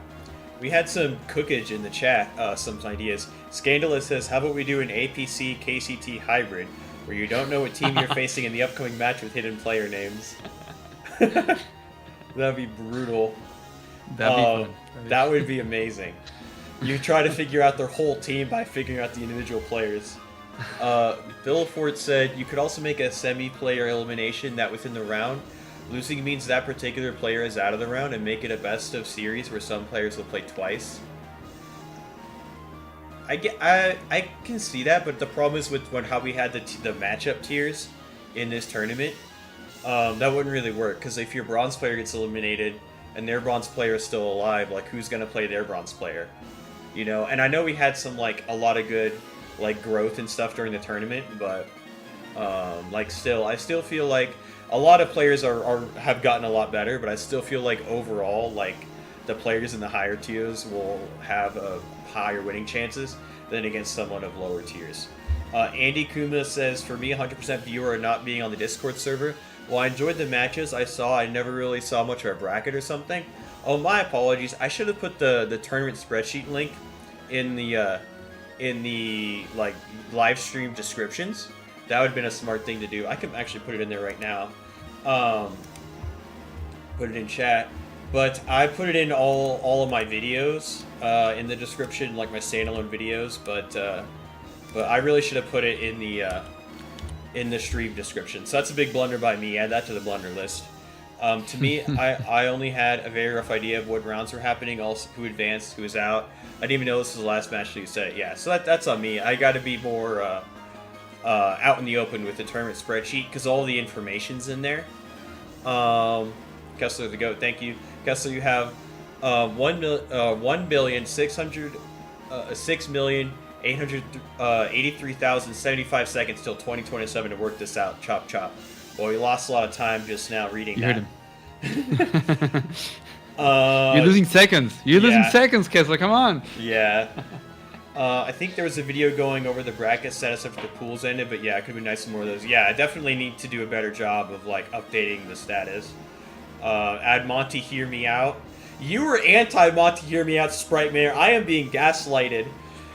Sprite Mayor is like, do not have this map in there. Now he's just doing it to troll me. Blood on My Hands. I don't know that map. Master, you can lose day 4. Yeah, maybe not. Add more teleport tiles. Honestly, yeah. Like, maybe having, like, some of the... You know how we had, like, 2 separate map pools? Some people wanted to combine it. Some people liked just 2 separate map pools. But having the higher map pool with teleport tiles would be really interesting. and it would go well with like a pick ban thing because you could, if you hate teleport tiles, you can just ban the map. You once told me not to map for COs, but just make good maps. I did. I don't remember saying that. I think he's talking about me. Yeah. Oh, okay. I mean that is true. That is true. You should not map for COs. Just make good maps. I mean, good maps is. But what is a good map? Philosophical. Exactly. How do you make a good map? You map for a CO. I mean, yeah. I mean, for example, this map, the one that we just watched, I think it needs some edits because, like I was talking about, like between the one base and the com tower, there's nothing there, and you could really do that. I think if you look at the original version of this map, I feel like it had more. It's linked in the description of that map preview. They did change it again after this version, but it was like in the middle of the round, and we just opted with the old version, which this is. Like if you see STA. if you see, like I can send you the link. So if you look at the original map, the very OG map, it's very different. The airport pipe seam is unlocked. There's a property between the com tower and the one base that you can, after flipping the com tower, potentially you could go for that. And there's also the corner properties that you could kind of shift over and go for that instead of the base. So there's like a lot of stuff that you could go for and pressure the one base. And the one base also doesn't have access to the middle really, because it's kind of zoned out by those mountains. Yeah. The HQ is pretty vulnerable, but again, you have the airport, so it's not super vulnerable either. And it creates a lot of pivots in the map. You have that in the HQ area and in the corner. So I think this one is a little bit, I mean, maybe a mixture between this one and the OG could be. There's just a lot of changes between the one we just saw and the original one. Yeah. Oh, yeah. There for sure is. Yeah. This map looks pretty cool. Let's see. Meanwhile, Kessler got worse. Rusty. I honestly just kind of got burned out a little bit, but I'm gonna take a short break and then get back on the lively grind because I have a big match coming up that I'm sure you will hear about later. Rebalance mode getting a lot of chat on the Discord. You guys want to see that? Who are you balancing and how? What's that mean? Oh, the rebalance mode. Nah, it's just an idea of making a rebalance mode for Advanced Wars by Web, where like we get to rebalance COs and terrain and units and everything. But that is like probably a pipe dream because it like requires so much discussing and agreement and all of that. So I don't know if that's gonna happen. But hey, it's good to have dreams. But well, anyways, just thanks for having me, Kessler. You probably want to have your moment along with chat, so I'll leave you to it. And thank you so much for having me and hosting this. It's been amazing. Oh, thanks for hopping on, man. Yeah, it's been amazing. It has been amazing. Thanks for hopping on so much. I had so much fun. See you later. Bye bye. Okay. Let me pull up chat. Let's see. Make next KCT all bases. That's the Quack Cup. Quack Cup's gonna be all bases. Let's see. Oh, okay. So Sprite was reminding me of this one idea that I don't know if Sprite himself suggested it or someone else did, but there was an idea of balancing the player skill tiers with CO underpicks. So you have like a bronze player playing Kanbei against Po1and playing Adder or something like that. The fun curve of this map is a bit sus, yeah. Original version was better, says Deej. Contested comms. Oh, for sure. Contested comms are the best. Chloe agrees with Humida. Also, hi. Hi, Chloe. There's another variant of this map that was just released. Yeah, the update had a STA that Sprite found and pointed out to Monty and the rest of the tournament. So you could like get an early recon and it doesn't mess up your tank funding curve. And you could like deny a city forever. We saw a lot of base skills and HQ caps on this map in the tournament. Yeah. That's how you know it's a good map, when all the matches are really spicy. Mountain range looks hell brutally for the one base. Kessler, you still haven't joined my match against you in Iraq? No, I don't see any I don't see any match invites. Villafort says you got to do something special in terms of games to play for now. Yes.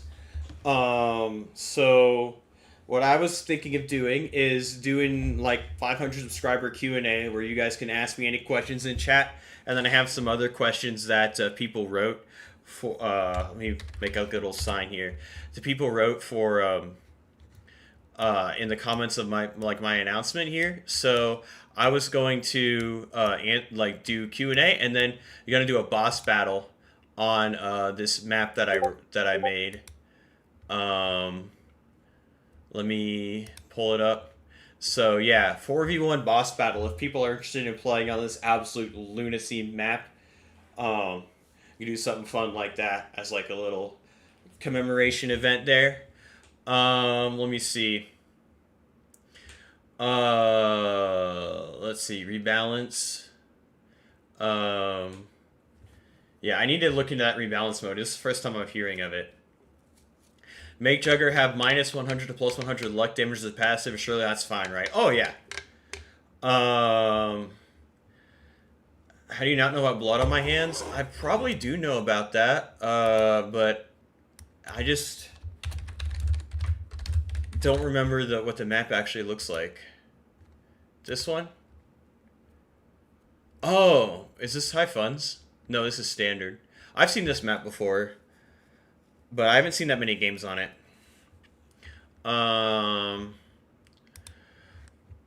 Okay, does Kessler have a rival? I do have a rival, but they don't know it's a rival. Captain Grimm is my rival because they're a Grimalt in my elo range, and every time I play against them, I also pick Grimm.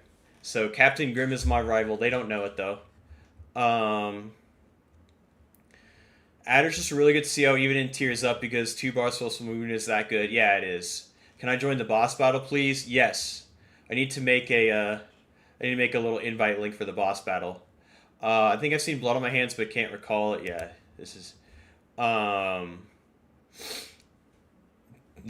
blood on my hands, and then we need to get the boss battle rolling. So I'm going to answer the questions that already have people have submitted, and then I'm going to any more questions in the chat I'll answer, and then I'll set up the boss battle. So and then I can also answer questions while the boss battle is going. Any questions at all, you can ask me. If it's too personal, I won't answer, obviously. But yeah, anything you want to know, any burning desires. I don't know if I'm that interesting of a person, but the option is there.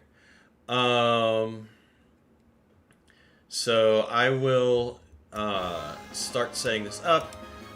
Okay, so comments on my other one. Bongo Banjo asks, after the draft and before any chat prep and any games were played, what ranking would you have expected from each of the 8 teams? Did you have any surprise throughout the tournament? So I was surprised. I'll watch the Q&A later, could be long. Yeah, maybe you could do the boss battle first, then do Q&A after. Actually, that might make more sense. But I'll set it up.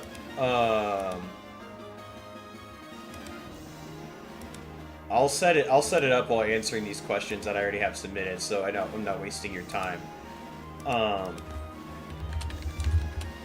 And then I'll put the link in chat too. I'm kind of new to streaming overall, so I'm not the best at like getting stuff organized quickly. Oh,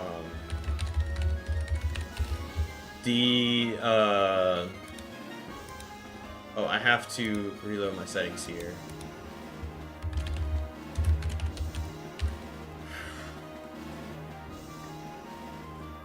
Okay.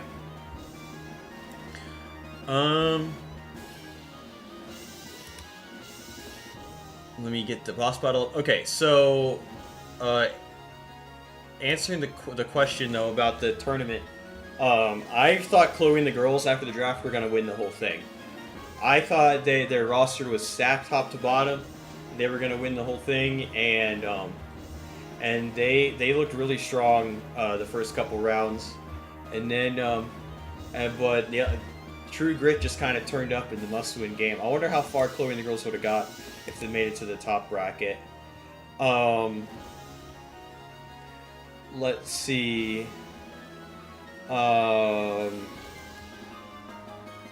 Another question. Oh, I got some question in the chat. Why? I have a question. Why are you gay? Well, I'm gay for Grim. That's for sure. Which Q&A? Which team's chat was the most interesting to spy on? That's a really good question. Honestly, it was Chloe and the girls. They were like always like making jokes and stuff in the chat, but being serious too. And they were like setting up these like games, like free-for-all games against each other. So it was really fun to spy on that chat for sure. The Mind Gamers was also really interesting because DeadFS and Jackley were like going through a lot of the game, like going through a lot of like maps and stuff, and like some like analyzing games after the fact, and like being really good coaches. Timber asks, how old are you, Kessler? Feel free to ignore. I'll answer honestly, but I want to hear your guess as to how old I am. Most people get it wrong, but I will answer honestly. As he goes to start team of thrower. I gotta go. Good luck in your boss battle. Thanks, Chloe. I don't think I can be as strong of a boss as you, though. If Fennel was available on more games, Chloe and the girls would have won. Oh, for sure. Yeah, we gotta get more Tier 1 games. NC Ghost, we won the tourney even though we didn't win the tourney because we made friends. That's right. The real prize is the friends you made along the way. Christian1 says you're 30. Scandalous says I'm 12. Scandalous is close. Close to 12. Alright. I'm going to... Analyst 3 says 22, TC Timberland says 26, 28, Astros says 28. I'm kind of curious. No one's got it yet. He's 67. Yeah, I'm Social Security eligible. Not a question. Thanks again for this amazing tournament. Had a lot of fun playing, casting, and watching.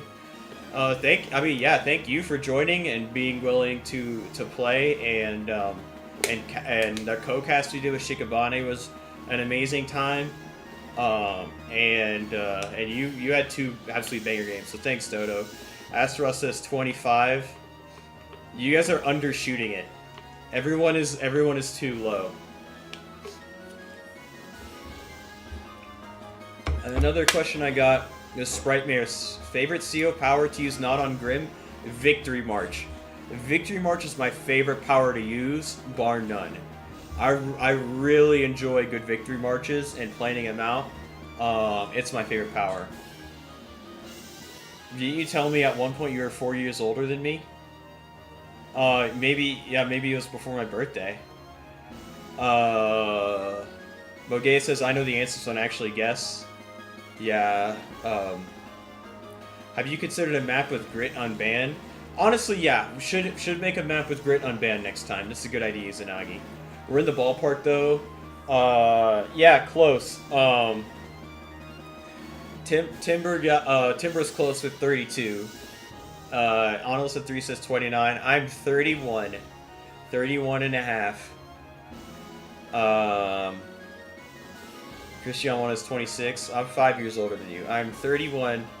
I'm an old man. My body just grows really slowly, which is kind of cool, but as a kid it was rough.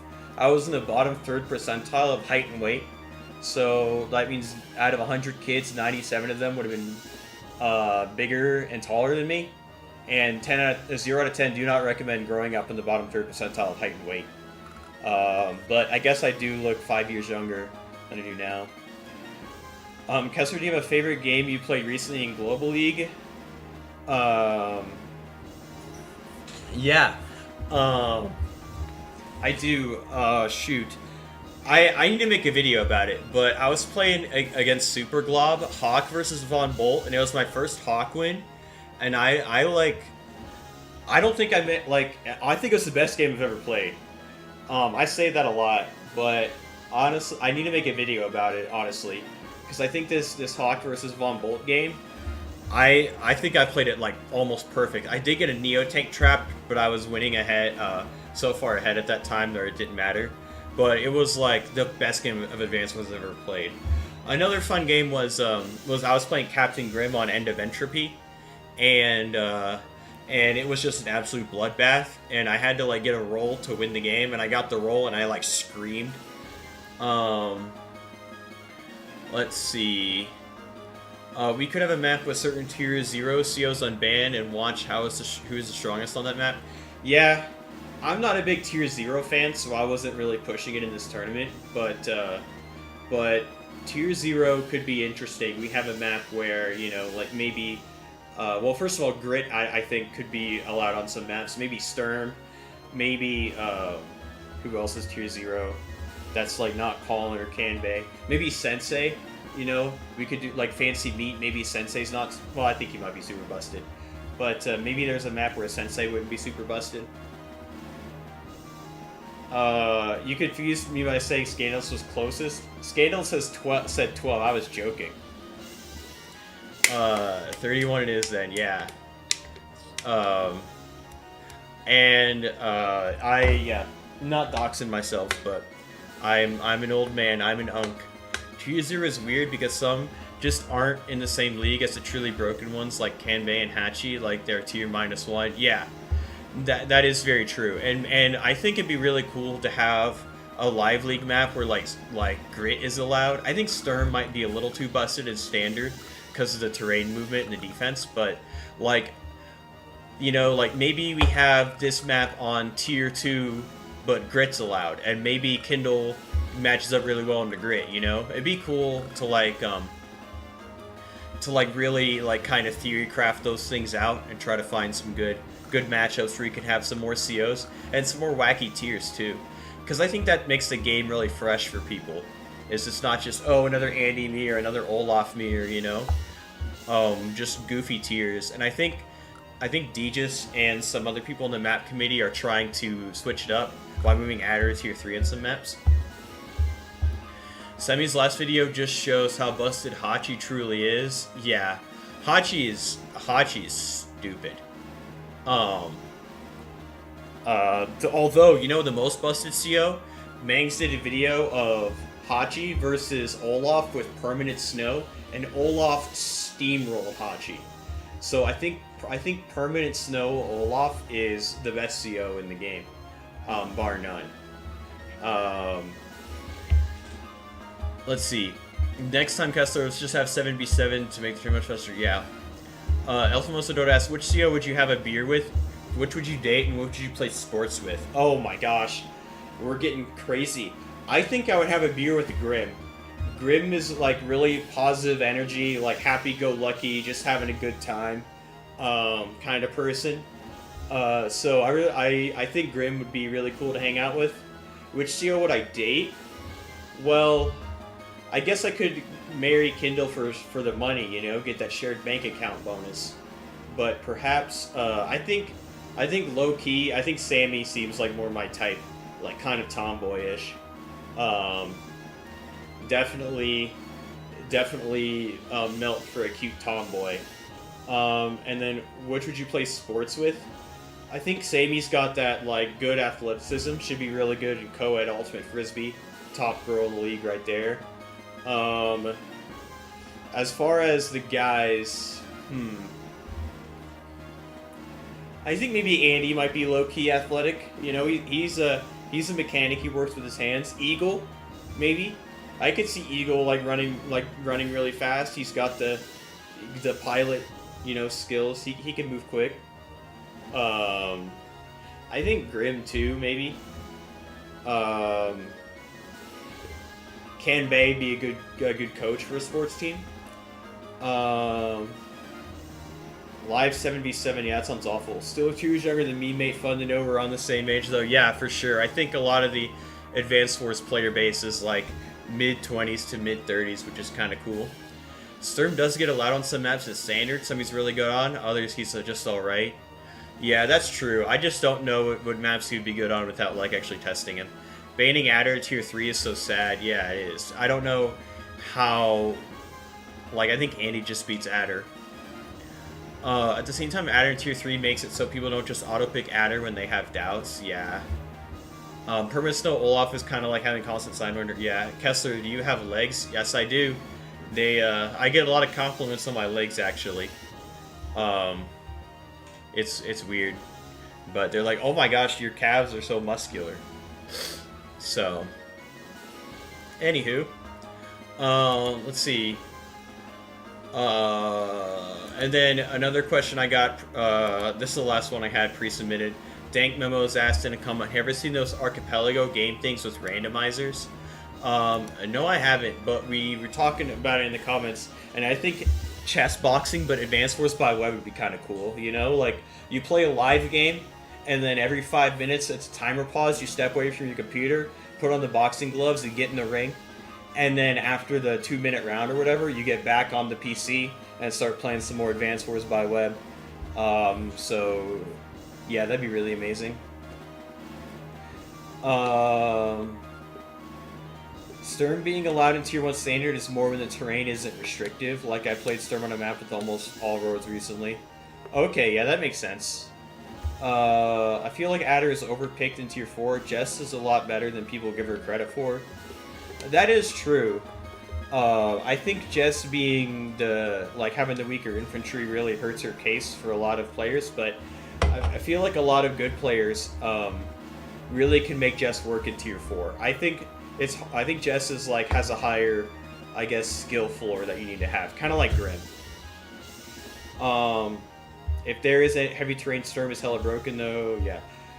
I think that's probably due to how poor some players' infantry control is. Yeah, that's exactly what I was saying. I think Jess at the higher level is better. I think Jess at the lower level is worse because of you have to be really good with your infantry.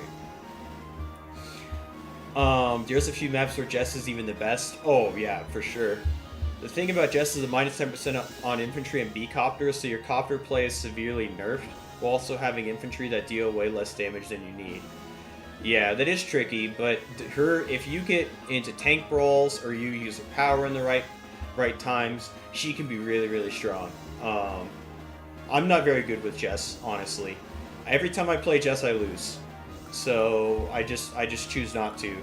But she definitely is good in the right hands for sure. Off the top, Jess is good on Swiss banking, fancy meat computer, caustic love, 140,000 ways to die. Yeah, Jess is she's got some really nice play. Yeah, Jess is pretty solid, but map dependent because if infantry balls are common before vehicles, she is disadvantaged. She is quite nice when the recon openers are good. Yeah, that's true. That's probably why she's good on Swiss banking and 140,000 ways to die, because the vehicles can get in the action really quickly on those two maps. Valde just says, I don't play Jess enough. You don't play Grim enough. Grim is the best. Okay, at the top of the hour, I'm going to put the invite link to the boss battle. So we can join that.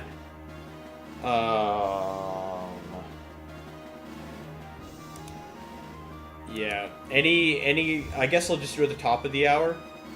So I'm just gonna put that in chat, and then it's gonna be just pure chaos. Whoever joins will join.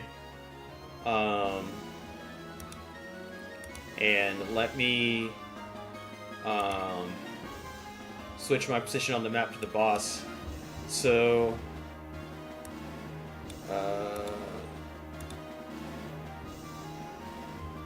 let me go back to chat here. Buy a scribble for the invite link. Yeah.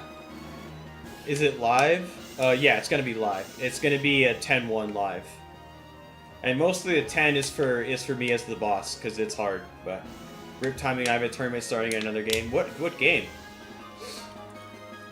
Do an FFA to see who gets to be in it? Oh my gosh, that'd be crazy.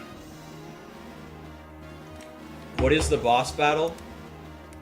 It is a 4v1 against me on this map. This is the boss battle map right here. We tested it with Chloe's team, where Chloe was the boss, and we won. So we made the boss a little bit stronger by giving extra infantry, but the team is definitely advantaged. So This is the goofiest map ever, but it works out. This is based off the game Hnefatafl or Viking Chess, where the objective of Viking Chess is to get the king to the corner, and the other team has to destroy the king. So with this, the HQs are in the corner, and I'm going to be Sammy to cap the HQs, and the team has to use their unit count advantage to push the mid.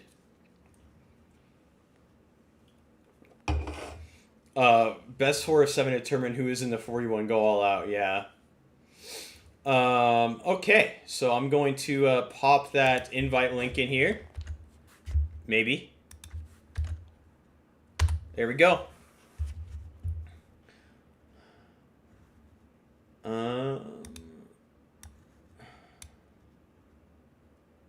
And yeah, whoever wants to join will join. Put this on stream, actually. Put myself on Team B. Everyone else on Team A. Keep refreshing. Oh, man, we filled up. Wow, okay. Have to do more boss battles in the future. Let me set the teams. Hopefully I don't mess this up. Go to picking Sammy. Update the teams. Perfect. I'm gonna ready up. And then I'm gonna keep refreshing, and then when every player is ready, you're gonna start the boss battle. You guys are fast, but I'm worse than everyone on this, so this will be a really fun boss battle for sure. Don't forget to click update teams. The teams are updated, right? It looks good. Okay, I got it.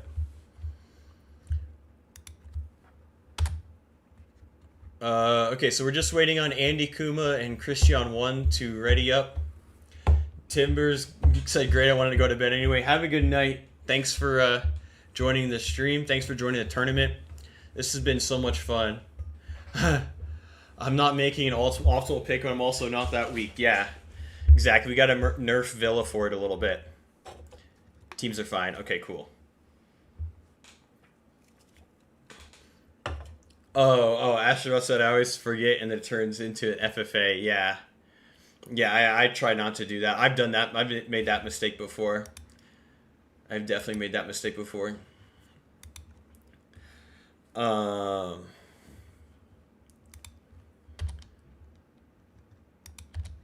Let's see. I gotta refresh this.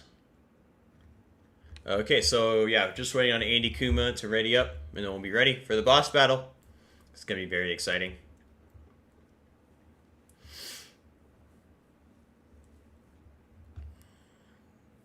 Got some Discord messages. Is it?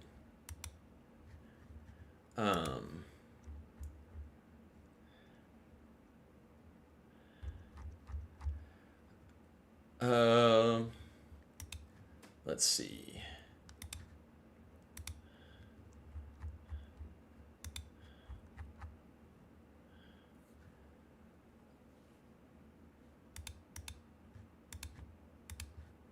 Okay, Andy's ready.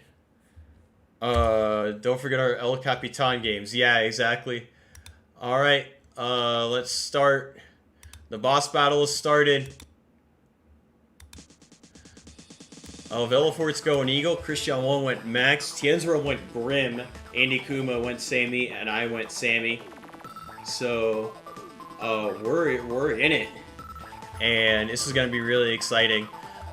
Definitely the 4 has the advantage, but maybe I can get something with the turn order here.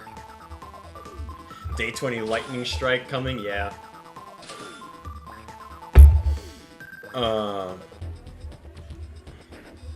Yeah, could be interesting. Gotta worry about player order. We also like designed the map such that every player can get one airport. But you could also go have someone be the raid boss so they get all the airports and the comm towers. There's a lot of different things you can do. But Sammy is really fun. I just have to figure out how how best to make this work.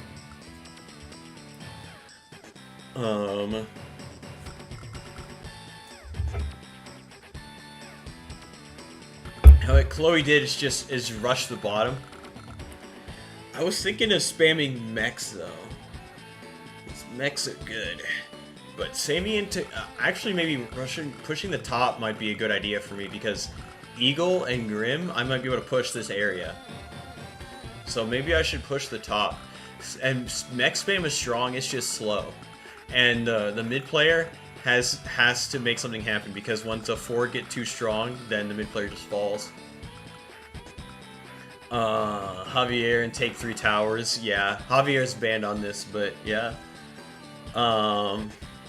Mechs every turn. Yeah, exactly. I think I just need to spam mechs.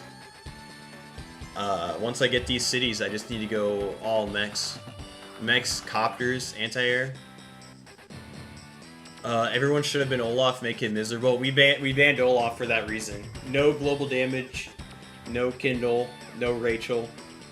Because yeah, that'd be really unfair for the one if it was 4 Olafs. And I'm gonna be in some time trouble too.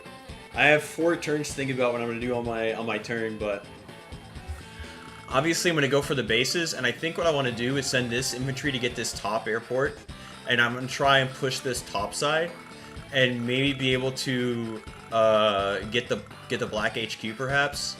I'm actually gonna change this color to Blue Moon so it doesn't conflict with my black hole there, because I'm too colorblind for that. I think maybe push the top side, go for these 2 HQs, but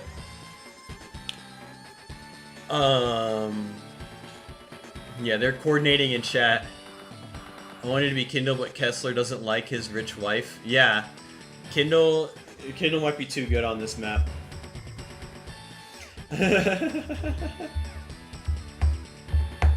Andy Kuma's thinking about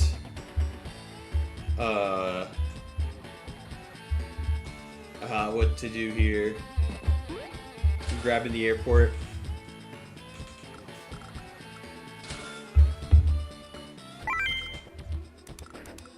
Alright. We gotta grab the bases. And then I think we just grab this airport. And I gotta make... I actually have enough for a mech. But I think I just want to go infantry and save up some cash here. I think what I have to do is get all these properties and like try to push the top side, because artilleries are also really good. So I gotta be careful before my base comes under siege. Yeah. And the coordination between the 4 is pretty important. But max pick is really strong. I think I just have to push this top area and maybe see if I can get this the base, the airport, and the HQs. The one thing I have going for me is since it's a 4v1, I'll have the charge advantage, so I can maybe victory march on top of the bases.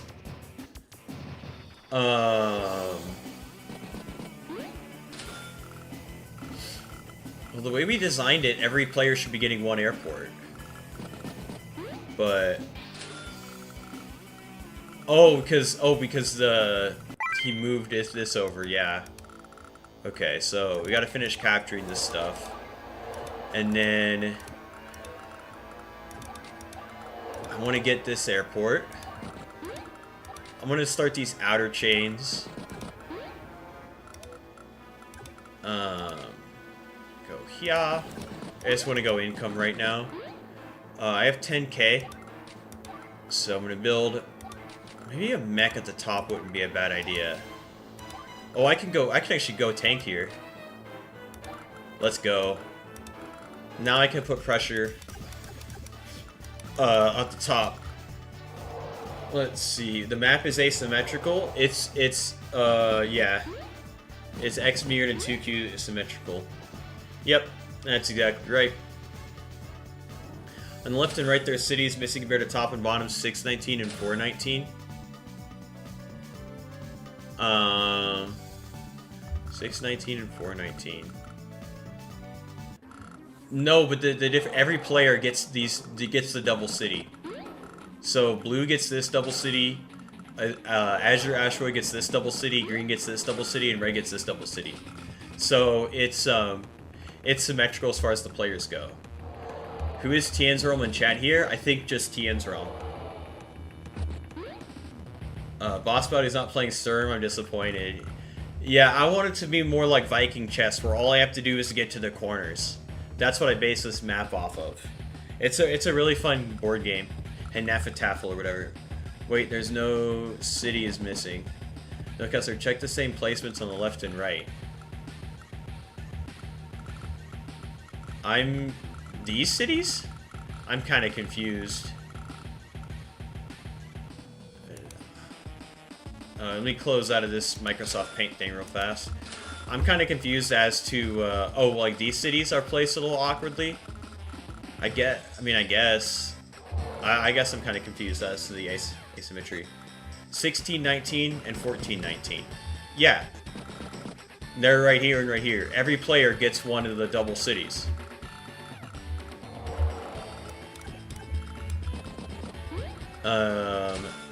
So I have to probably block this with the tank here.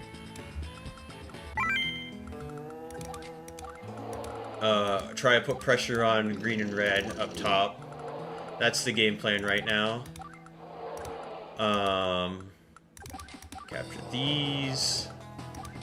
Go ahead and get these like forward caps.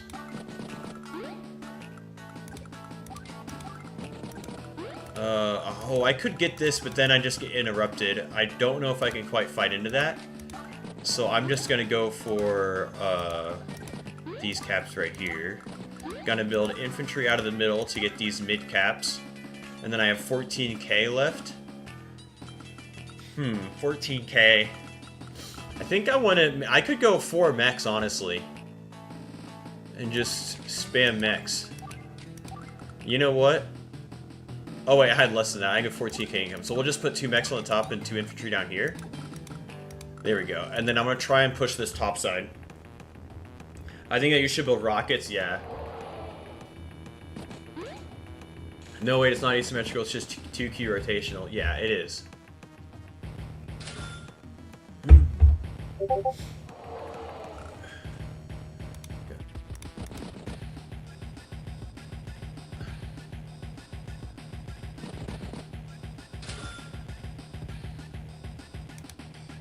Top half and bottom half are the same, yeah.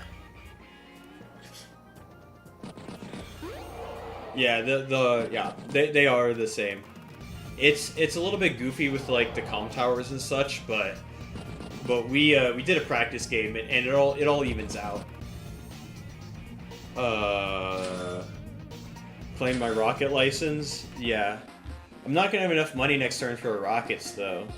I need to get all these other caps.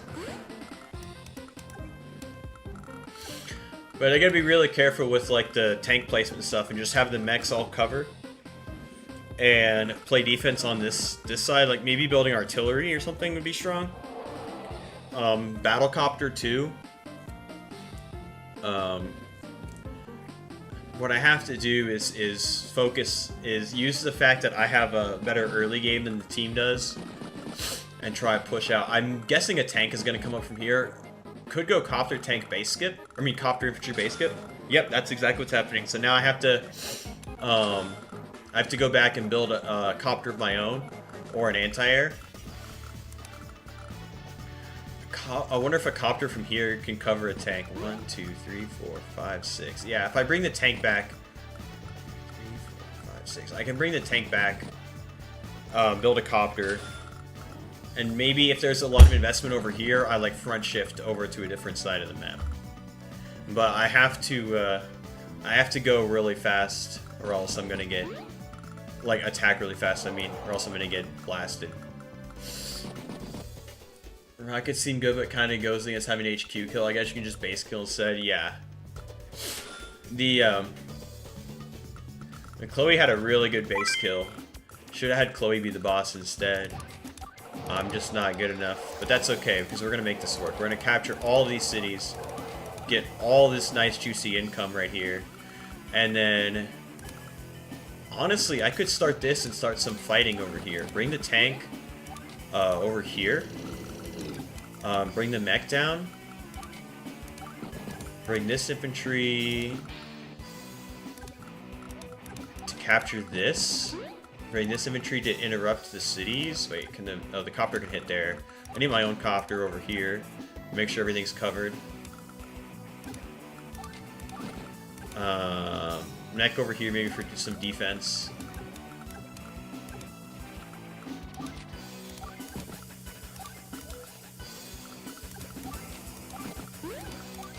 Let's capture this stuff.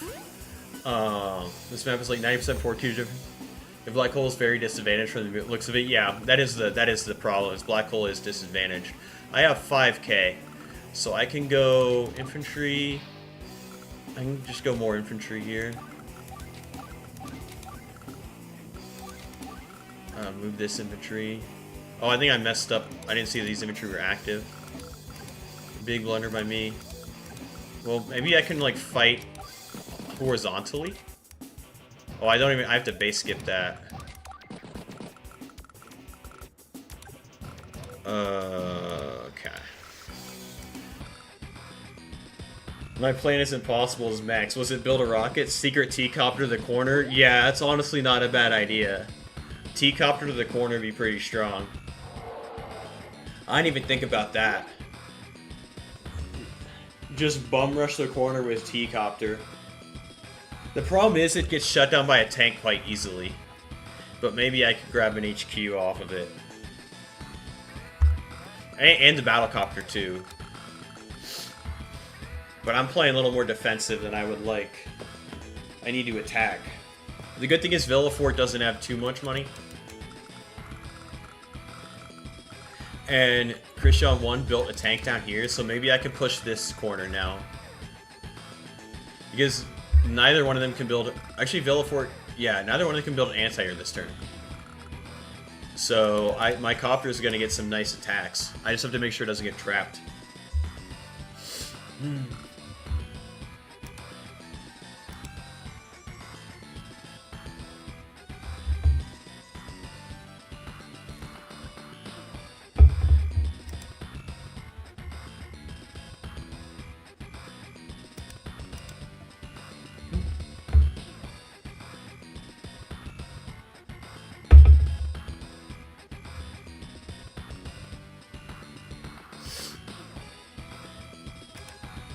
Sorry about that. I was reading Discord, making sure I didn't miss anything important. But Villafort's really spending some time. I'll be able to shoot that infantry. Oh, can the tank can block though? But yeah, okay, the tank's not gonna block. Copter can block. That's gonna be a bit of a problem if the copter goes over here and blocks. But actually, Sammy can chip down the Grim Copter actually quite a bit. Get some value. Looks like all the contested properties are within 1 turn base range of the team players. Yeah, they are, unfortunately. They're also a 1 turn base range away from Black Hole. Ringtail 99 Waves. Welcome, Ringtail. That is a Paper Mario reference, right? And your profile picture is Paper Mario. Paper Mario, 1000 Year Door. One of my favorite games of all time. Definitely got the remake on Switch. Definitely beat it. It's such a good game. Really gonna need to pick one side and focus. Yeah, I think that might be the right side because they can't afford anti-air, so I can go in with the copter right now and try to just slam into this side and try to just play defense on the other 3 sides of the map. But it's gonna be really tricky. And then I'm gonna run in time trouble too. So I need to like plan during the turns. Like I gotta get all these caps through. I gotta turn off animations. I don't know how to do that. This off. Update. There we go. Cause I gotta go fast, cause I'm gonna be low time. It's gonna be hard for me to get all of these properties. Yeah, so the copter's gonna block. Luckily though, with Sammy powers, I can actually get good value chipping this. I can get great value chipping that down. But I think what I want to do is I need to make sure a copter doesn't get trapped. But yeah, there's a mech here, an infantry. They both already built, so I think I can just hardcore go in on 1, 2, 3, 4. I think I could just hardcore go in on this side right here. Like tank attacks here, mech moves up, copter goes for a shot, this infantry goes for a shot, and then just shift a bunch of stuff over there, and then try to stop this top side. Okay, capping that. Could block here. Yeah, I think I have to take some hot shots up here though. I obviously can't just play super passive. I could get the interrupt on this blue infantry right here, just send an infantry down and give it a nice little love tap, but I really need to attack this right side. That's where the team is weak right now. And, yeah. Villafort's going to have 13k, so it's going to have a lot, but... Yeah, Slame right seems good. Gentlemen, I do not have a break, but I have an idea. Fair enough. Maybe self to interrupt cap to 2 KO and interrupt city. Yeah.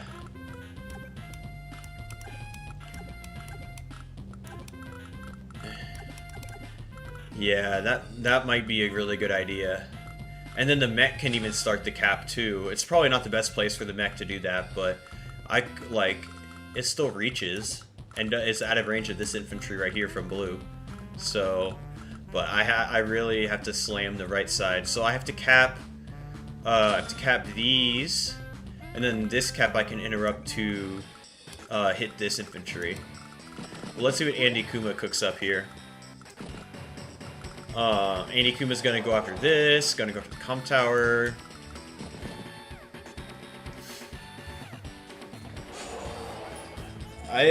Luckily there's not too many artilleries yet. Artilleries really present problems. But, okay, I could fight into this, but I don't think I really want to. I think I just need to... I'm gonna have 20k next turn. So what I think I want to do is just chip the copter down and play defense on the left and the top and the bottom, and then just slam the right. And let's capture this, capture this, capture this, capture this. Let's go in on this infantry right here. Go in there. It's so weird with the animations off. But we get that shot. Let's see, I just want to put this mech out of range of the infantry, so I'm going to go ahead and do that. I can even go in with this tank. And then now I can chip the copter down. At least this is value. But it's not going to be great for me. I don't really want to attack into this big blob right here. I want them to attack me. I could get an interrupt there and lose the infantry. Probably not worth it. The tank is going to go over here. Might go through this little channel up there. But I think I want to just move as much... I could even shoot this Grim infantry, but doesn't seem... Or I could even get the copter down even more. Let's greed for the copter. Copter's at 6. Yeah, move this stuff all back. Probably not the most optimal position, but as the one you really go low on time here, so I just have to vibe. I just have to be a vibe coder right now. Okay, so I don't want to be attacked from the city. I think I'm gonna go... Let's see, where can the copter go? There. I think I want to go down here, just so I don't get, like, railed. And now I have 20k to spend. So, let's see. I think I definitely want... There's probably an anti-air or something over here. I think I need a copter over here to counter these copters. 11k. I can build like another mech. Let's see, can just go more mechs. I can go T-copter, but I just don't think I can get anything in the corner at this point. So I think I'm gonna go double. I think I'm just gonna go heavy on the unit count. Yeah. Let's see. Villafort might build a copter out of this. This is gonna be pretty annoying. Gonna take that infantry out, I figured. Yeah, there's the copter. I can't even... Oh, I might be able to go in and hit that. But I don't think I can do enough, because I have... Actually, the black hole does have one extra comm tower than the team does. But still, like, that's not really a good trade for me, to go in on the copter. I could swing this copter over, too. Have a nice little copter chain.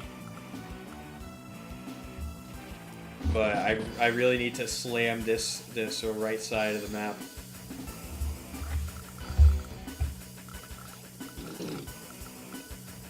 Luckily, the copter blocks red from attacking into here. And this copter is actually blocked from hitting my copter. So I got that going for me, which is nice.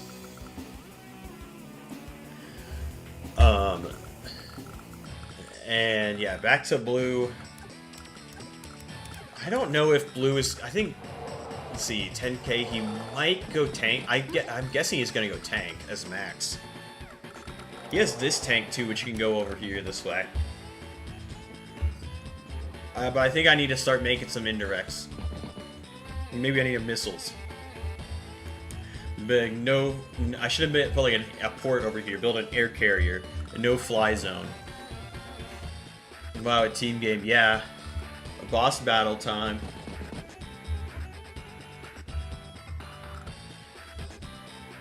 Let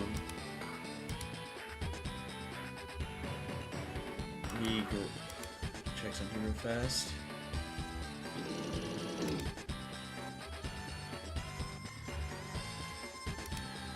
Next Kessler Cup idea. Yeah, it's a boss battle. So much units need to move. Yeah, exactly. This is why I'm going to be on time trouble the whole game. I have to, like, just really just go every turn.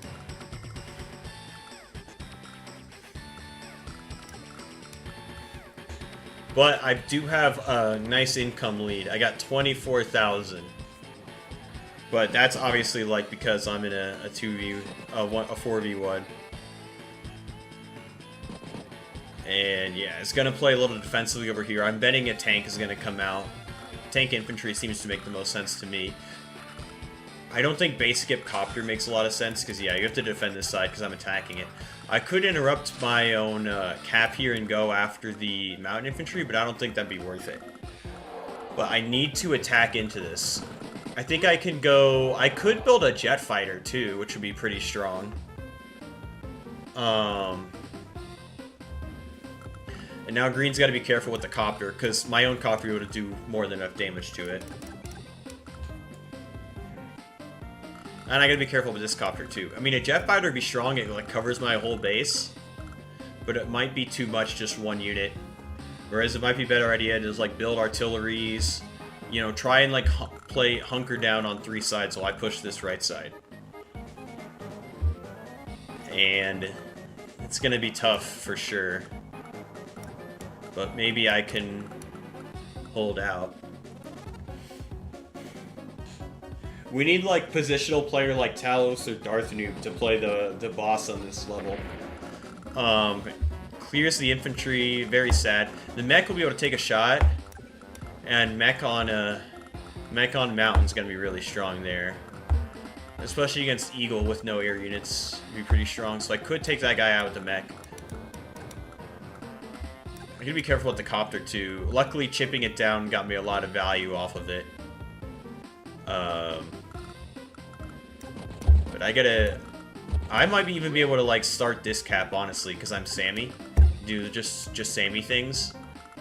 Start the cap with the 9. If I go fighter, I can be more aggressive with my copter as well. It puts a lot of pressure on the airport. And that's what I need to do, is like just tech up as much as possible and try to put pressure on the 4 players to coordinate and defend.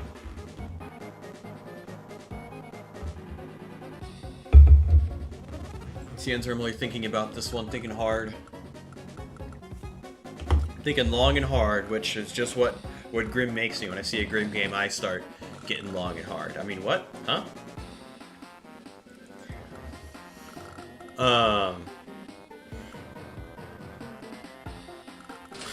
Yeah. I really have to, I really gotta zoom. I could even interrupt this cap and attack the 8 with this infantry and just really go... Yeah, honestly, it's not a bad idea. I attack this 8 HP infantry, I move this infantry onto this city and start capping it. And then kind of depending on what Andy Kuma does over here, I just need to defend this city, I guess. Okay, Copter's gonna go over here and help out, which means I might have to send this Copter over here. But it just really depends on where this Copter goes. But so far, I think I can attack into this area and it'd be pretty strong, especially if I go fighter. Okay, there's a Copter up here too. Fighter would force out anti-airs and one-shot of these Copters, but it might be too much. It might be too much of an over-investment. But at the same time, I got to do something crazy, you know. Because I gotta push a base. Maybe I should publish this map. Let Sulfurent feast his eyes on this. Where's Sulfurent? Somebody get Sulfurent on the phone. Sulfurent's gonna love this map. But yeah, now I could, you know, take some infantry shots from Andy Kuma, but I think Andy Kuma is just going to play a little defensive over here, just try to defend this city. But I can't really push in, because I'm need to be pushing in on the right side. I need to just play defense on the left.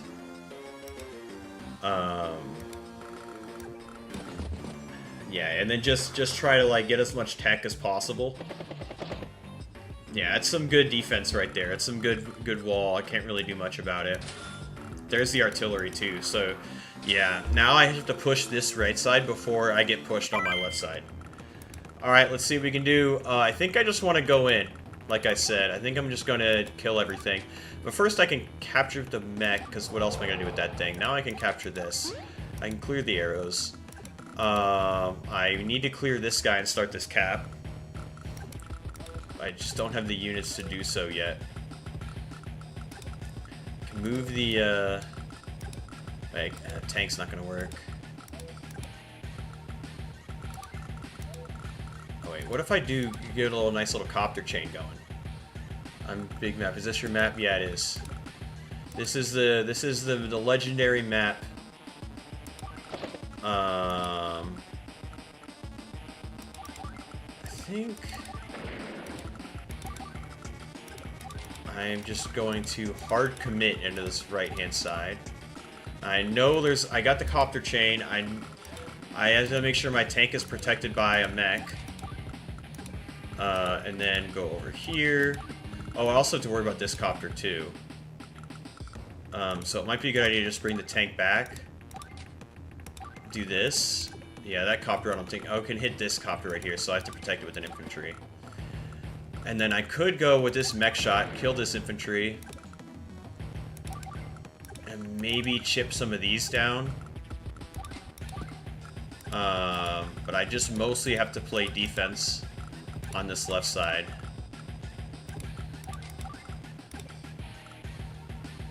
I'm going to be careful my base doesn't get taken as I push this right-hand side. Maybe having these infantry just kind of in reserve. Okay, and then I have 25k, so I could go fighter. I could go bomber. I could go neo tank. That put a lot of pressure on this base. I could... yeah, copter's kind of getting the airport lock on me, but I need something. So what I might actually do is go anti-air over here. Now I have 17k. Go mech over here. And then 14k. I can build yet another B-copter. Everything's covered. 5k, I could go another mech. I could go infantry and infantry. Let's go. That turn felt pretty good. Now I'm going to get smacked by Villafort. I'm going to get absolutely walloped.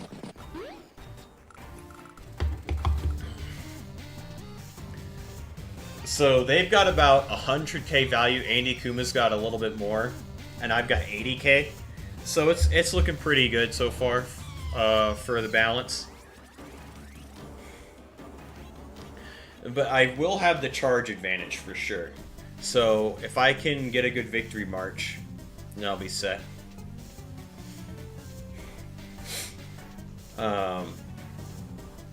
Just gotta keep going. Yeah, my copter's gonna get smacked. It's at 1 HP. It's very sad. Oh, and Max will be able to get the tank shot too. Luckily, this copter might hit this mech. I do have the anti-air in range though. Oh, we lived off that attack. The copter is living. Max will be able to clear that though, and then use this tank to hit my tank. At least I got mechs in the vicinity. But over here, could be in some trouble. Gonna get that shot. Fair enough. Oh, this mech is in copter. I didn't even see that copter. I went too fast. My anti-air doesn't cover it. But I'm just gonna full send this right side. We are full sending.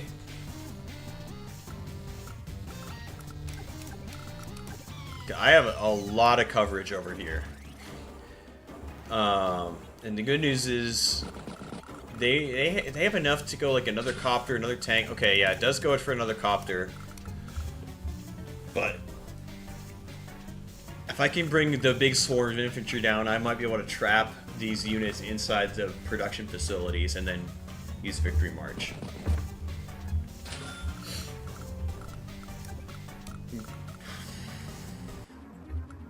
Alright, let's see. So I'm guessing this 3 HP is going to move out of the way to make sure that full HP can clear, or the 7 or something. And then the tank can get a nice shot on my tank. But I've got mechs in the way. I've got double time, which is cool. Just don't know how double time is going to be, how good it's going to be. Yeah, so there's the tank shot. That hurt, for sure. I got 2 mechs in the vicinity. I'll be able to clear this 2 HP, put a mech on the mountain, blast the tank. And then put another mech here, finish off the tank. Okay, there's an anti-air.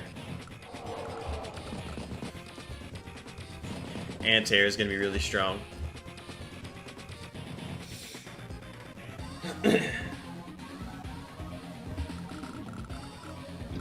Let's see. Okay, there's the tank right there. I probably need like a medium or some tech over here to stop this stuff. Of course, I gotta watch out for the artillery. What's your big bad guy catchphrase? I don't know. Maybe something with like crushing peasants. I gotta crush the peasants over here. But yeah, Victory March is gonna be huge. I'm gonna lose this mech though, thanks to this copter. That's a big deal there.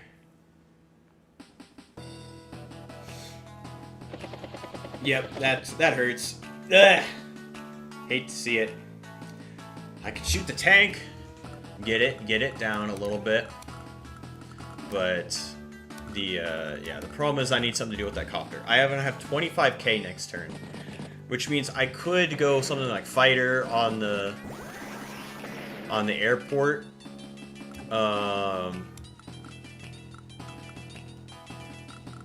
And I think I just have to like go tech, you know. I just have to get good infantry hits, which I will this turn because I can hit some of these green infantry. And then hit this, and then just use tech to defend the rest of the map. Not quite sure. Not as good as Chloe, unfortunately. Chloe managed to get 2 HQ caps before we got the center HQ cap. So, I mean, by the rules of Viking chess, strictly Chloe would have won. Yeah, I guess in this, like the mid player is at a disadvantage, but that's okay, you know. Just having some fun, watching some tanks blow up in the funny game. Yeah, I need to. So let's see. I need to start planning out my turn right now. I can go clear this too. Mech goes on the city, hits the tank. This tank I can bring back to get healed as this mech finishes off this tank. Then I can go in with this copter and this copter to take out that copter. And then I can go in on infantry. And I clear the infantry, I start some caps, everything is good. Up here, I could get some swings in on these infantry too. I just gotta be careful that I don't overload myself on the top. Maybe a fighter would not be bad. Okay, I could, oh man. Maybe I could just use the copter to shoot this instead. And then just go in on this eagle. I don't know. I want to kill this eagle copter more than I want to kill this 5, but I could even use another infantry to attack it. But over here, I think I'm looking pretty good. I just got to be careful. The anti-air is going to be an issue for sure. Yeah, and Andy Kuma is just really good, so that's going to be even tougher to stop these pushes here. But I think fighter might not be a bad idea. It's but the problem is with fighter, it just gets countered by anti-air. But I need some like way of, okay, copper's gonna go down here, interestingly. Maybe a Neo, yeah. A Neo would not be bad. The good news is, okay, there's the artillery, yeah. I need some way to clear these infantry. I've got 2 con towers, so I'll have like 10% extra attack on the Neo. But Neo, medium, maybe medium itself wouldn't be bad on the defense. I just don't know if a medium can clear a tank or something. The artillery is going to be a problem. I am the Kessler and you will be Kesslered. Yeah, true. I said it's Kessler in time and then I Kesslered all over everybody. I'm just kidding. I regret saying that. There's an anti-air down here as well. Interesting. I do have double time. But I think I just want to save for a victory margin. Maybe I can get a lot of flips. Okay, so it is as I planned. We go over here. We shoot the tank. Tank is down to 2 HP. Bring this back. Shoot that. I can shoot this. Yeah, I can kill that battlecopter. Nothing in range to trade it out really except this battlecopter. How much is that? 64 to 72. Yeah, maybe I will just go for it, actually.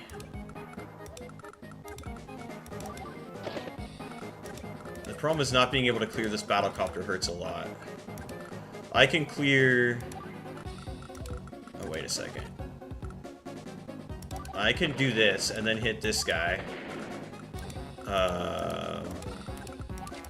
Move that. Clear that. Go over here. Go over here. Finish that cap. And then I just do so much damage to the Grim Infantry that I can keep doing that. I gotta be careful. I can move the anti-air. Tech up would be good with the idea of RDs and helpers. You're only advantage of deciding having all the funds for yourself, so tech up makes sense. Yeah. Neo might be good, or medium.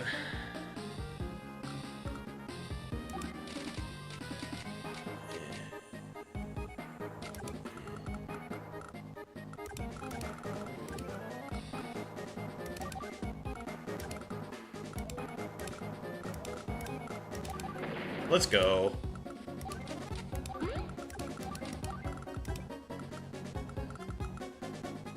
I want to attack into that, but since there's a copter right there, it's going to be really tricky.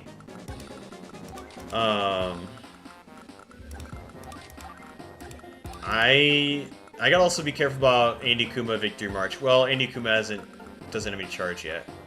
But let's see, 24k, huh? I think I'm gonna go medium right here. Maybe I'll build a pipe runner. I'm just kidding. And then save up for some more stuff.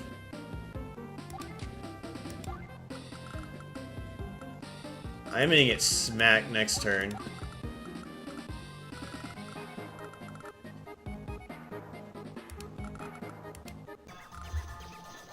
Kessler is Kessler maxing, yeah. The good news is that Villafort is totally blocked from hitting this copter. The bad news is I need some I need like an anti-air or something over here, or a fighter next turn to take out that copter. Maybe a mega tank actually. Just put a mega tank on the HQ. You're never victory marching that. And this anti-air could hit my copter, and that's gonna be sad. I've got mechs though. But it all comes down to, can I push this right side? I'm gonna use the bathroom real quick while they're taking their turns.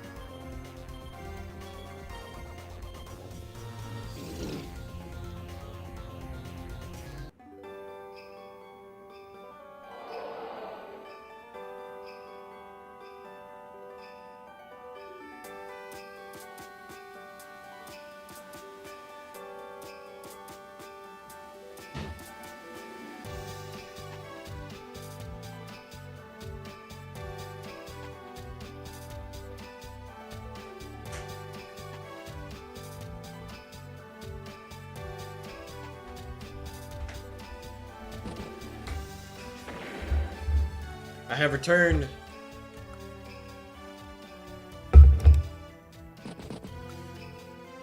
Alright, yeah, so my copper's gonna die. I'll be able to trade out that anti-air though. But I don't know if I can get through this. I think the double copter defense might be too good. I might have to go fighter. Just to push that base. And that fighter is going to be hard to deal with when I could take out anti-airs with mechs. Doesn't go for the attack. Okay, interesting. There's another anti-air. Yeah, so maybe it's going to be tough. And then up here, I'm going to take some damage. Luckily, the anti-air covers a lot of ground, so does the copter. And they're playing a little defensive over here, which I'm okay with. This copter is going to be a big problem. I don't know where this tank is going. This tank's doing a journey.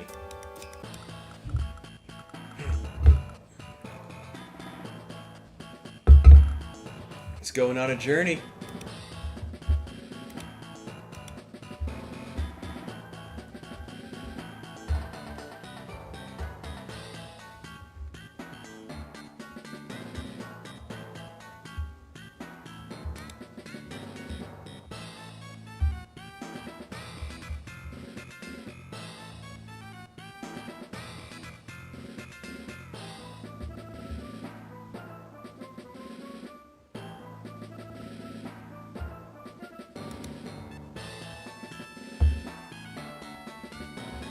Sorry, I was reading the Discord, make sure I wasn't missing anything important. Apologize for that, not being a very good streamer. Yeah, it's gonna be tough to crack this right here. Now that the game is kind of stalling out a little bit, it's gonna be tough for me to really break through this. I'm close to victory march, but it looks like the team is gonna stall out a little bit. We'll see what Andy Kuma does, but Tien's Realm's kind of stalling out. I might be able to. This copter could stay there and shoot, but I might have to go fighter, because I think fighter could do a lot of damage to whatever's on the airport. And I could even go in on that battlecopter. It's gonna have another battlecopter chain there. So maybe I don't want to do that. I just have to trap all this stuff in with infantry.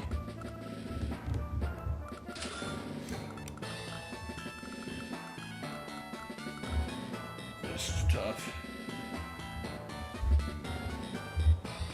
I just gotta buy myself enough time here. The artillery is gonna be a problem.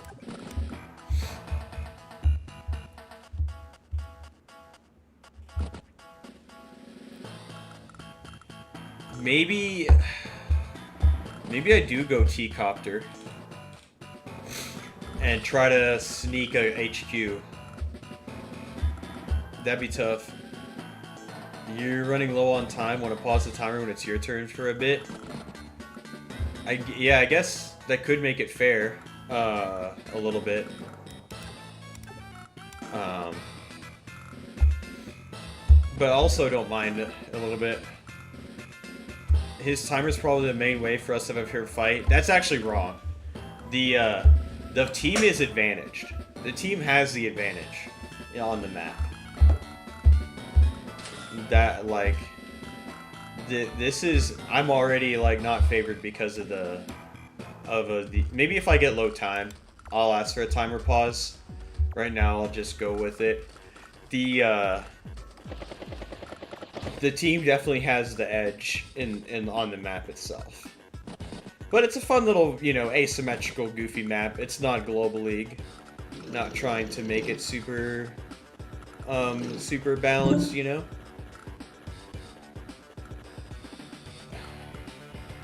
Looks like I got a Steam notification. That's wild. I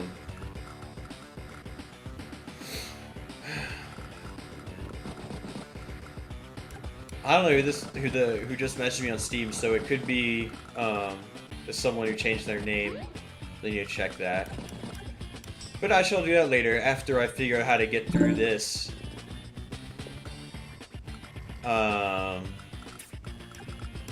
Yeah, I might have to go in on this stuff right here. The artillery's gonna go right here, perhaps? Yeah. That means I can move the medium tank down on this forest tile safely. Get a free shot that way. Oh, if I get victory march... Well, wait a second. Wait, I can hit the artillery. I think the anti-air could one-shot infantry on planes. Yeah, I can hit the artillery. Oh my goodness.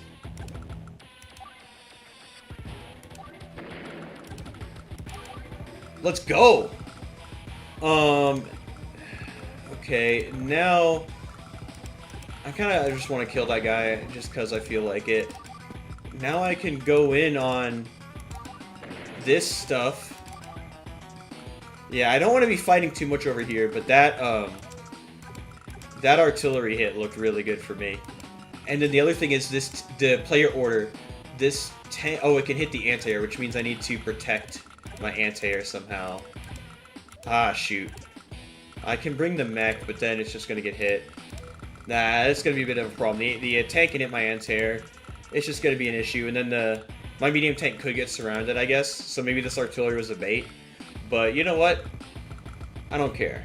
I'm going in. That's what we do here. We go in. I could hit the copters as well. Yeah, I want to hit... Let's see. I want to hit that mech as well. Let me see if I can attack with these guys in the back first. Okay, clear that guy. Maybe I could shoot that just for some damage. Shoot all this stuff. Yeah, it didn't do as much damage as I'd hoped, but I could even start this cap. Bring the mechs up. I need like a... Yeah, you know what? We do it. Oh, but because this anti-air have a... I wonder... Yeah, I want to go fighter here so badly. I think... I'm going to do something goofy. Oh no, I want to go in on these Grimcopters here. The problem is... I need my, like, anti-air or something over here. Maybe I just go anti-air out of this base, actually. And try to put an anti-air out of this base and, like, try to push with the anti-airs. I'll just... Do I take that shot? Tough decisions. Might as well, right? Okay, we get the KO because it was chipped down by some infantry. That's very good. What I want to do here is... No, I can't really block for the mech. I'm going to move the mech down. My anti-air is going to get attacked by the tank, so I should have moved the mech closer, but there's these infantry right there. I almost have Victory March. I need a way to break through these anti-airs and these copters. And I need stuff down here, so I might need my own anti-air over here. And then maybe...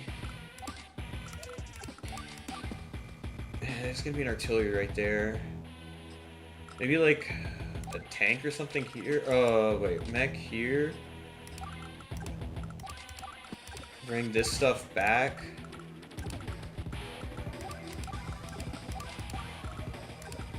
This is gonna be tough. I'm just getting hammered on these corners. But I think maybe tank here would be pretty solid.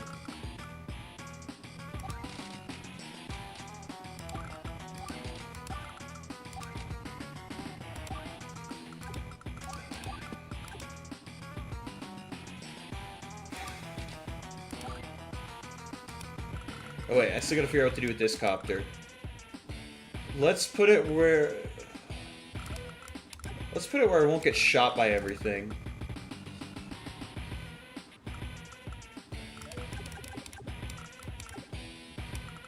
Maybe I can actually put it back on the airport. How often do you repair copter? Basically never. Shoot that infantry, because I can. See, imagine a rockets in your HQ though. Yeah, what about a pipe runner? I should have put, this should have been a pipe. So I could put a pipe runner right here. That's a big blunder by me, I gotta change the map. But yeah, I might have to request a timer pause Villa for it because I don't know, I'm not good, I'm not like Chloe, I'm not good enough to play this on low time like this. I might have to request a timer pause.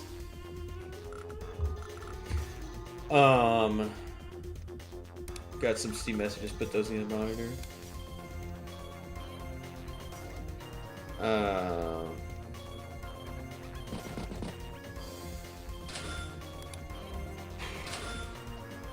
Okay, that was not relevant to Advanced Wars Sad Days.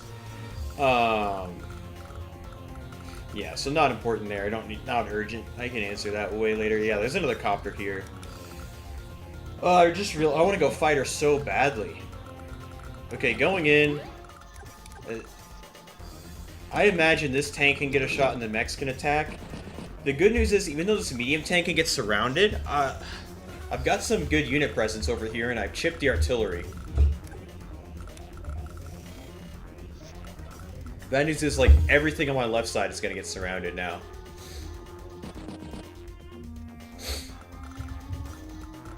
And over here, I don't have the units to break through these copters. So it's going to be tough. It's going to be really tough. I mean, I can get like a couple cities out of this push, but I won't be able to get a base flip, which is going to be what I need to win the game. So those all go down. I will have Victory March pretty soon, so Christian 1 might go medium tank because he's got this... No, anti-air. Interesting. I might be able to Victory March base flip next turn. I might just be able to do that. 1, 2, 3, 4. Yeah, if I can one-shot the anti-air on the base with the mech, then I Victory March the base flip. So I'll be able to flip one base with Victory March. But yeah, meanwhile, I'm just going to get slammed over here, so that's going to be a big problem. And then Andy Kuma's going to come in with his infantry and copter and stuff, and I'm going to get really hit. But if I victory march the base, then might be able to get the blue HQ. But what I should try to do is I wish I could actually do it, but I don't have the units to do it because I can't clear the copter. But if I could victory march this base, that would be better, because then I could get this blue HQ, and then basically cripple red, and then and get light blue out. But yeah, I'm gonna lose the copter there. This anti-air is not going to reach, unfortunately. This copter is not going to reach either. Maybe I can victory march clear the copter, and yeah, this is going to be tough. I really need to think about this. I'm going to request a timer pause, though. I'm not good enough to play this on low time, and I've at a disadvantage anyway, so just request a timer pause. But this is a fun game for sure. I need to publish this map and show Soul for Rent. Be like, here's a really fun asymmetrical map.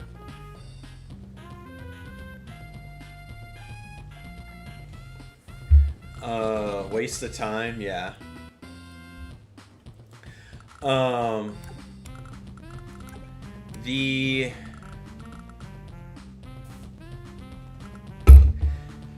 Yeah, there's actually no way my medium tank could get trapped because the anti-air can't get cleared.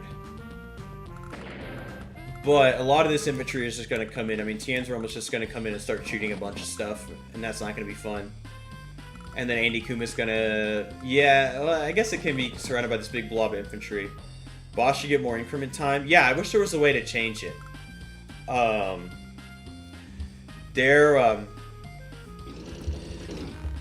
don't want to say, yeah, my medium tanks are going to get surrounded, and there's the artillery. It's going to be a big problem. So I got to find a way to clear that medium tank. I do have Victory March. Maybe I get a base flip. But I don't think I have the units. Like, I unfortunately am not going to be able to get anything here. But I'll get one base flip. And yeah, it's going to be fun. I'm going to get the base flip. And then my HQ is going to die. But we're going to go down swinging. Boss just only wanted to have pause timer IMO, but still have to play fast. Yeah. Yeah, if there was a way you could set, like, imbalanced increment, that'd be cool. Because, I don't want to spoil too much or, like, be a, cock tease people. But there might maybe be a tournament in the works with some imbalanced... Oh, man, that hurts. With some imbalanced timers. I could get to that copter, though. Maybe. Oh, no, I can't, because all this infantry are going to die. Yeah, so now I'm just going to get walled. I'll be able to get a base flip. That'll be nice. One base flip I will get. Assuming this... I think a mech one-shots an anti-air in a base with the Victory March. 91 to 97. Okay, it doesn't quite do that. So I have to sacrifice the 9 HP in order to do so. 90. So I need to do 9 damage to the anti-air. Asymmetrical tournament with boss battles, nice.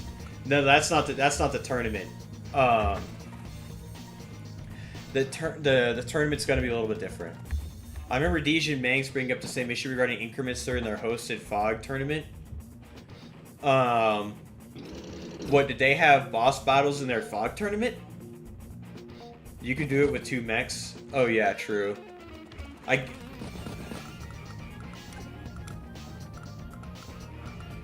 Yeah, I think I'm just gonna Victory March and then get clapped here in the middle. Because I think Andy Kuma doesn't have Victory March yet, but I'm gonna lose everything in the middle, so it doesn't even matter. Does not even matter. Allegedly, you can't put 1 minute 30. Yeah. Yeah, you can't go fractional minutes. But it'd be cool if you could, like, have imbalanced timers or have fractional timers or something like that for custom games. You know? That'd be neat. I don't imagine it'd be that hard to program in, but I'm also not good at programming websites, so don't take my, Just take my word for it. Okay. Now, I could get to a copter very easily and kill the copter, but it's just gonna be hard. I just have to push this, but I don't think I can. These two did a really good job of defending this area. No, they want to put 1 minute 30 increments because 1 minute was too short and 2 minute was too long. Oh yeah, 1 minute 30 increment might be good.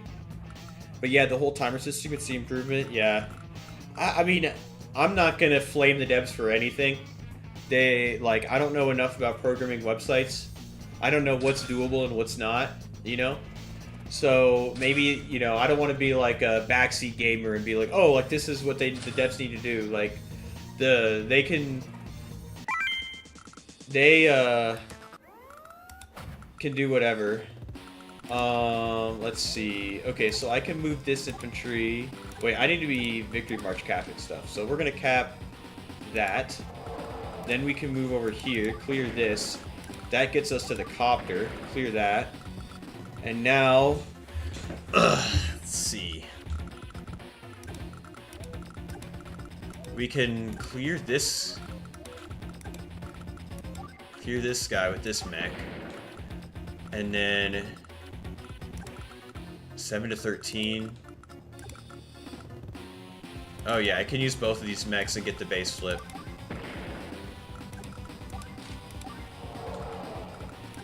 Get the city flip.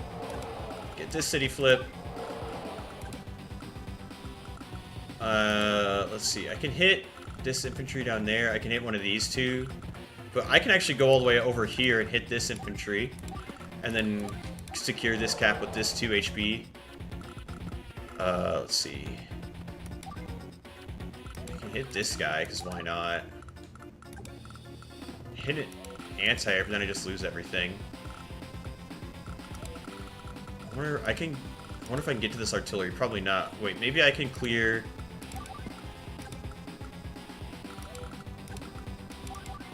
this. And then now I might be able to clear this anti-air. Get to the artillery. And then I gotta figure out a way to stop this. Oh, I can hit this tank. That's some value at least.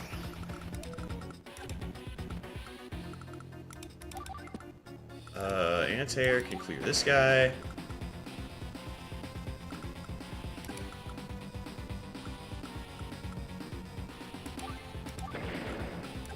Maybe I should have just left the tank on the base there, actually. It can interrupt.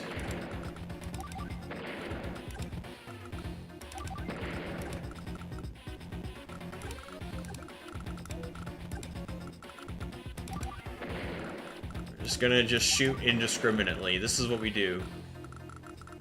I promise I can't hold on to that base flip. But you know what? We built a fighter anyway. That's what we do here. We go fighter. And we're just gonna try and take out as much infantry as possible here. We got powers coming in for Max and for Grim. And then I'm just gonna block this base with this infantry here. Yeah. Oh shoot. Oh no, I'm blundering my fighter. He can hit it with a power. That's gonna be really unfortunate. My fighter's dead. Oh well. I say go out, capture, and resign. Yeah.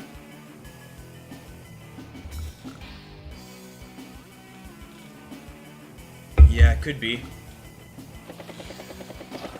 But yeah, my units are all gonna get cleaned up over here, so maybe after this turn I would be... What would be amazing is weighted power charge. Yeah, that's, someone was mentioning that the other day. Oh, shoot. Oh, now my base can get blocked, and my fighter can get hit. It's gonna be very sad. I'm going out sad, but it's okay. It was a really fun game, and I'm going up against 4 good players. And I found some nice hits, for sure, so I'll take that to the bank. But this is a really fun game. I don't want to just resign immediately. You know, I'll let the players play out their turn, and once everything, all my whole army disappears, then I'll resign. Like 4v1, you get 1/4 of power charge. Yeah. Okay. Yeah, that's true. I thought you were mentioning like, oh, like it's Poland versus like me, but like the power charge is Poland gets less charge, you know, to balance that out. 1v4 with like the part of the reason that this is even is the power charge. Like the team still has the advantage, but if I was getting 1/4 of the power charge, like then I would be like, it would be so disadvantaged for the one.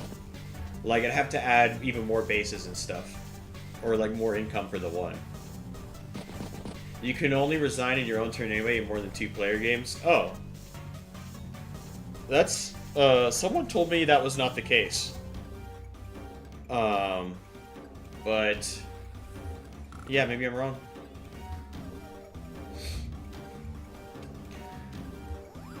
Okay. I mean, me with this counterattack here wasn't super bad. I was able to thin out a lot of these infantry, but I'm gonna like Knuckle Duster's gonna come in and hit me. Don't know why he's not going for the max power attack on my fighter. That's baffling me right now.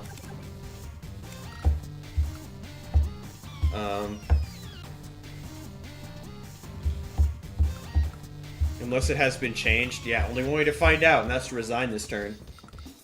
Okay, there's the max force. So yeah, now my fighter's gonna take a ton of damage. Down to 2 HP. Ouch. Big ouch.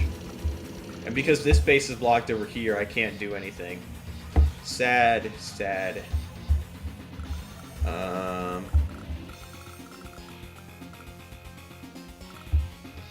Yeah, I got some good hits though. And there's a medium. Wow. I wonder. I mean, if I were green, I would Knuckle Duster here this turn. I think my whole army can get cleared out. But yeah, dang, these players really did well. Chloe did a much better job when she was the boss with Black Hole even being weaker. So that's why Chloe's the GOAT. But yeah, this is really fun. Definitely gonna see more boss battles.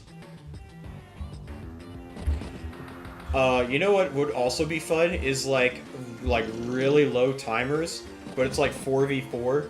So the whole the teams are in comms.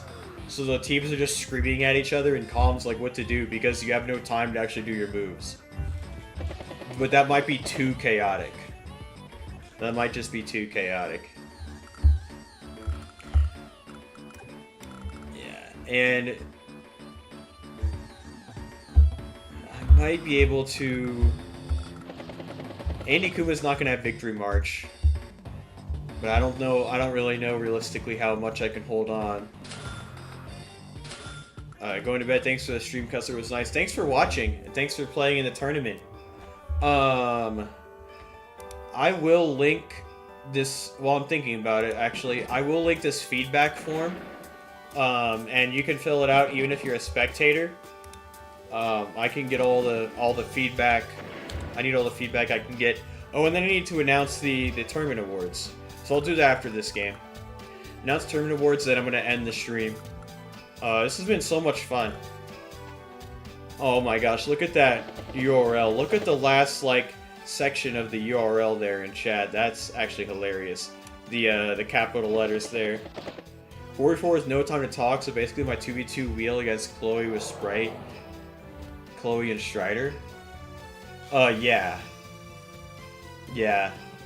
Basically, no, the point is you have no time to move, but it's like you have to like talk during your opponent's turns and stuff. Like it's really low time. But you're like everyone's in their own like team voice comm, you know? So like you have to like strategize and talk as a team. Or else you just don't have enough time for your moves, you know? I don't know, it could be fun. It could be interesting.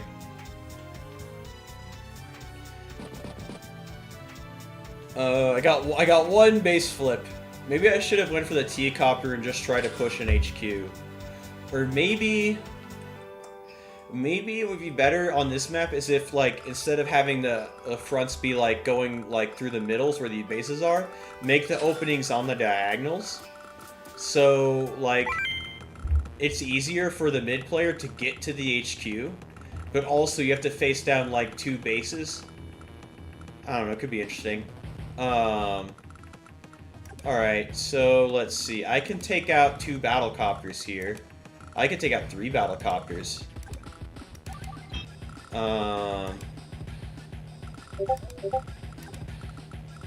Let's see. Hit this anti-air. And now I need to move the, okay, well, I can have this anti-air go down here and shoot the battlecopter. Shoot the artillery. I need to move this medium tank somewhere where it's not going to get shot by a bunch of stuff.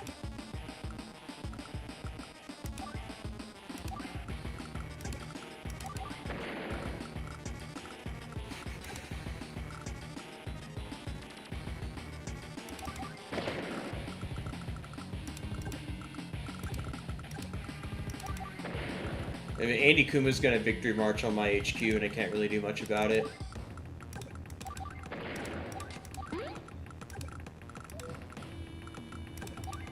Over here.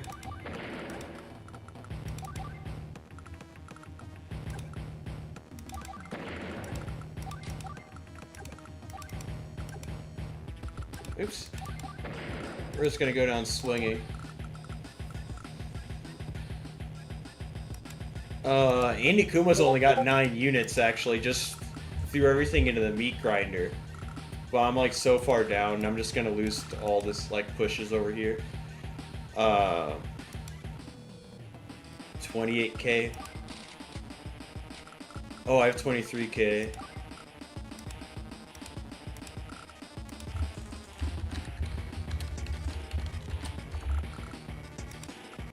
Well, GG's, everybody. You guys have defeated me. Well played. I could have theoretically fought on, but I was gonna lose, like, all of these. Maybe this copter would live, but at least, actually, all this stuff would live. But then this stuff is gonna hit this flank, so. Oh, Christian One was trying to make his tank take a loop around. GG's. Well played. Well played, everybody. That was a lot of fun. Definitely a fun little boss battle there. I don't know the best way to balance out this map, but it was really cool. I might make a version where instead of the openings being in the middle, the openings are on the diagonals. So black actually has a better pushes towards the HQ. Could be cool. Read the messages. Christian at bottom 2 if you read it. No, you pushed an Eagle and Max, but brought in no AA, definitely would have lost the right side. Oh, okay. Yeah, I should have brought the anti-airs sooner. I realized that as soon as I pushed there.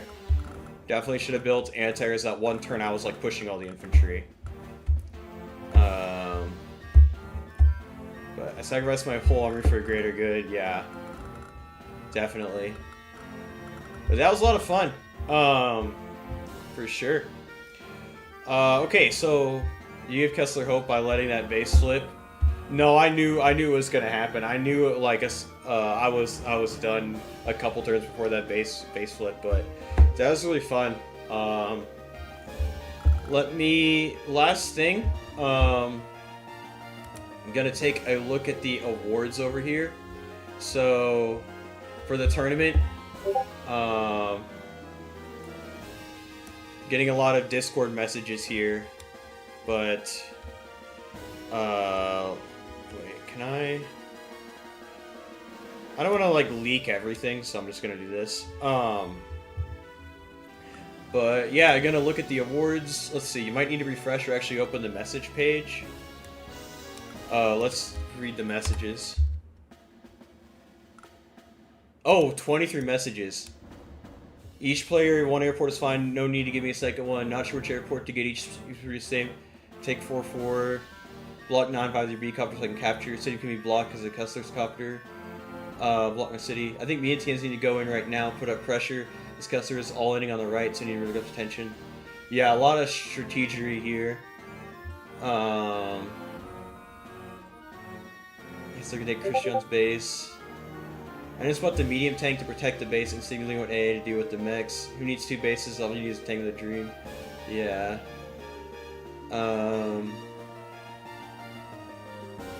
So you need to specify select the players that still send everyone. Cool. Yeah, it's a fun match. Leak the team chats. I don't know if I'm gonna do that. Maybe if teams want their chats to be leaked, they can tell me and I'll give people the permissions, but I'm not gonna just leak them. I've been watching the stream live and commenting on this the last 50 minutes, no problem. Universe's players in 2 games were great. Glad you liked them. They were a lot of fun. They were so much fun. Okay, let's take a gander. Last thing, we're gonna give the tournament its send-off here by looking at the awards. The players have voted. Sorry, I'm messing with my desktop. The players have voted, and we will see the awards. So MVP, we got Bongo Banjo, Briarios, Deej, and G Duma got the most nominations. You skipped the part where it said it worked, distracting you. Oh, yeah, no, I saw. I just didn't comment on it. But yeah, it did distract me on the left side. Okay. It looks like Briarios got the most votes for MVP as Briarios went 5-0. Bongo Banjo did really good in the playoffs. D just got 3 and Jiduma got 4. Release the files, yeah. Okay, most improved. Looks like Crowd won most improved, got 10 votes. Then Jiduma with 8, Bapton with 6, Bengineer with 4. But all 4 of these players improved very well. There's still 26 hours left. Yeah, true, I guess. But I didn't do the timing right. You can't do a time in the middle of one day and 3 days, so I didn't want it to be. I wanted it to be more than 1 day. What's the best bronze, silver, gold map? El Capitan, Highwayman, Octagon, a trip to the moon. El Capitan, I love that map. That map, if we do this in 2027, I'm definitely including that map again. Best Platinum, Emerald, Diamond, Stellar map. It wasn't even close. Arachnophobia, a really good map. The best caster. So let's see what the players voted for. Bogeus actually got 16 votes. Humida 4, Struckman 4, Valdudu 3. Everyone liked Bogeus' casting. He was pretty good. Best banger bronze, silver, gold game. We got Valdudu versus Raipika with 9 votes, and that actually is the latest standalone video on my channel. So you should go check that out. It was an amazing game. Also got the game links down here to check out all the games. El Capitan is clearly the best map because it does pre-deployed missiles. Yeah, same with Haruno Kuma though. The best banger Stellar Diamond Emerald Platinum game. It's actually a tie. DeadFS versus Sprightmare, which D just showed on his channel. It's like the base flip or something. It's got like Lash in the thumbnail. Checks D just out for that video. And then Po1and versus Hunch, which I'm going to link this game in the chat if you want to check that out. That was a pretty cool game as well. And that's all the awards. So, yeah. So, to close out rigged, yeah, maybe. To close out the stream, I want to thank each and every one of you for 500 subscribers. Thank you so much. And thank you guys for playing in the tournament. It's been absolutely amazing. I mean, honestly, like, my hairline started growing back. You can't see it on the camera, but like new hairs started sprouting off my forehead. So Advanced Wars by Web is curing my hairline, the opposite of LeBron James. But I really appreciate every single one of you. This has been so much fun. And I don't know what my next stream is going to be. I'm going to take a bit of a break. I might record some videos because I got some good games I need to cover. But I might going to take a bit of a break before streaming again. I'm going to do an Apes Warfare stream at some point. I need to do the naval missions. And it's got some updates, so I can't wait to check those out. But yeah, thanks so much everybody for watching. It's been such a blast. and I will see y'all later. Bye, everybody. That's a heart, by the way. Bye, everybody.